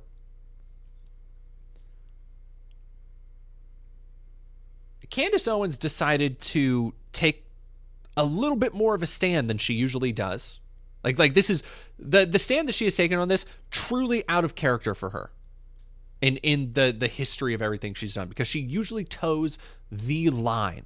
Like, what is popular with conservative voters on abortion, on drugs, on crime? That's where she is.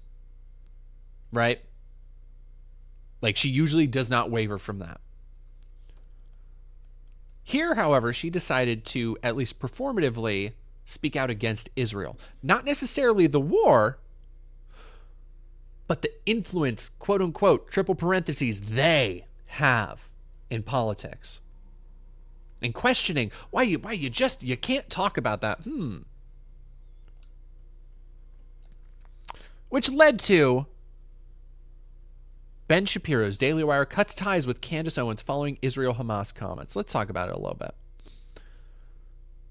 Daily Wire and Candace Owens have ended their relationship. Daily Wire co-founder Jeremy Boring tweeted on Friday morning, quote, "The rumors are true. I am finally free," Owens shared on her own X account. I'm willing to. She does have a NDA that she signed. Owens' feud with Shapiro appeared to begin in November last year when Owens tweeted, "No government anywhere has a right to commit a genocide ever. There is no justification for a genocide. I can't believe this even needs to be said or is even considered the least bit controversial to state."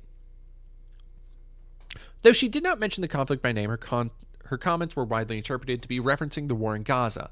She later tweeted a Bible verse beginning, "Blessed are the peacemakers, for they shall be called the children of God. You cannot serve both God and money," she added. Now, that could be... I think that is personally a reference to Ben Shapiro and Jeremy Boring using their support of the Daily Wire for financial interest. It could also be anti-Semitic, like very easily read as anti-Semitic. Shapiro responded to a tweet on 15th November writing, "Candace, if you feel that taking money from the Daily Wire somehow comes between you and God, by all means quit." Like, I remember when this happened, it was very funny. It was very funny to be like, the girlies are fighting. Oh my God. Like, just watching these two dorks get into a catfight on Twitter. Kino. Perfect. What are we talking about?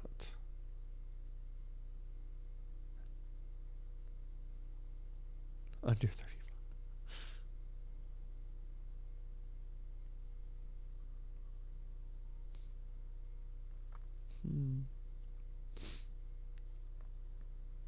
The girlies are fighting. Owens replied, "You have been acting unprofessional and emotionally unhinged for weeks now, and we have all had to sit back and allow it and have all tried to exercise exceeding understanding for your raw emotion. But you cross a certain line when you come for scripture and read yourself into it. I will not tolerate it." This was on fucking, like, this was on Maine. Like, this was not like, this was shit that should have been in like a work chat. And it's so funny. Oh, I loved it. Owen said she still did not have any clarity on Mr. Shapiro's criticism of her, that his remarks were just ad hominem attacks. "I can't respond to it on a level of intellect because there's nothing he had expressed in that, at least in that short clip, that he fundamentally disagrees with in terms of what I said." It's because Ben legitimately believes that every Muslim deserves to be murdered. Like, Ben is a sociopath. Owens went on to give tremendous credit to the Daily Wire for allowing differing opinions on the network, but added, quote, "I would hope that it will remain respectful, that you wouldn't throw your colleagues under a bus, so to speak."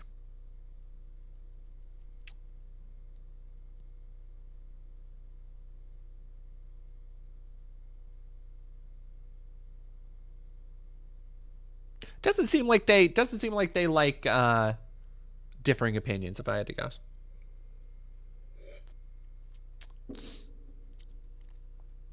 Yeah. So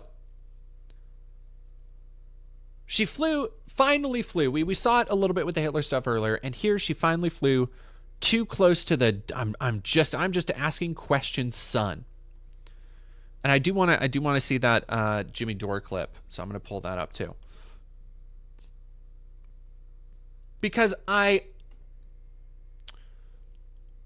again, it's important to note how similar her trajectory has been to Tucker Carlson, where, like Tucky,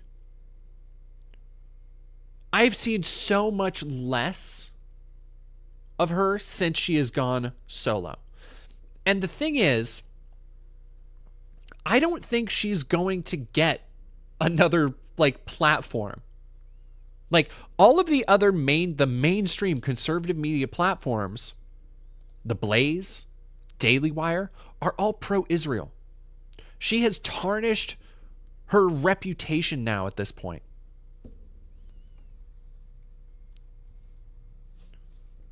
Like, I feel beyond repair.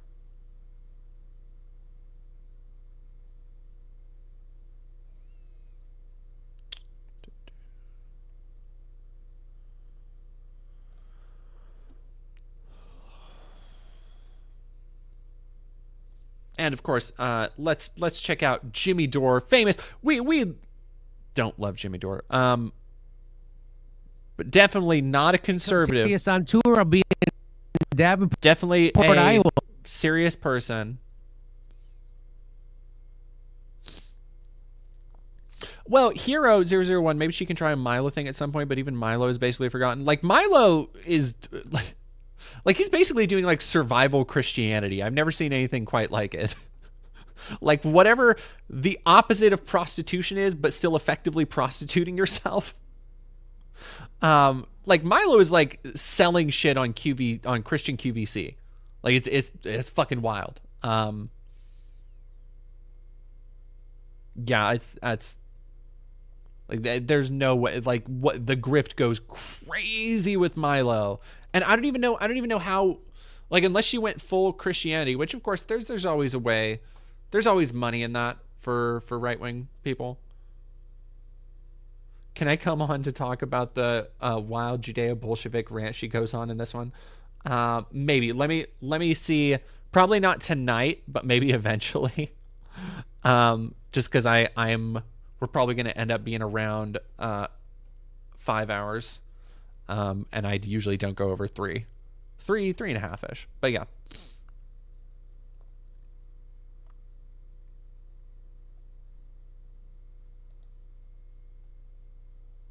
Yeah, like, and at the end of the day, I don't, like, Candace is, I think it's weird to call Candace a grifter, right? Las Vegas, Nevada, Chicago, Illinois, and Grand Rapids, Michigan. Go to jimmydore.com for a link for tickets. Hey, everybody, we have special guest Candace Owens. God, she's a logo is DC dog shit, author, bro. Activist, political commentator. And fuck, man. Like, what is, like, seriously, what is 1.37 million subscribers? Oh, my God. Sorry. I get mad when, like, people who make a shit ton of money doing this have terrible, terrible graphic design. Lee Kessner, thank you very much for super chatting $2. It's so bad. It's so host of terrible. The Candace Owens Show. She is the founder of the National 500,000 views 6 days ago, so that's nothing to sneeze at. Brexit movement and author of Blackout: How Black America Can Make Its Second Escape from the Democrat Plantation. From 2021 until this past March, she also co-hosted Candace, a political talk show for the Daily Wire. Welcome to the show for the first time, Candace Owens. Thanks for having me. How you doing? Oh, yeah, it does I'm need to be doing lower. great. Sorry. Thank you very much. I wanted to show you this. Bill Maher, we've we go after him quite often on this show for his what we call horrible liberal takes. I'm not mad. I'm just disappointed. Just disappointed. And so he had on Andrew Cuomo. And I don't know if this is going to surprise the audience, but they're going to agree with us here at this show that these prosecutions of Trump are politically motivated and stupid. So what's his angle here? Let me just play it for you, and then you get your reaction. The Attorney General's case in New York, frankly, should have never been brought. And if his name was not Donald Trump, and if he wasn't running for I want to president, skip ahead a little bit. I don't. Anyway, Candace, what is it? So here's Andrew Cuomo admitting that case should have never been brought, and the only reason it was brought was because it was Donald Trump. He's admitting they're doing political prosecutions. Is that what you hear him saying? That is what I hear him saying, but it's sort of something that you don't take as legitimate because he was very Banana much Brains, a part of I don't know. I think I have some background processes processes I need to shut down. Sort of unceremoniously kicked out of the Democrat cool club. I think it might be an OBS thing. It's hard to tell. And you kind of see him doing this, and his brother's doing this as well. Chris Cuomo kind of doing the tours and being like, I don't think that people should have not used ivermectin. it just seems a little bit too little, too late is how I would respond to it. Regarding Bill Maher, I actually did his show in LA last year, and I am telling you, he can be very funny. He can be warm. When it comes to Trump, there is a rabid anger as if the two of them had like high school beef. Like you can't even understand.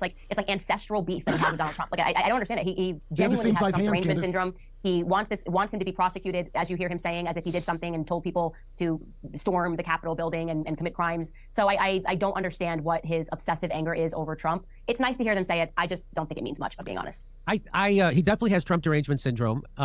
I think that didn't Trump threaten to sue him over a joke? He did try to sue him. That's why. So that's what happened. I was going to say I get why he has it because he has a grudge against Trump. Yeah. I didn't know this. Wait, can you retell the story because I don't know. He had if a joke this is on his show. I used to watch the show a lot. Okay, and he had a joke about Trump because Trump was doing the Obama birth certificate. Remember that was our conspiracy about Obama? Yeah, that was the big conspiracy. Not that he's a gay guy.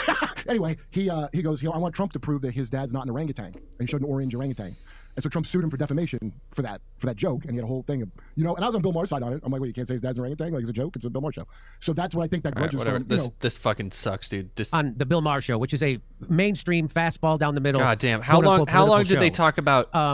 It's an establishment show. It's got a little Atlantic lately. And so what that tells me is that everyone actually knows that. Right, that they're not fooling anybody. So why would Alvin Bragg? Why would the people in the Democratic Party think this would be a good idea to push this case? Yeah, I'm not sure. I will say, by the way, speaking to your point, I mean, this if fucking he was sucks. This content is terrible. That's the thing that is amazing, and it's why what we've said on this show before. It's why it took so long for them to impeach Trump because they had to find a crime that he committed that they also weren't guilty of. Oh, slowing down weapons to Ukraine. So he slowed down weapons to Ukraine, which is one of the only reasons to vote for. Wow, he's such a leftist, such a liberal. Yeah, they suck so much. Like, god damn. Camera on every corner. You just are not going to ever make me believe that they dropped off pipe bombs outside of the DNC and the RNC, and they just can't catch this guy. Meanwhile, they were catching grandmas who were within 10 feet of the Capitol building and bringing them in and arresting them. So it very much was very obvious to me that it was an inside job. And I think they have been so severely propagandized because of every day they were just talking to them saying, like, we almost lost the country. It was an insurrection. I mean, I had family members that were messaging me, asking me if I was okay. And it was bonkers. I have to tell you this because what people forget. So I could have used those texts the entire summer when Black Lives Matter was burning down Washington, D.C. I mean, they were just, you'd walk outside, they were breaking into cars, breaking into apartments. They were boarding up, places where It didn't happen like that. We've talked about this again. She's just perpetuating the same fucking narratives. No, I don't watch Jimmy Dore for a fucking reason. On the day of the Capitol, and yet they were showing images to make it seem like Washington, D.C. was under siege. So that sort of stuff, it really works. People's minds get programmed. It's hard for them to accept that what the media told them and what they believed they watched just wasn't so. That it was a small picture of something else. So I think obviously people that supported Trump from the beginning know that it's crap, but I still think that there are too many people who believe what Bill Maher believes. And listen, they're having their ideas reinforced when he says it. Hey, why didn't we get them? Like, the fact it should tell you everything you need to know that they think Bill Maher is representative of, like, the left. The craziest part of this? Let's listen to Adam Kinzinger. Watch this. Good for you for January 6th. Yeah, well, yes, thanks. I didn't cause it, but I was there. Yeah. No, I think that the weird thing is, though, Hunter Biden, I would also say, was put in jail or was convicted, of course, because of politics. Of course. And unfortunately, that never gets out. There's a laptop full of his crimes with much lower crimes because of politics. Joe Biden has locked up. The prisons are full of people because they did exactly what Hunter Biden did on that laptop, which is smoke crack with hookers. And not only that, but there's also actual, international crimes that he set up with China and Ukraine and his father and his uncle. Those crimes are on there. God damn. Plus, we have not only Stop that, it. plus Shut up, Jimmy. Shut up. All right. I got it. Composting. Thank you, Rosa.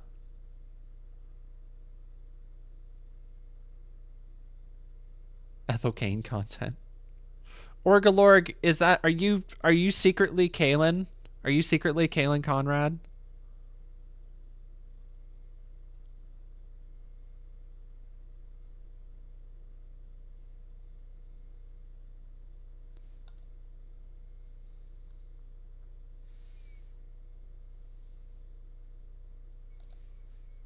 Okay, here we go. Gun crime. Now, they're right. No, stop it. Stop it. All right, I'm shutting you off. Shut up. That this was in a sense, God damn.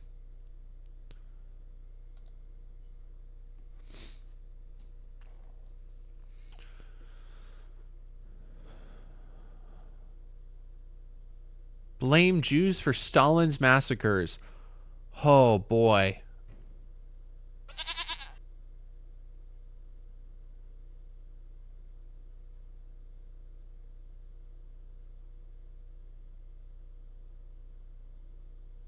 Oh, no. Oh, no. We Hawkendon. Holocaust of Christians, and it was committed by the Bolsheviks, and the leader of them at the time was a Jewish guy. Well, Henry Yagoda, what really ran the Gulag camp system. So people should read, if you're interested, Alexander Solzhenitsyn talking about how shocking it was to watch the American president linking arms with Stalin, talking about we're putting an end to the Holocaust in World War II, and Stalin was still mass killing Christians in Russia. I mean, it's an absolute nonsense. And you got to take it back all the way. The Bolshevik Revolution happened. They assassinated the Tsar, I think, in 1880. And then by the time they actually properly took over, I think it was around 1910.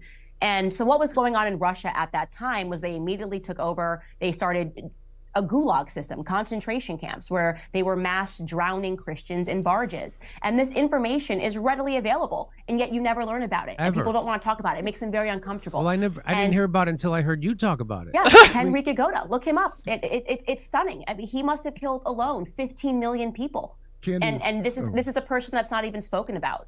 And so that's the reason why Piers just goes, okay, yeah, no, okay, let's move on to the next point. So in my viewpoint, the Israeli government has way too much involvement with the American government, and part of that, this program, and you saw this after October 7th, Congress immediately passed that there would be we would be learning about October 7th in schools as if it was like Pearl Harbor, right? A day that will live in infamy. Why? This is not my country. That's a nonsense. And if the answer is, because it's a day that should live in infamy, why just Israel?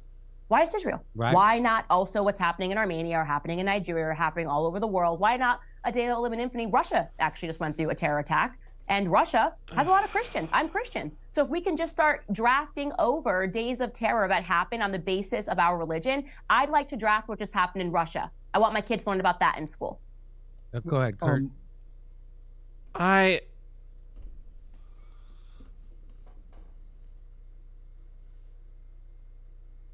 Russia was famously not a great place to be a Jew. Like, famously. I charted the course of the protocols of the elders of Zion in my anti-Semitism video. It was based in Russia. Like, I think she is a deeply incurious person who, despite her constant willingness to be like, oh, I'm just asking questions, I just want to know more, why we gotta question these narratives, she is led constantly to, I think this comes from her being like a contrarian, like at heart. Just go with the thing that is the most fucking insane answer. Like, not the thing, as we'll see here. Yeah, pogroms. Literally. Did pogroms begin in Russia? I think pogroms did begin in Russia. Like, the official word used. Like, there were things in the Crusades. There were tons of shit. Didn't Lenin create a Jewish autonomous zone in Russia? I mean, there was the Pale-Off settlement, which is like its own fucked up thing. Yeah, pogroms is a Russian word. Thank you, composting.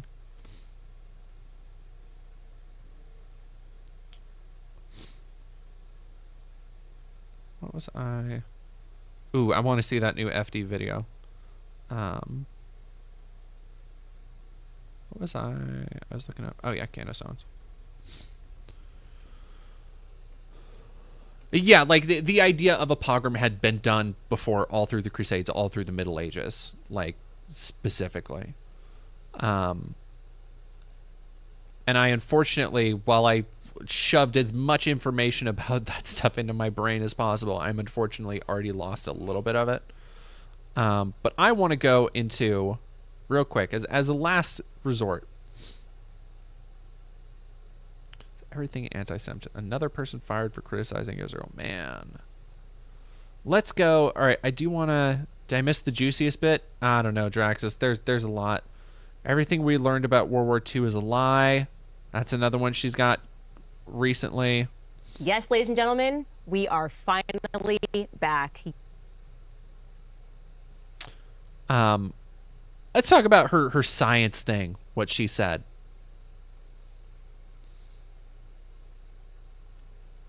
This is where she is now, like from the literal heights of the conservative media sphere. Over July 1st. That means step aside, homos, hetero. Why the fuck? All right. Back. By the way, did anybody else notice Stop it. that Pause, motherfucker. Pride Month seemed a little bit I don't know dialed why. down this year? Like maybe they weren't feeling as proud. Let's talk about that. And speaking of Pride Month no more, let's get the sad news out of the way. Brigitte Macron may lose her coveted status as the first man of France because the No, there's nothing on my space bar. Sorry, give me a second. underway, and Macron what the fuck has is going been on? defeated by Le Pen. Christ alive! Stop it! Shut up!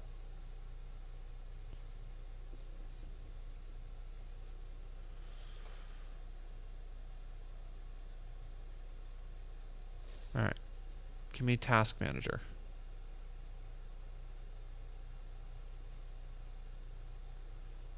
We're 9 seconds in. Yeah, we're not watching the whole thing like that. Okay, let's see what's taking up. I got my...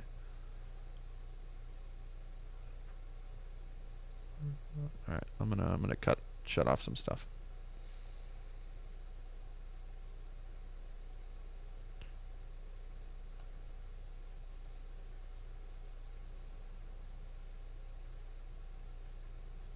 Okay, it's one. All right, give me a second, y'all.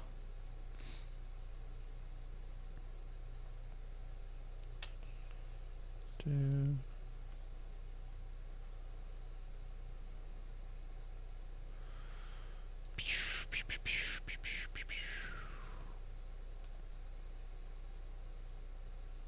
Cracking the mainframe. I'm hacking in right now. Give me just 2 more seconds. I'm almost into the mainframe, guys. Yeah, I guess that'll have to work. All right, let's see if that does anything. Party in the first round. And as to be expected, Paris is on fire. But first, I learned something from a flat earther over the weekend who messaged me on Minect, and I cannot wait to share it with you guys. All that and more coming up on Candace. Learned something. She's learning things from flat earthers now. Mob rats exposed.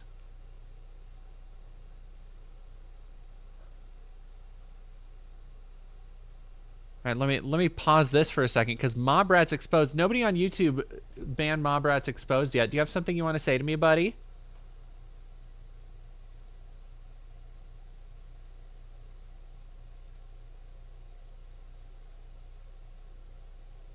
Don't go quiet now.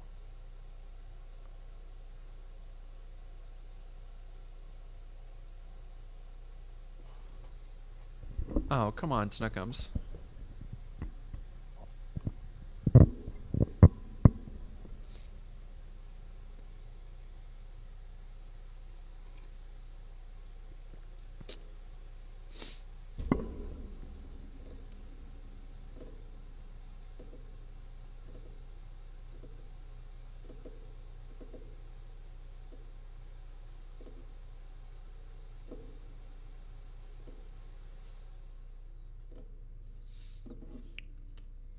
I'm assuming you already popped out. That's okay.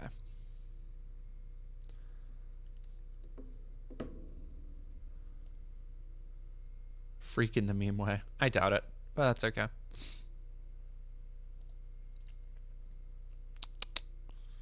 Let me...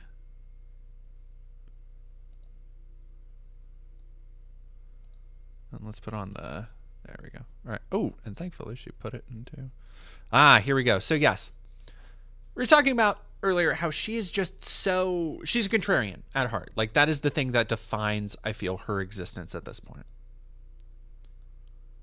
Ooh, nitric oxide pasta sounds good as hell. Oh, I'm so hungry. Holy shit, I just realized. Can you guys imagine being married to me? I mean, my poor husband, he rolls over, he's like, what are you reading? And I feel like a regular wife says something, I don't know, maybe a love series, Nora Roberts, sweeping her away. Me, on the other hand, he rolled over, he asked me, and I said, oh, I'm reading a flat earth theory. And it dawned into an entire conversation. He's like, why are you reading a flat earth theory? And I'm like, because somebody messaged me on Minect about it, and they included some links, and I'm just reading them. I don't know, I'm just an interested person. No matter what, if there's a bunch of people that believe something, I now want to know what it is that they believe. And of course, he pushed me on this, and he was talking about the earth curvature and science. And I said to him, listen, I'm not a flat earther. I'm not a round earther. Actually, what I am is I am somebody who has left the cult of science. I have left the mega church of science, because what I have now realized is that science, what it is actually, if you think about it, is a pagan faith. I'm gonna give you an example of exactly what it is I'm talking about in case you think you disagree. A woman tweeted this. You may have seen me retweet this over the weekend. Her name is Beth. She wrote this. Years ago, I was assured that an IUD was safe, effective, and could be removed at any point if I decided on having more children. It was FDA approved, after all. Ovarian cysts, surgery, infections, a week in the hospital, and infertility. That was what they meant by safe and effective. And this really hit home for me, and I felt tremendously compassionate for her because I'm obviously of the baby-making age, and so many of my friends are similarly going through fertility issues and similarly realizing that the birth control that they have been given has contributed to that in some way. People that have pelvic inflammatory disease because of the IUD device being in them for decades. And for those of you who are not aware what that is, it's literally a copper device that is inserted into a woman to make it so that she does not become pregnant. It's birth control, and yes, it is marketed as both safe and effective. All the best stuff, by the way, is marketed as safe and effective. Now, The problem with that is that, yeah, things are generally advised to be safe and effective, but literally any, and this is my professional, not legal advice, if you have a doctor that recommends something to you and they do not extensively go over the risks of the medication or the procedure, you should take legal action against them. That is, legally, they need to inform you of those things. That is why every fucking commercial you see for a medication or anything, like a heartburn medication will be like, may cause dieting and diarrhea, vomit and diarrhea. Like, because they need to tell you that shit. Because guess what? Everybody's body is different, and some people's body will react differently to different chemicals. Some people are born with different reactions to things. And no treatment is going to be a 100% fit for every single person outside of a fucking Band-Aid. Right? Like, there is no treatment or procedure that will 100% work across every age, blood type, ethnic group, chemical composition. Especially when you take into account that people are usually they're going to be taking different medications. They're going to be taking different vitamins. They're going to have different allergies. So the fucking idea that that she is starting off her argument of why science is a cult from one woman's unfortunate experience with an IUD. I was like, IUD? No, that's an explosive device. IUD. Which does it sucks. Don't get me wrong. It sucks. But this goes back to like the idea I talked about in the talking about the PragerU detrans video, where it is incredibly unfortunate what has happened to some detransitioners. Abel Garcia in that video, terrible story. But you also have to look at and understand that for some of these people, they were adults, like legal adults at the age of 25 for some of them later in that video. At what point are you responsible when you go to a doctor and the doctor says, okay, this could happen, this could happen, this could happen, and you go, yes, I want it anyway. If you weren't informed, that's a very different thing. Like, then yes, like I said at the beginning, you should absolutely pursue legal action.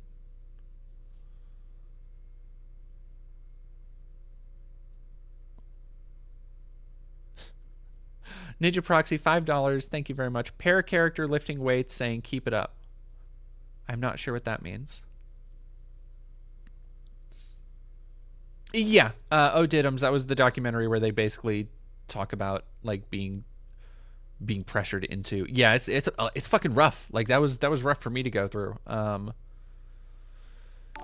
yeah, I'm like, you see a very similar thing from Matt Walsh, and you see it a lot from incurious people, where because they don't understand something, or because it might challenge their worldview a little bit to try and understand it more, they automatically hand wave it away as, oh, well, that's not the science I know. Because like you see it a lot with TERFs and gender criticals, where they're like, well, it's basic biology that there's just men and women. It's like, okay, well, that's not what actual scientists and psychiatrists and psychologists and people who have dedicated their lives to studying these things, that's not what they're saying about this. So am I going to trust somebody like Candace Owens or Matt Walsh, whose last science class was probably somewhere around grade 12 for both of them, because neither of them finished college? Or am I going to listen to people who did more than a K through 12 education, who have dedicated their lives to studying and exploring these parts of the human mind, the human experience, and the human body? I don't know. That's a toughie. That's a toughie for sure. A real Sophie's choice.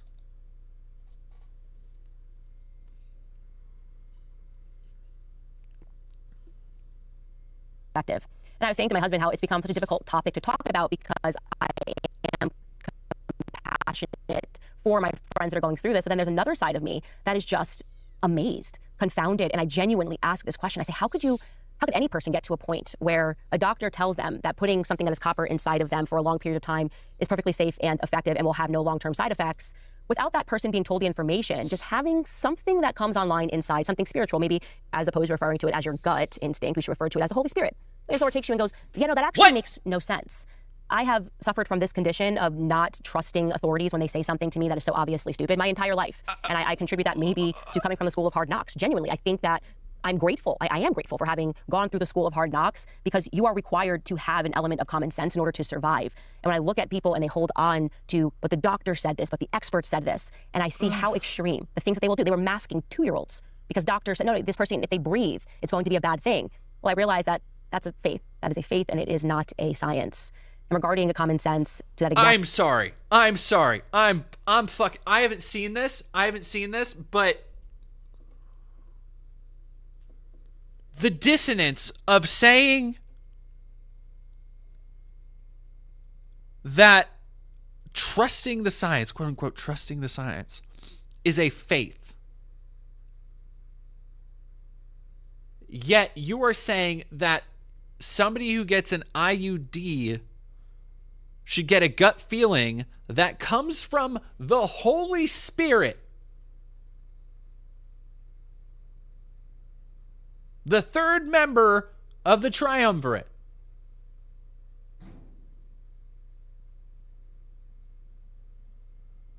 I'm fucking gobsmacked, dog. Like, what?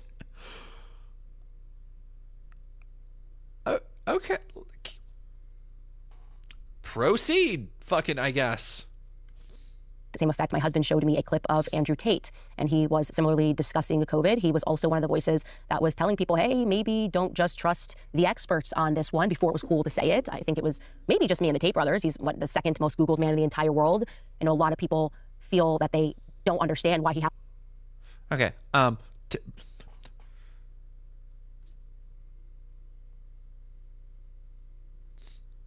Taking scientific advice from a pedophile sex trafficker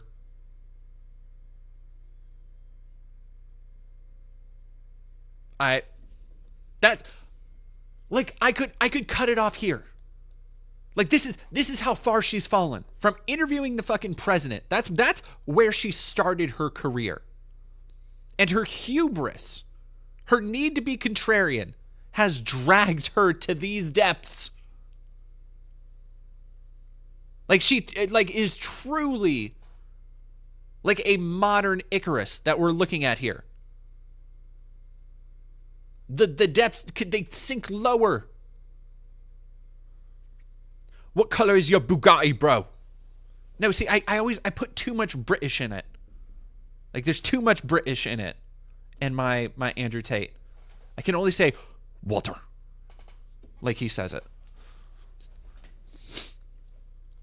I was just thinking about how fucking stupid he is the other day. He has a really weird voice, because he grew up, he's like half British, half American. So his accent is just stranded in this no man's land. It's bizarre.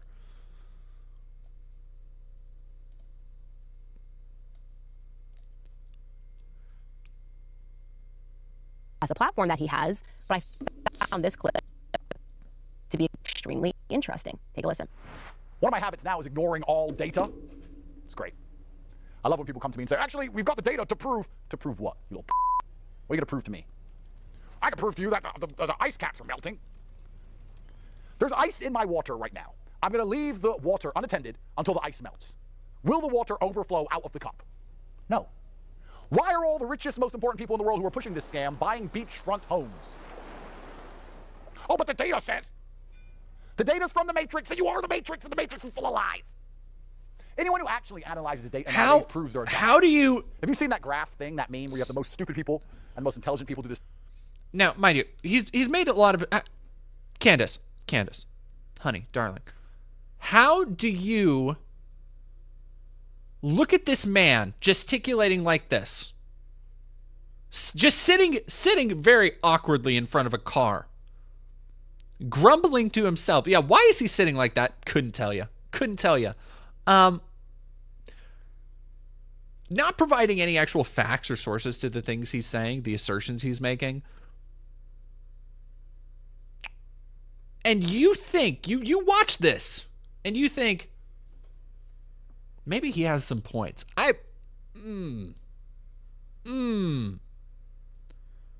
Man, why? Sources are for betas. That's very true.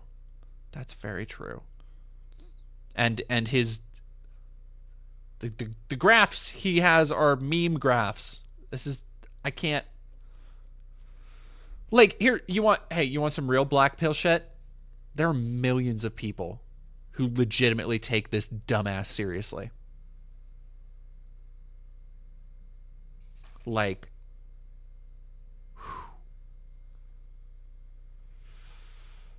oof. All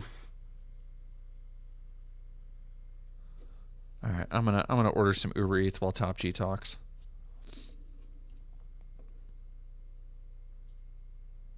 Same thing. Then you have the midwit in the middle. Data is for midwits. You know? Well, the data says. Yeah, the data says. Well, actually, I guess statistically, the pharmaceutical company who sells the jab made the data. Why are you even reading it? Why are you reading it? There were stupid That's people not true. who sat there and said, the jab's made of 5G cellular data. And then there was extremely intelligent people like me who said, I don't trust these motherfuckers. And we both didn't get the jab. All the people in the middle were like, well, the data says, and the news said. They wouldn't just make us all take a jab for no reason. Jabby jab, jabby jab. If you even look at data nowadays, you're a dumbass. You should just know. Street smart people don't need data. We've just been around. You know? I've just been around. I just know things because I've just been around. Honestly, that is so relatable to me. I can't even explain it. Oh my God. Fuck, dude. I haven't seen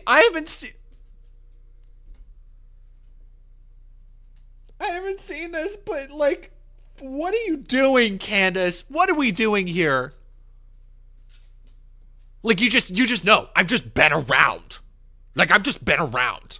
Like, street smart people like me. I get the jabby jab jab.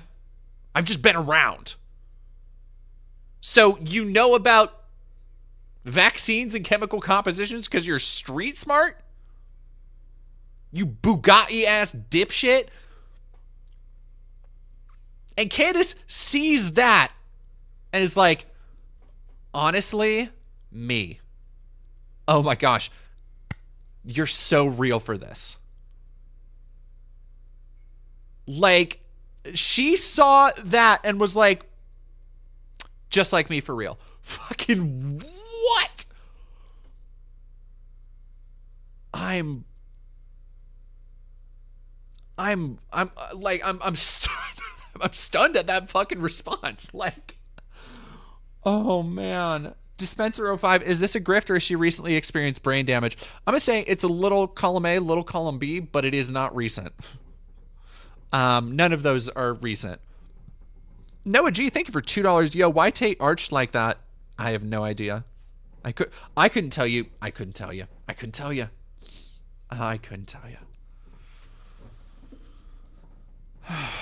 No things because I've been around, because there are so many scenarios I find myself in where I'm unable to articulate the point. I'm unable to articulate the natural reaction that I have when somebody tries to sell me garbage. I can't articulate it when somebody explains to me, well, the moon landings definitely happened because this, and the firmament, and they could get, and I'm just like, no, I don't know. Instinctually, it just doesn't register to me. It just feels like that is a lie. And I've realized that I've been thinking deeply about this pagan cult that we exist in. It is backed by a false science deity. That is what it is. It is the science. Oh, this is the new God. And it is incredible to see the ways in which people worship this deity. So this is something that a lot of hardcore, and she has done the whole Christ is King Christian nationalist thing.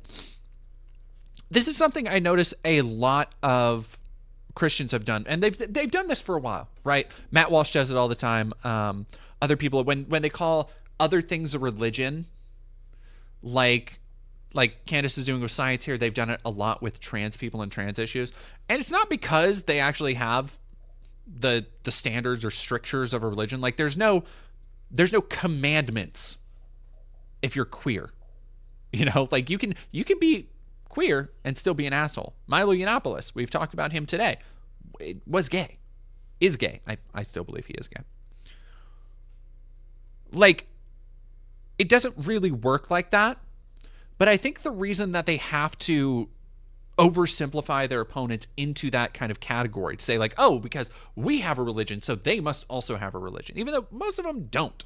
Like even atheists, there's this idea that like, and I heard up, God, it's getting late for me. I grew up hearing this shit, right?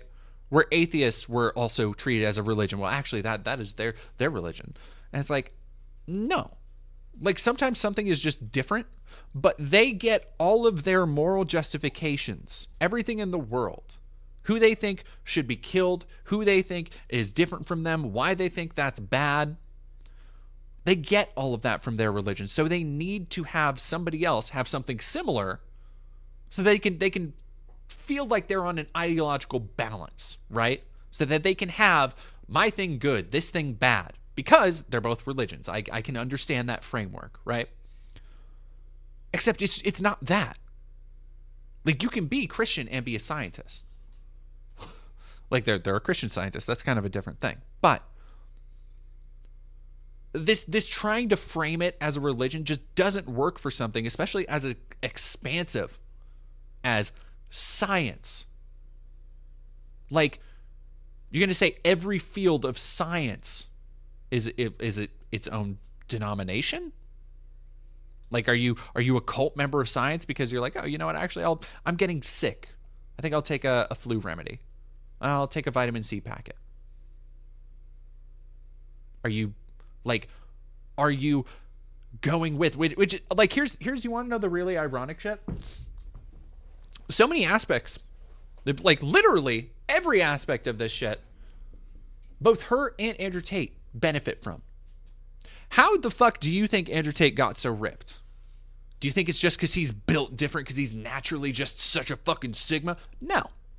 It's because his personal trainers are using dietary plans and probably supplements, if not just like full-on growth hormone and testosterone. I wouldn't be surprised if that dude is pumped full of a chemical cocktail every morning. And whether that's, again, supplements or hormones, supplemented by a balanced diet that keeps incredibly low fat while allowing to build and maintain protein, guess what? All of that shit was discovered through science. The bitches, the dumbasses who follow data is what allows him to sit there looking all fucking like he can't even turn around to wipe his ass. Candace, the computer she's using, the lights in her house, the fact that she doesn't have measles or smallpox, science. So I guess like acknowledging those things makes you a cult member by her logic. If she's not for science, I guess she should probably like, I don't know, go live in a house, like Unabomb it. God, it's just I don't know.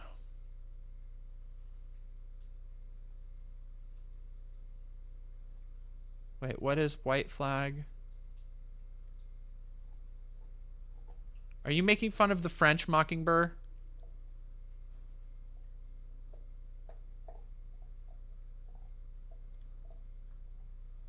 I can't tell what's going on.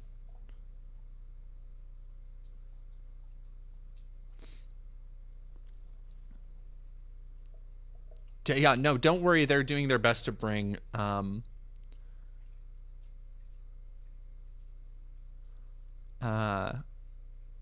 it's jokes, Jordan. Okay. Liar Judas. Whoa. Have a good night, Lane Kaplan. Thanks for stopping by again. All right, so yeah, let's go into this deity. Unbelievable. People skipping school, people crying, convinced these students that the world's going to be over in 10 years, despite all of the evidence that this lobby has lied to them repeatedly over decades. They still believe it because it's not a science, it's a faith.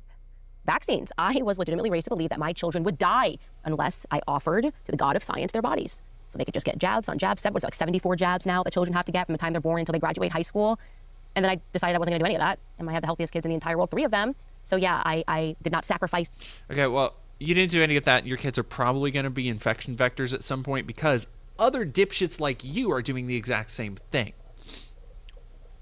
Now, I don't know about 74 vaccines. I think I got, like, I know I got, like, measles and like, all the regular shit, chicken pox, I think I got. I never had chicken pox as a kid. Oh, excuse me. But 74 vaccines? I think the last vaccine I got was for tetanus because I had stepped on a rusty nail. But I don't fucking know about, like, I was not getting 74 vaccines through high school. Like, give me a fucking break. Anti-Apple for life, thank you very much for following. My children to that deity. I still get called names for it, and I don't care. Abortion. Yep, I remember that one. I remember when the science god, the science deity, told me in school that it was a clump of cells. The science was in, it's a clump of cells. So for the first 12 weeks, it doesn't count. And by the way, you should sacrifice your offspring, just like the Aztecs did for rain. You should sacrifice your offspring so that it rains money in your life. Think about your future. What? Think about how much more money you will have if you don't have a child. And people do it for their careers.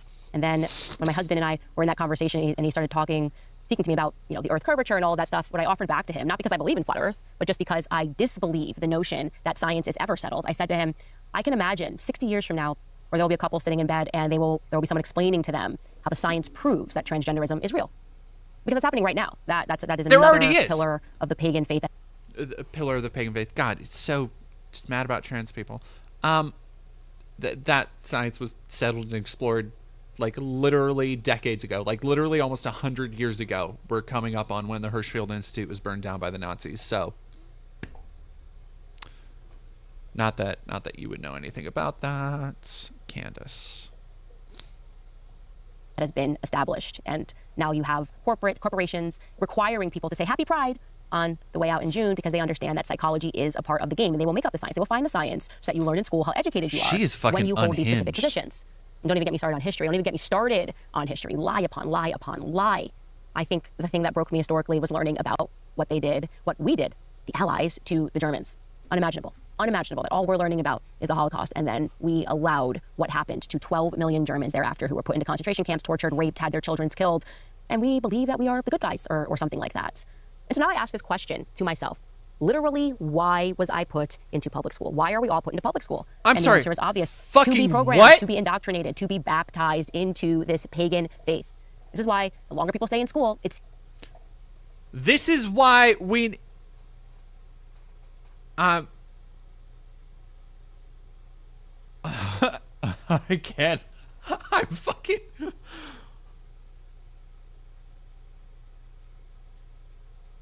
$12 million Germans killed in concentration camps by America.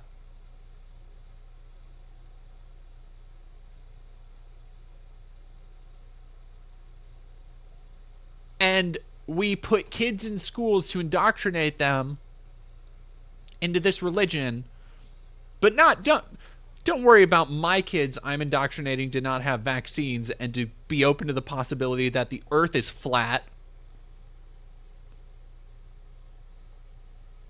Okay.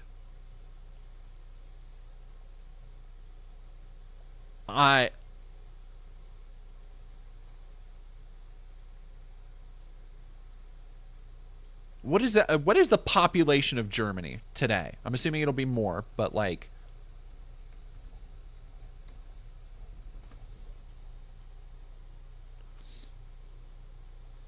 83.8 million. You are telling me. All right, let me see. What are we talking? 1960, 73. So it would have been. I can't go to the 40s. What are we doing? 1940. 70.7 million people.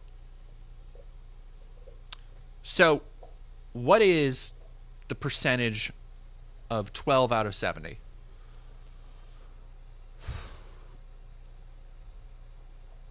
Like, I don't even know how to do that. That would be dividing into a thing.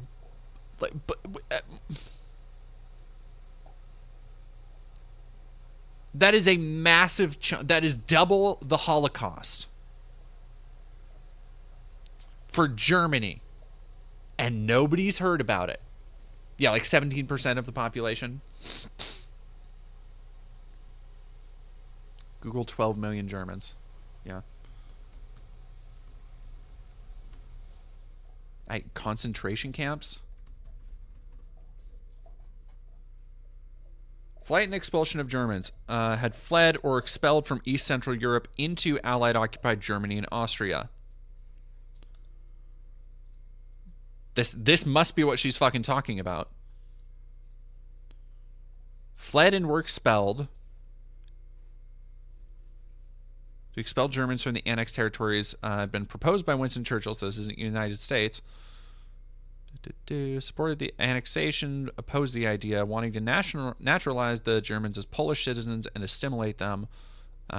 Joseph Stalin, in concert with the other communist leaders, planned to expel all ethnic Germans from east of the Oder. Permanently or temporarily moved. By 1950, about 12 million had fled or been expelled from East Central Europe into Allied-occupied Germany and Austria. 14.6 million, including 1 million ethnic Germans who had settled in territory conquered by Nazi Germany. Okay, so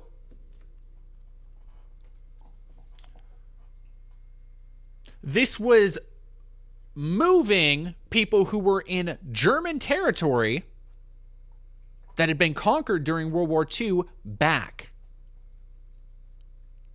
Not America, for one thing. Not murdered, and not concentration camps. The areas affected included the former eastern territories of Germany, which were annexed by Poland, as well as the Soviet Union after the war, and Germans who were living within the borders of the pre-war Second Polish Republic, Czechoslovakia, Hungary, Romania, Yugoslavia, and the Baltic states.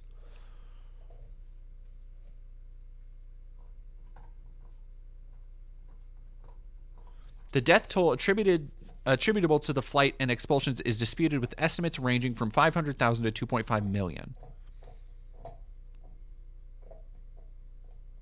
By the Red Army. And here's the thing.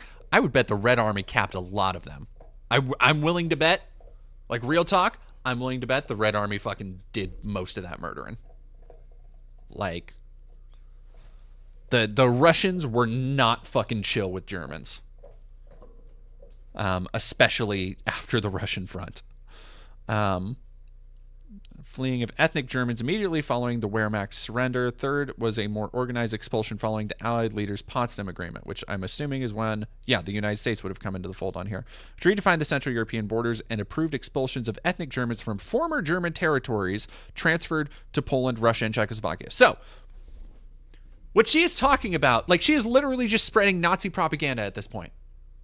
That they were fucking...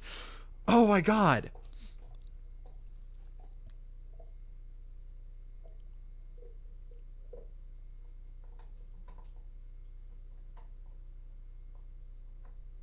The parts that were taken over by Germany that had German people living there because they were moving in, like, oh, hello, we now live in France.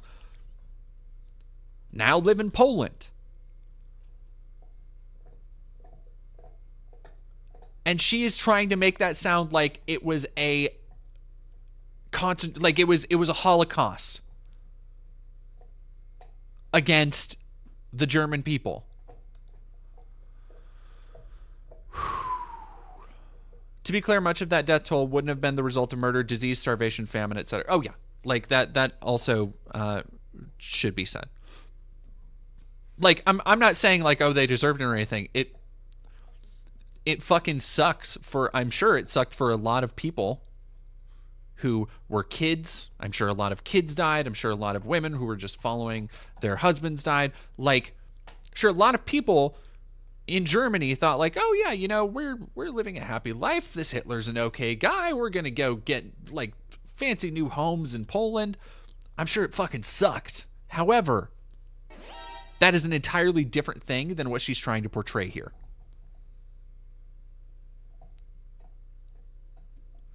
Like, God damn. What a fucking snake. Sorry, I just have my Taco Bell open here on my Uber Eats. All right, let's keep listening. Why this is a pagan faith. I am furious right now.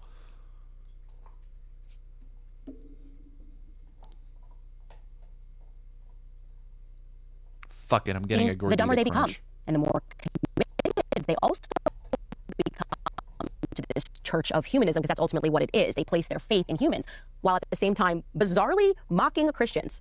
It just keeps turning out that if you follow the Bible, if you believe in biblical scripture, your life gets better and better and better. But no, they place their faith in something else. They can't quite explain, but they trust. I love this. Implicitly. This is one of my favorite the ones. CDC, the FDA, the LGBTQIA, the IPCC, the CIA, the FBI, and even in the face of overwhelming evidence that they're being lied to, that their children and their families are becoming sicker both mentally and physically, the society around them is in full decline, they still...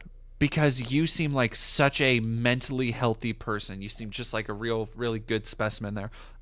My favorite thing, this is something that the Hate Church does too, and Alex Jones does it, we've covered it, where you can just, where they're like, you can just see how different they are. You can just see that they're just miserable people deep down. It's like, it's always the people who I look at and I'm like, I don't think you're happy. Like, you do not seem like a good, calm, like, happy person. You don't seem like you got it under control. Like, you're really... Yeah, the government agency LGBT. It's like, and who the fuck treats unless you're a CIA agent, I guess, or the Chiquita Banana Company or Dole, like, who's treating the CIA as a religion? Like, oh, yes, please, CIA, thank you. Like, fuck it. Like, this is, it's so stupid to try and chalk this, whatever. Everybody, yeah, okay. Let's keep it going. Keep the faith. They keep the faith. And they continue to mock the Christians, because how backwards, how archaic is the Bible? The Bible is crazy. But check out my textbook on gender theory. I'm so smart. Just food for thought, people. Really think about that. Think about whether or not you were pledged into a faith unwittingly, because I think we all were, just a little bit. Oh, my God. Moving on, but also speaking on the topic of faith, it is a good time. And I love seeing your comments that people are just starting to go to church because you realize we're fighting real demons, not the fake kind. Well, a good time to get started is now. It's summer, and like many of you, I intend to spend more time with my family, getting outside, traveling, letting go of some of the routine. But one routine that I will never let go of is my prayer routine. I'll be continuing my daily habit of prayer with Hallow, the #1 prayer app in the world. I love Hallow because it's a great resource. Yep, Seki Spurs, didn't she start this by saying she agrees with Andrew Tate and doesn't trust data and only trusts her gut? Yep, that's the one. That's the one. That's the one. It's all right. There's one more video that I gotta get to. I gotta show it, just because I need to see it. I need to see it. I need to know. I'm just like, this is one of the craziest, like, videos these are some of the most unhinged brain goop videos I've fucking seen in a minute. 5-hour stream, let's fucking go. 12 midnight train, thank you for following. Yeah, I need to get my stream numbers up because I haven't streamed much since being back from LA. All right, where's the why can't we talk about Hitler? Why can't we talk about Hitler? Why can't we talk about Hitler?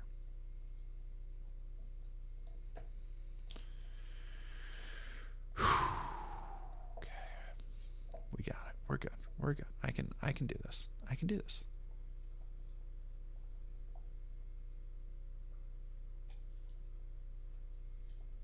Liar Judas 666. I'm glad you can all that coming up. Candace.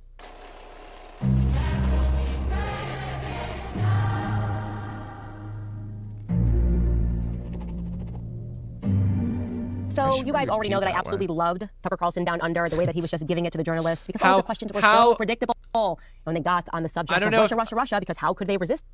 Very tall Bart, you cannot let, if you watch this or if you watch the replay, you cannot let this opportunity go to waste to have her say, you all know how much I love Hitler. Like, it's right there. It's right there. Themselves, Tucker had the best response. She looks so smooth. Putin! I think you did strategically because you knew it's what we'd ask. Putin! He's so bad! And I also appreciate that. Did he make you take the COVID shot? Putin! That is exactly how a lot of us feel when they start hammering this Russia is bad narrative. We're just bored with it. And by the way, it's not just Putin. I am also so incredibly bored. I am exhausted. I am tired. I need a nap. When people start doing the Nazi and the, of course, literally Hitler comparisons. It's over. It's canceled. Please stop it. It really started drawing up in 2015 when Trump was running. Literally Hitler. Literally MAGA. They're just like Nazis. It's always literally, right? It's never figuratively. They're like, no, literally Donald J. Trump is Hitler. And of course, I've gone through it. I don't know really anybody has gone who's through this. saying But I'll never forget literal. this. Now that I'm on the other side of it and so many years have passed, the first time that I ever almost got canceled, it was because I was discussing Adolf Hitler in an academic sense. Actually, the subject wasn't even about Adolf Hitler. It was a question that was being asked of me. Remember this clip notoriously? They were asking about the word nationalism and why people are afraid of embracing the word nationalism. And I said that it was wrongly attributed to Adolf Hitler. And then BuzzFeed took me out of context and made it seem as though I was saying Hitler was a good guy, which of course I wasn't. That's always a hoax when somebody is pretending that someone jumped up and said that. But it didn't matter. People were incensed. They were demanding my cancellation. I had Jewish groups demanding my cancellation and saying, how dare I? And I even got blacklisted temporarily from Fox News until Stuart Varney was the first one who had me on his show. And we talked about the scandal and he gave me a piece of advice. He said, you should just never talk about Adolf Hitler.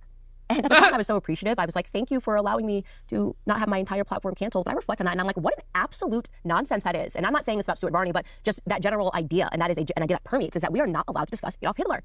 Why?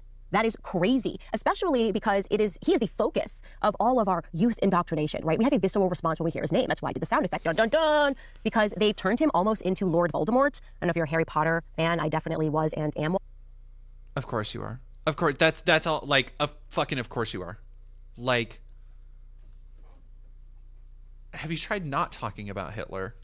Black Brett Cooper. Oh God. She's excusing you. Oh yeah, like again, they literally, they all think, especially because she is. I think I forgot to mention it, but she's actually like kind of tight with Tucker, as two people who are getting like more and more blacklisted and further into wild conspiracy rabbit holes, which totally tracks. Tucker is in the bag for Putin, like in a big bad way. Like he went over to Russia and interviewed Putin. And so like they see what Putin is doing in Russia as a good thing, like being anti-LGBT, leading genocidal not genocidal, but leading expansionist campaigns, jailing, murdering his political opponents. Like they're in the bag for Putin. Yeah, well, Voldemort is Wizard Hitler. It's just that yeah, I am tired. Sorry, I read that SVNS and I was like, am I tired? Yeah, I'm tired. All right, let's keep going. Ethnic cleansing. Yeah, that's the right word. And this whole concept of a dark lord who should not be named. Adolf Hitler is he who should not be named. And what's really interesting is that when you even discuss, you would assume, since that's the entire focus. Okay, I do want to point out one super interesting thing here. And this is like, she's almost like Tim Pool brained. Right? Where like everybody knows that clip where Tim Pool was in that debate where he was trying to prove a point and he's like, oh, this person's actually like Thanos. And like Thanos in the movie, like Thanos was actually the liberal for this. And the person who he's talking to is just like, what the fuck what are you talking about? I don't care. Shut up. Which I kind of notice it's like another little recurring theme we get. All these anti-intellectual people who are staunchly against like people like Andrew Tate who think like you're a stupid bitch. If you're out here reading data, you're a stupid bitch. And people like Candace who agree with that kind of philosophy will come out and say shit like, actually, this very real thing is just like this children's book. And I think that's very Tim Pool brain, because it is like this idea of they want to critique culture and they want to have these big ideas, but they can really only ever filter those ideas through the lens of the most palatable, broad, child-friendly entertainment possible, because that's like the only culture they've consumed at a deeper level. Because other than that, they're just busy reading through, I can't even call it political theory, because it like there's no real theory behind it, but they're reading through like political papers by people who agree with them and affirm what they believe. They're reading through fucking religious texts by people who agree with them and affirm what they believe. And so there's no other room for that like expansion behind it. That's just a little observation, I guess.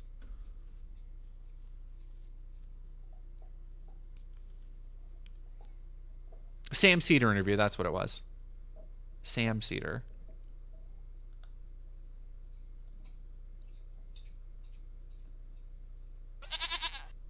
It's the nucleus of our idea of who a bad person is. Step aside Satan, because we've got Adolf Hitler. When you assume that people therefore must know a lot about World War II, you then find out that actually Americans know nothing about World War II. My husband was amazed by this, by the way, obviously, because I'm in this sort of cross-national relationship. My husband was like, why do Americans always use Adolf Hitler as if, you know, he was the #1 mass murderer of the 20th century? He wasn't. What is this extreme focus on Nazis and Adolf Hitler as the only comparison we can ever make? And like I said, it's because we have been indoctrinated and we actually know nothing about the person other than the fact that we must fear him. And if you really, really, really want to insult someone, say, you are literally Hitler. Literally. And so, yeah, imagine my surprise. I know I've showed fucking talked about this. We just fucking talked about this. 12 million people did not die. The Americans did not facilitate that. And it was not about ethnically cleansing. It was about removing people from land that they no longer had a right to be on. Because Hitler's fucked up world expansionist Third Reich campaign had taken it over from other people. And Germans had settled there.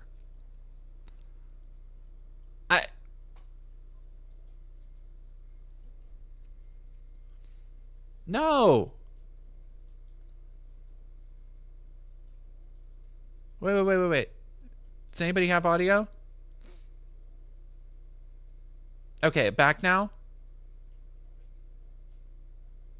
Damn it.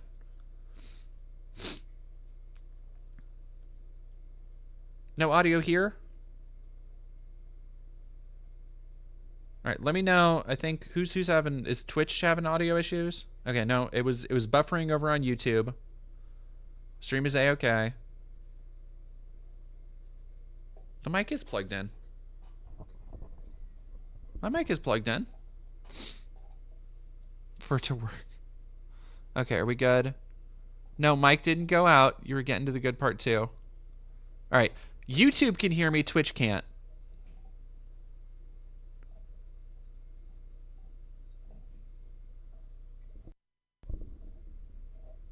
All right, YouTube can hear me. Yeah, no audio issues on YouTube. QAnon neckbeard hackers found us. It's just Twitch. YouTube.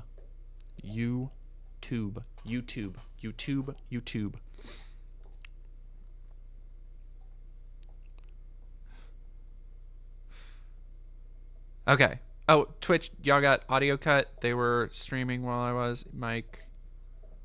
Just my audio. Lip reading time. Yeah, I'm watching two chats. Twitch is still having a fun time. All right, let me see if I can. I can't. Damn it. Okay. Oh, actually, give me a second. I go over and try and tell Twitch to. God damn it! I was spitting too. I was spitting.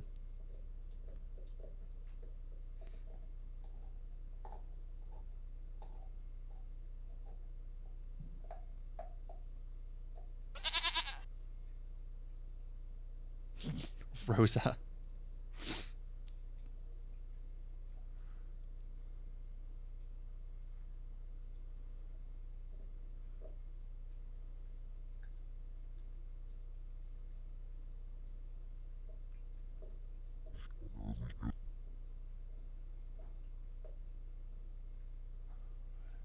Hiccup. Okay.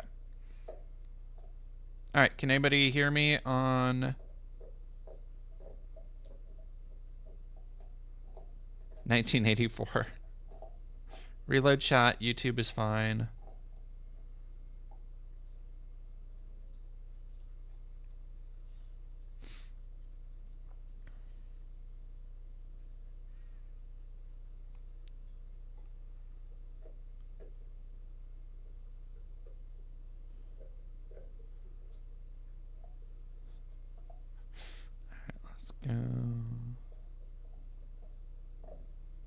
Yeah, got me a Mountain Dew ad. No, we're too gay for Twitch. All right. Okie dokie. And Scorpia Uwu, thank you very much for subscribing at tier 1.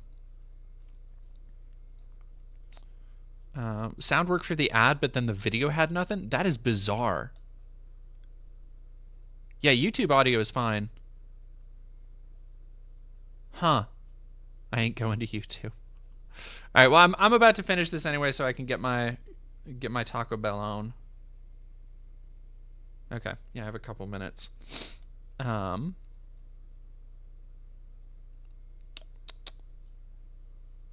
you wait.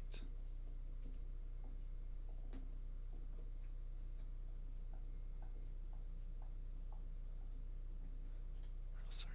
You guys are okay. Audio really does work over here. Yeah. Twitch frogs we found along the way. Well, that's a fucking bummer because everybody's going to go to YouTube and I won't be able to raid anybody over on Twitch. All right, let me... It's the question you haven't asked yet. Well, I'm not going to finish... All right, let me keep ranting a little bit over this because I want to get to some... My thing will be here in 2 minutes. I want to keep making a point about her Nazism. And then, I guess I won't be raiding anybody tonight. That's a bummer. Because then nobody will be over on Twitch. Oh, audio does work. Yeah, no, audio, for whatever reason, there was some kind of hiccup in OBS. And, yeah, Twitch doesn't like it, but YouTube does. And I have no idea why.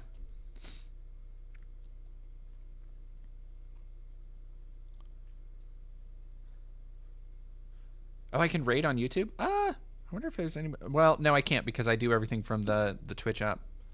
So I don't know how to raid on YouTube. No audio is a gift. I'm sorry, Scorpia Uwu.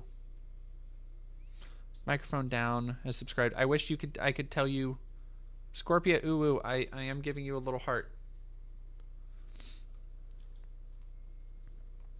Was she going to argue Stalin was worse, or is she claiming someone else is worse? I'm sure she will say Stalin, Lenin, or Mao. Like those are the all the big, like, communist talking points. Like, oh, actually, they killed this many people through farming. It's like, that's kind of different than Hitler killing 6 million people by shoving them into ovens. Like, a little bit different.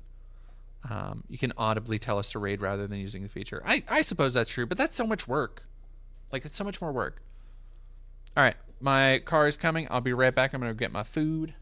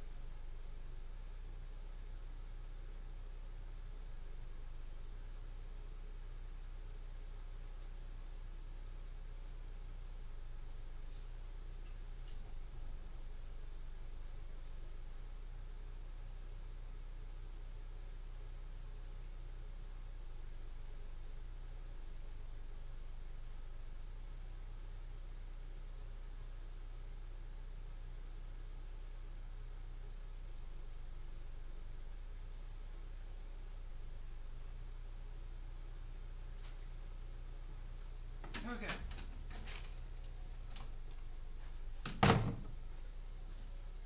There we go. Okay. Sorry. Whew. I got my food.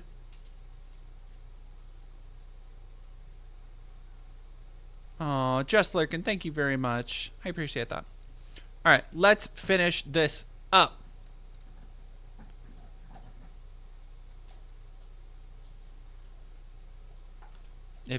Why is he the most evil? Well, the first thing people would say is, cleansing almost took place. You mean like we actually did to the Germans? Here's a clip again from that documentary I keep telling you that you have to watch. It premiered on BBC, and it is entitled The Savage Peace. I'm going to give you a clip here of a Czechoslovakian civilian who watched what was done to his German-speaking neighbors immediately following the end of the war. Take a listen. Altogether, 2,000 Sudeten Germans were murdered in just 5 days in June. That's different than 12 million. Well, I certainly saw it as genocide. They just let out their inner bastard on these defenseless people. That was clear. That's war. That's also not the It took Allies. decades to get this small memorial to the killings erected in the teeth of local Czech opposition.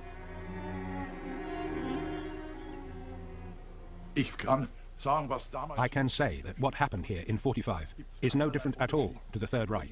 The morals of these people who did this, they were the same.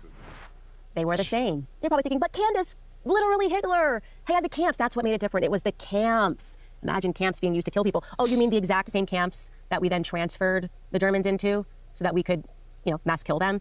Yeah, I bet you've never heard the name Solomon Morel before, and you should know about him because Solomon Morel is an interesting character. He had some Soviet training, and then one day he just stood up on top of a table and said to these innocent German-speaking civilians, I'm going to torture you because I don't know where my parents are, and they were put into camps. And then he began to torture these individuals who were completely guilty of nothing. They were innocent. Here's another clip from that documentary. Take a listen. The pyramid method was when 4 were thrown next to each other, and 4 then diagonally on top of them, and then another 4, until they were quite high. And then not always, but every so often the militia climbed on top, and they danced on the prisoners. Wait, is it seriously?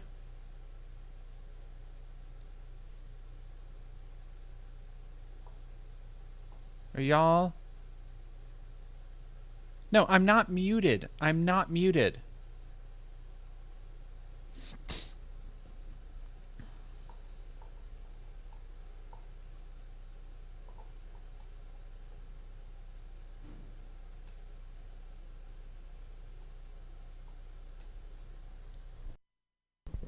All right. Yeah, I guarantee that didn't fix it on Twitch.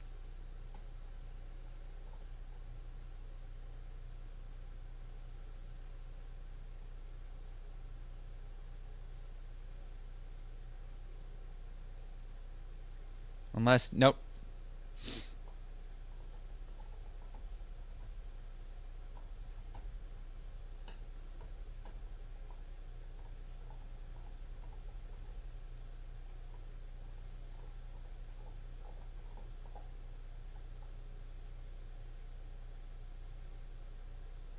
I can hear you on YouTube, but not on Twitch. Yeah, I don't know why. We were on strike. Okay. Stay on strike. For Twitch base. No one came away from this unharmed, and people died. Oh! I wanted to force my mother to commit suicide. Men took their lives by hanging, and women by walking into the electric fence. All under the direction of Solomon Morel. He was a particularly sadistic individual. Now you might be thinking, oh, sure, something must have happened to him. He must have faced some consequences, and you'd be right. He did. In 1996, and this is according to his Wikipedia page, Solomon Morel was formally indicted of genocide by the Polish Public Prosecutor's Office. The indictment was later amended to include war crimes, crimes against humanity, and communist crimes because he was a commie. The latter charge was added in 2004 and constitutes a specific crime under Polish criminal law. So in 1998, Poland requested that he be extradited for the trial, but Israel refused. Yeah, that's where he was hiding out in Israel. And so Israel sent a reply to the Polish Justice Ministry from the Israeli government that said that they would not extradite him. So I wonder if she's going to talk about anybody from the Germans who didn't face anything for their crimes because they were either A, microphone down is subscribed, A, had fled to other countries, or B, and probably most importantly, America started using them for our rocket and weapons programs. I don't see her really bringing that up here.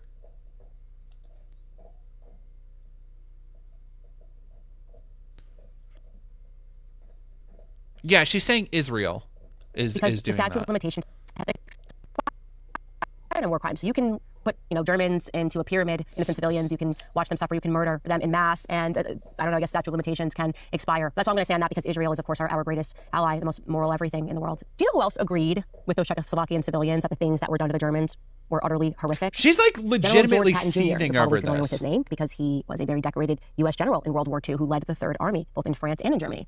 Well, yeah, no, she's trying to do whataboutism as with the military Hitler. Governor in Bavaria, and he led denazification efforts because that's what we're doing. We're trying to denazify the territory. That's a great effort. But then they say that as he was leading this, he became don't need to say but. increasingly erratic. PBS states that in April of 1945, he was removed by Eisenhower from his leadership of the Third Army for making inflammatory remarks concerning the denazification policies. What were those policies? He said, quote, "We may have been fighting the wrong enemy all along, but while we're here, we should go after the bastards now because we're going to have to fight them eventually." It's referring to the Soviets that trained that person that I just showed you, who were utterly sadistic and mass murdering Germans for no reason other than the fact that they were speaking German. They hadn't even noted Adolf Hitler had nothing to do with anything, but they had to die.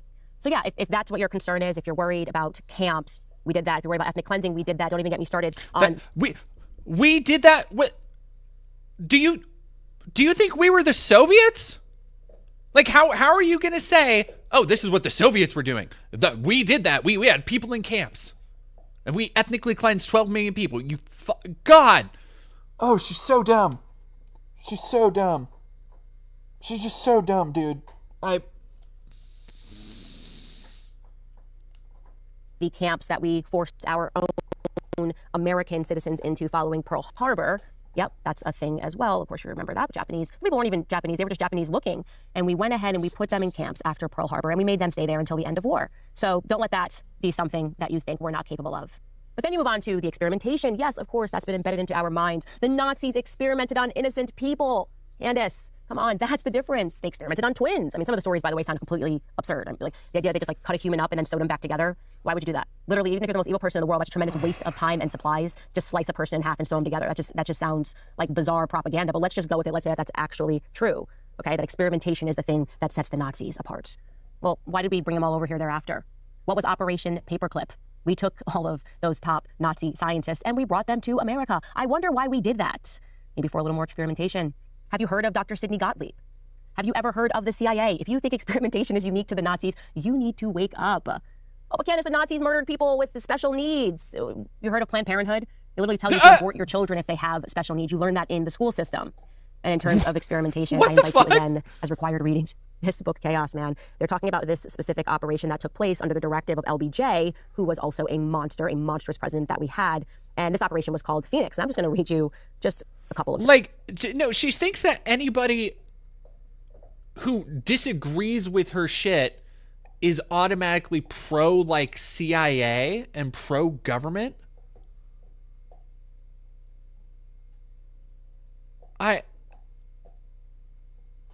A man to love, the man on the left, streamer guy, he has makeup on. I'm not a man, honey. Where did you come from, sweetheart?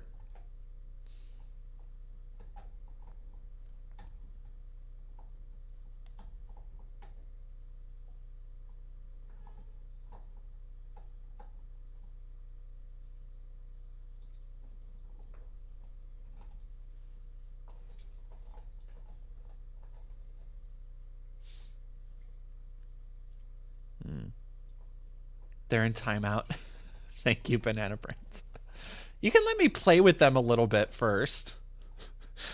Yeah, she is just so wildly conspiracy brained that it's it's so there's no consistency to it. It's everything is bad. It's whataboutism that is in favor of the entire point of her whataboutism here is to say oh, Israel bad. Also these things are bad. It's you are saying all of this shit that's completely unrelated, misunderstanding and misattributing all of this other stuff regarding this 12 million German ethnic cleansing that I just think you straight up didn't fucking understand what was happening. In whatever Wikipedia article or whatever BBC documentary you watched. And you're just with such confidence being oh, actually, let's relitigate Hitler.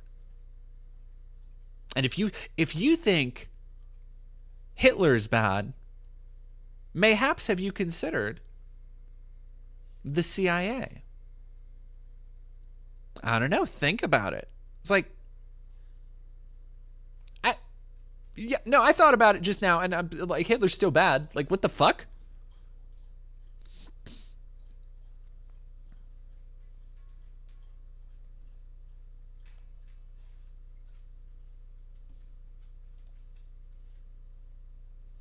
Sentences here. Their attempts were sometimes even more unhinged. In 1968, CIA scientists at the Bien Hoa prison outside Saigon surgically opened the skulls of 3 prisoners, implanted electrodes on their brains, gave them daggers, and left them alone in a room.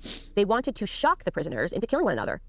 But when the efforts failed, the prisoners were shot and their bodies were burned. That's an operation where we just were mass killing civilians, which we do a lot. But there, of course, if we do it, it's different. It's different because we're not literally Hitler.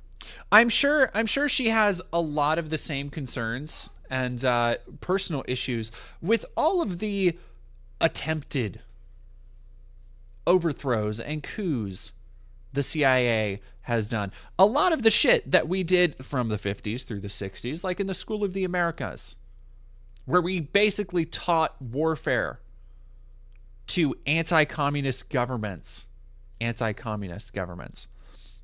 that communism wouldn't take hold and that our fruit companies could keep getting their shipments on time.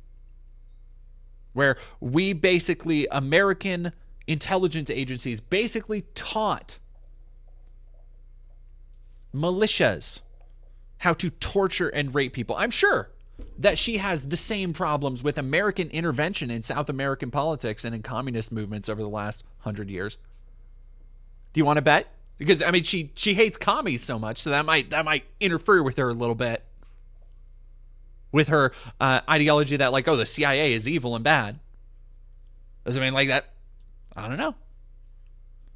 Much to think about. If you want to talk about some shit, Candace, that you actually won't read in a history book, instead of you just like hearing a BBC documentary and fucking, I guess, making up what you heard in it, an ethnic cleansing of 12 million people. I mean, we drop bombs on entire populations. We firebomb Christians. We drop a nuke on praying Catholics. And if you know about it, you get screamed at by the propagandists in the West. Knowing about it is the crime. The crime is not actually dropping a bomb on praying civilians. See, now she's a knower. That's Nazi slang. Knower and noticer are Nazi slang for people who are anti-Semitic. She is like, oh, she's inching so close to like some 14-word shit here. In Nagasaki. That's not the crime. The crime is not firebombing people through Ash Wednesday in Dresden who were civilians, children. No, that's not the crime. The crime is you knowing. It's me knowing. That's the real problem. And I got to stop knowing these things. I got to stop knowing about Pol Pot.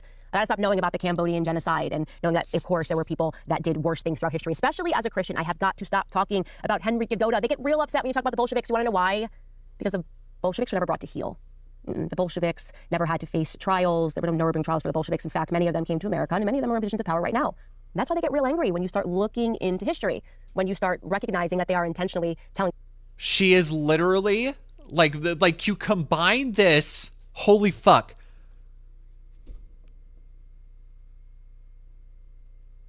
You combine this with what we were hearing earlier. She is literally laying out anti-Semitic conspiracy theory, like just straight up that Jews, the Bolsheviks, were never brought to heel and that they're in positions of power now. And that's why you can't criticize Israel. Unfucking believable. She's so cooked. Cooked and washed at the same time. In the oven, then in the dryer.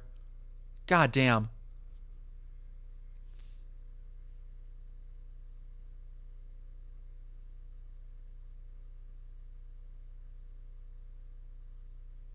Christians just shut up about the Christians that have been killed all across the world. They get very uncomfortable when you know stuff that they did not put into your book when you were in middle school to traumatize you into compliance of believing that the only bad people ever, there's only 2 of them, by the way, Putin and Adolf Hitler. So to those people, I'm just going to say, spare me, because I'm not going to stop talking about real history. I'm going to educate people that follow me about real history, because it's the only way that we're going to prevent these psychopaths from doing more psychopathic things. It's also very funny that her definition of real history comes from, like, I saw a BBC documentary. Like, that's her, this is the real shit. This is the shit they don't want you to hear about. Nobody knows about this. I saw it on the TV. Fuck, man.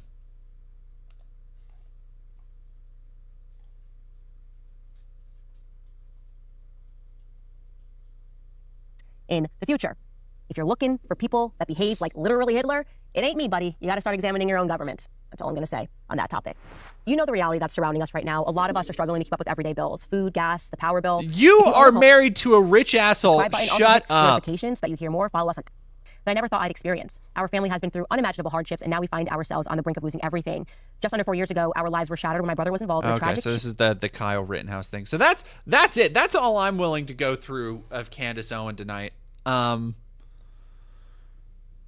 damn, y'all. What do I have for... What do we got for viewers? Am I cooked? How many? I can't see how many I'm viewing with.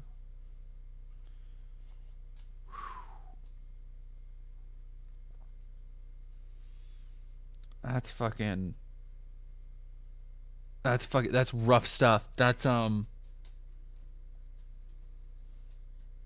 man. Yeah, Drax, as we cover the UK elections. Like, she is straight up like she it's almost impressive because she's kind of like freestyling anti-Semitism, right? Like, she's not going to the old text yet. I'm sure. Don't get me wrong, she'll hit the protocols at some point with the trajectory that she's on, if she hasn't already. But like, she's just kind of like mixing and mashing different like weird obscure conspiracy theories to be like, oh, actually, and there was this 12 million genocide, and that allowed the Bolsheviks to come over to America and take control. And it's like, okay, well, Candace, how does that work with also if the Nazis came over to America to take control? Like, what? How does all that square? If commies are all, or if the CIA is evil and commies are evil, then what does it say about like the CIA setting up banana republics in South America? Like, yeah. My brain is thoroughly fried. Let's go to over on Twitch. Let's go say hi to... Do you want to do Bratty or... I would do a palate cleanser, but it's we're almost 6 hours in and I'm hungry and tired. I'm like 3 hours past where I thought I would be streaming. I'm gonna go say hi to Bratty. Go like and subscribe to Bratty Seki Boy. We love Bratty, and they are playing... looks like they're playing the new Elden Ring DLC. And they have a cool little thing. Oh, actually, yeah, let me do composting.